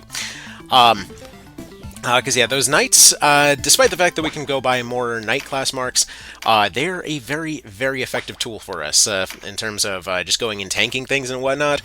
And we did, for example, have to do that whole Terror Knight thing a couple of times as an experiment, but ultimately it ended up not being necessary. And again, kind of another thing in that pile of just, I really expected that to go differently. Because yeah, as far as knights go, like, I wasn't really sure how long their tanking potential would actually hold up, but yeah, sure enough, even at a quarter of their level, it's still holding up. Things like the Volge actually have been unexpectedly underperforming at this point, but this will change. Claudian actually, I probably should point out, once all was said and done, we actually did not actually take any losses. So far, anyway. Like, if this keeps up, we only have one Blessing Stone. But up to this point, we actually have not taken any losses as of the last episode here. So this means that, yeah, the team is still intact. I expected to have to sacrifice the entire team for that last fight. That was the plan, after all. That everybody else was doing a delaying action with only our main three getting out of there. And sure enough, we seem to be doing just fine. In fact, we probably would be better off just not even deploying a lot of the team here. You know, seeing as pretty much nobody's really contributing anything. Not Zapan, but Canopus is just kind of putting himself in harm's way here. So arguably we shouldn't even, again, be bringing them here. But we're just buying time until Mr. Gitalio gets his dangerous butt out of here. And then we're pretty much golden, because at that point, the woods open up, and we've got everything. We've got a area that'll fully scale to whatever we've got. We've got every crafting material in the book, and we're about to see Zapan absolutely lay waste to some stuff here, because she should be able to tank this pretty good. Oh, never mind. You would absolutely get vaporized if this touched you. Well, then don't do that. Oh my goodness, dude. Oh, man, Berserkers are so good. Yeah, we'll just go ahead and, do we risk it? I don't think we risk it. I'm just gonna have him go take a little bit of a step this way. Have everybody else retreat from this archer. Because as much as we need to take care of that archer, I need Gitalio to just leave. So I think we're gonna leave Sarah over there to continuously tank. Seeing as she's doing a pretty solid job of that. And he's repeatedly taking a look at her numbers pre-phalanx, so that's working out pretty decently. We'll get everybody else kind of undercover here behind this stuff. And, yeah, we're pretty safe at this point. Who would have seen that coming, you know? I mean, I know, looking back, it certainly feels like a lot of this stuff was inevitable, but, like, it really was looking dicey, especially around Nadia there. It's weird to me that Nadia was kind of the final boss of this thing. She was by far the hardest of any of those units up to this point. So, as bizarre as this is, the next step after this point is basically just for Rampa, then we just more or less speedrun the whole rest of the game. Since the plan is just to say screw it and become insanely overpowered. Again, there hasn't really been too many valid excuses to do that up to this point, since it's kind of unnecessary for the main game, you know. So I figure at this point we just have a little bit of fun with it. Turn them all into various forms of overpowered meme units, and yeah, we'll go from there. Like, Claudian's definitely turning into a crazy high evasion spear guy. Like, we're gonna have to keep leaning into that. Oh yeah, I forgot that this guy had a line. You know him, Zapan. Like, it never brings Zapan here. He's a commander in the Galgastani army. A real gold sticker of a man. As feared as he's respected. And he got himself a new portrait. It was him what pushed for Balbatos's blood war. My band run afoul of Gatialo's lines at Sunji. They hewed us down like scythes to grass. His kind would kill Wallister for sport. I feel like most of them would do that, to be fair. Though it is interesting to see him actually learn a lesson here. Alright, so, with that being there, we're actually going to have him go after Mr. Archer guy over here. Very, very convenient loadout for him. He's practically running a one-shot here, so that's pretty good. I actually never checked if Sanguine actually affects finishers. I don't think so. Yeah, no. Either way, though, he's basically two-shotting the guy. Well, your faces, Wallister. Next we meet, I shall mount them upon pikes that all may see. Okie dokie, bye, old man Jon Snow. Anyway, so yeah, at this point, this is just fair game. This is all just totally free. So yeah, we're just gonna cut all these dudes down, and then we walk into the woods. Okay, so yeah, seeing as this entire team wasn't really expected to remotely make it this far, yeah, I'm trying to think, do we even really need this many units? Because after this, it should be, again, a pretty quick consolidation. We have our... we have that one the one caster from the beginning of the game that actually made it this far. So she actually has her entire endgame skill build already set to go. Like, I just need her for debuff casting and stuff.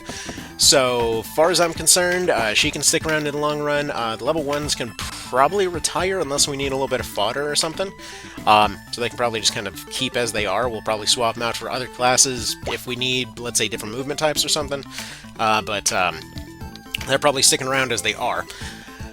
But yeah, so yeah, I'm thinking at this point we already have the stuff on hand to be able to, for example, get access to to poison claws. Because as soon as we get into the woods, all monster parts are basically fair game. As soon as we get into the woods, there we've got all elements that are fair game, and we've additionally got any other kind of bits and pieces that are left over there. I'm trying to think if there is anything else in particular. Because of oddly specific things, I'm almost wondering if Priest might end up being pretty useful for us later. Because now that I think about it, Holy Water might solve a lot of our lack of skill issues, and I think that one comes in pretty early. But I don't know for sure. We'll see. We'll see. Because I'm pretty sure we miss out on a lot of Castro's abilities, but I don't remember for sure, because this just isn't something you usually test, you know? Okay, so 589, if we just hit normally, yeah, we might as well just do that. Beautiful. Alright, so one more attack there, we'll speed him up. Let's see, is there anything else to really cover at this point? Let's see, we're already locked into our route, so nothing really new there. So, post-game. Are we doing post-game? We are planning to do post-game. Now, why? Why bother? And simply put, because might as well just do it all at once, you know? Again, like, this was the moment. If this was possible, everything is possible.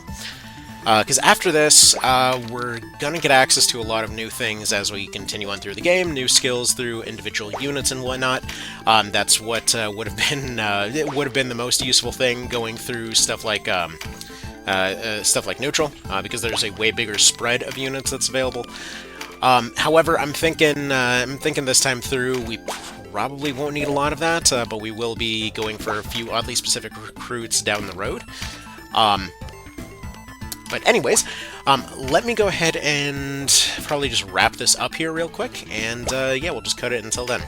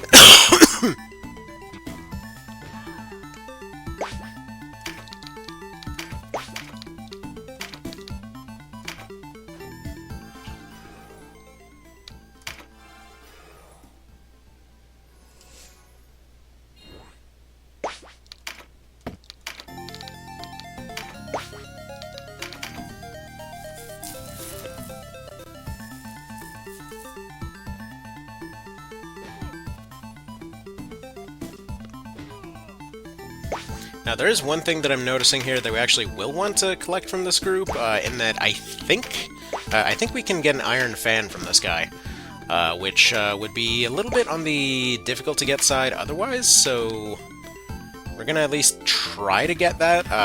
They are getting some decent numbers off on some of these guys. We don't have any further revives, so, you know, whatever's possible is possible here. Also, it's funny that they keep rolling blocks. Here, try to whack this guy with a stick. Oh, now you don't block. Okay, I was trying to set up the pincer, but I guess not. Bummer. Oh well. But yeah, let's see. Do you want to block this? No. Rude. Alright. Alright, well, anyways, back to it then.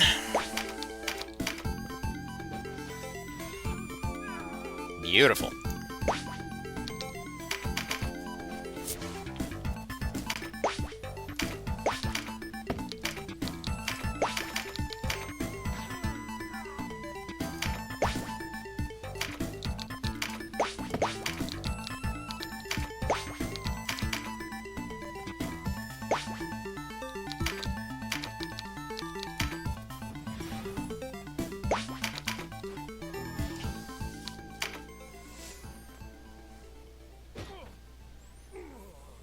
Oh, well, crap, that's not good.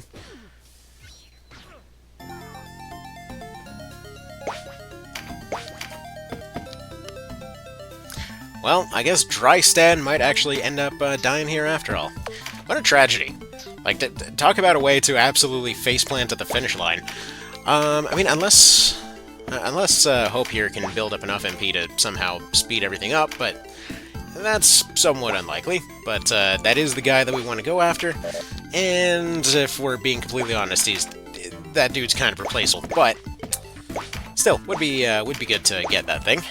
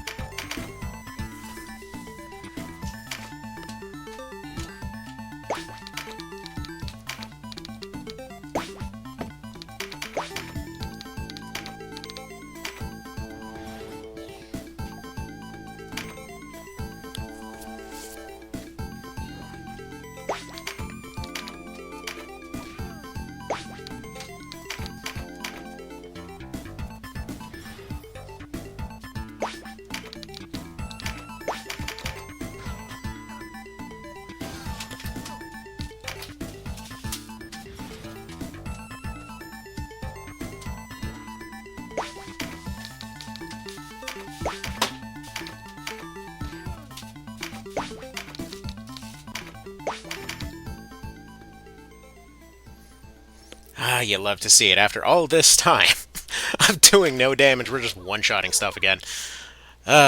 Beautiful.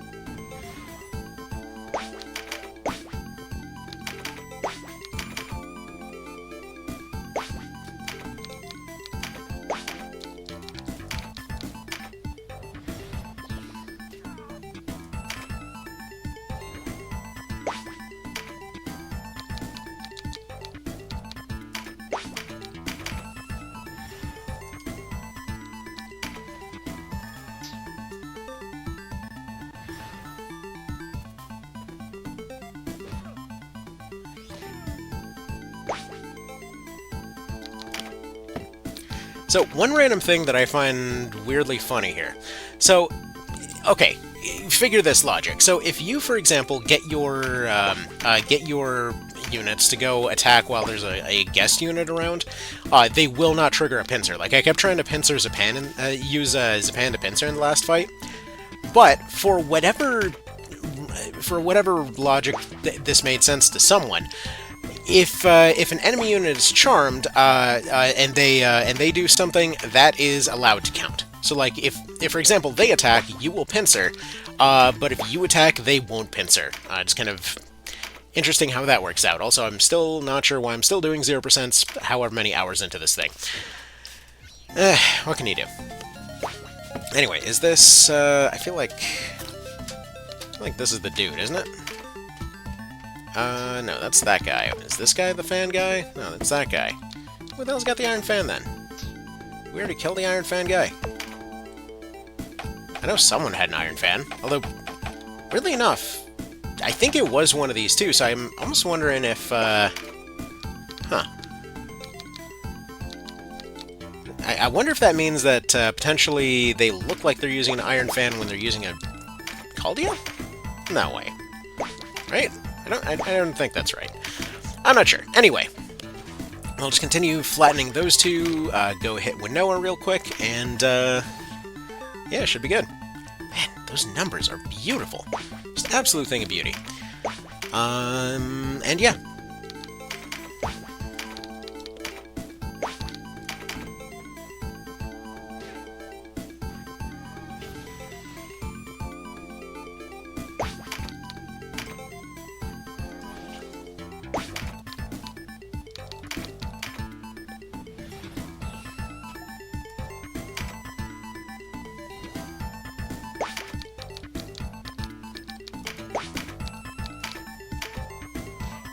There we go. Let's shield bash the pan into place.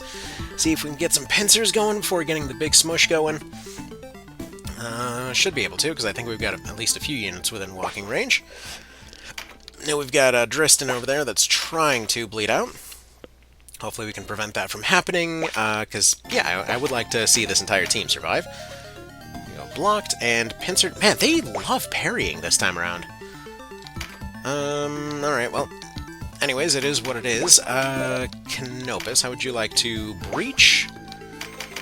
Get a breach, so that we can get one big berserk going here, hopefully. Hopefully we get a critical on top of this, that'd be pretty darn fun. You just stay there, you're fine as you are. She goes for a big heal, and she's gonna go run over there. Bit of a bummer, I was hoping to get the big one there. Finisher would do okay, but what about the Sanguine? How about the Sanguine Berserk? How's that looking? Incredible. And goes for the 1200 right away. No, guys, you need to grind! This one unit that we just got for free just more than double overkilled somebody right out of the box, but no, it's fine. We totally need more grinding. Also, I love how he looks like a Gumby man in this particular camera angle, and that's just funny to me. Alright, so that's that. Did we get... well, we got another Blessed Stone. That's nice. We got some Caldias. Good. That means we can get some Iron Fans, too. That gives us a few more options for shenanigans. And... alright. Roll those experience numbers. That's right, we get none. Alright. Alright. Come on. Warren report. Give me what I'm after. Hell yeah. Alright, people. It's time to go into the woods. Man, I have never been so excited for a mindless grind. I am so happy to see this map right now. Alright guys, I will see you in what'll probably be like 2 months later. Or so I thought. It was going to be so damn simple going in here and just kind of creating an army of Gigachads here, but unfortunately that doesn't seem to be the case, and it's actually a combination of a lot of funny quirks of this place. So Frumpa Wildwood will essentially scale up on you, depending on where you are in the game. It scales its kind of overall number of maps based on story, and it will scale every fight on the level of the units that'll go there. In fact, this actually goes far lower than it did back in PSP, which is why I'm unfamiliar with a couple of the quirks here, because it turns out this plan is quite a bit more difficult than I thought.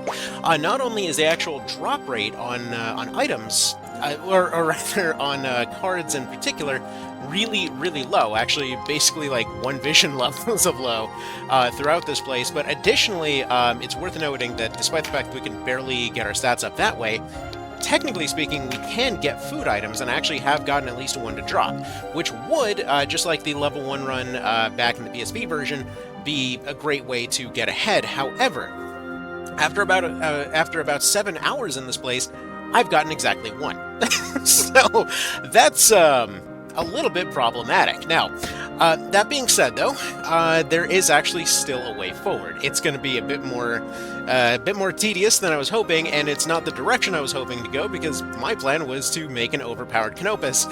Apparently the island has other plans, because welcome to the only way we have forward, and his name is Zapan. So, the lower level characters simply cannot actually reach a level high enough to get elemental charms. They almost never actually get stat cards, and the drop rates on those meat items are what feels like 1% or something.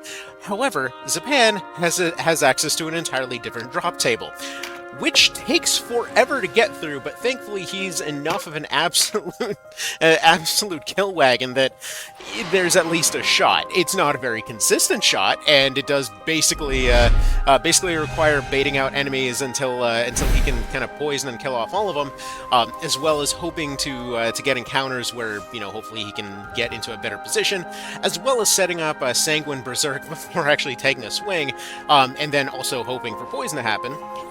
So there is a lot of stuff that can go wrong, but it is good that this is at least possible. So the cost associated with getting him through one of these maps is a lot higher than I'd normally like, essentially being a thing where effectively we have to spend at least a dodge item every time to give him enough of a chance to be able to make it through. Have to be able to burn through 3 healing items to give him enough health to make it through the fight. Thankfully in this case they had 2 healers spawn. That's actually really beneficial for once. Seeing as he is primarily specialized in one-shotting things. So he's not exactly terribly worried about little trivial things like, actually letting an enemy heal or something. But the ideal here is basically what spawned right next to him here. That we want to have a physical card, we want to have a critical card, Sanguine Berserk, and that basically one-shots pretty much anything in the woods up to this point. So that's really far more than is needed here. Actually, there we go, we got a skill card too. The nice thing about Berserkers is that they really do benefit from everything at once. So in this case, we can just go ahead and go over here, go ahead and delete this guy, poison will finish him off. No way in hell healers are getting there in time. He'll get one more hit off, but that's fine. Nothing else on this map should be too much of a threat. The cool thing about this, though, is that with a dodge item active, and given his stats at the moment, given the kind of interesting time capsule we found ourselves trapped in, this is a situation where archers are especially weak. This is a moment in which he got his armor upgrade, but the ranged units at his level haven't gotten their other upgrades, meaning that only monster units and casters can actually threaten him right now.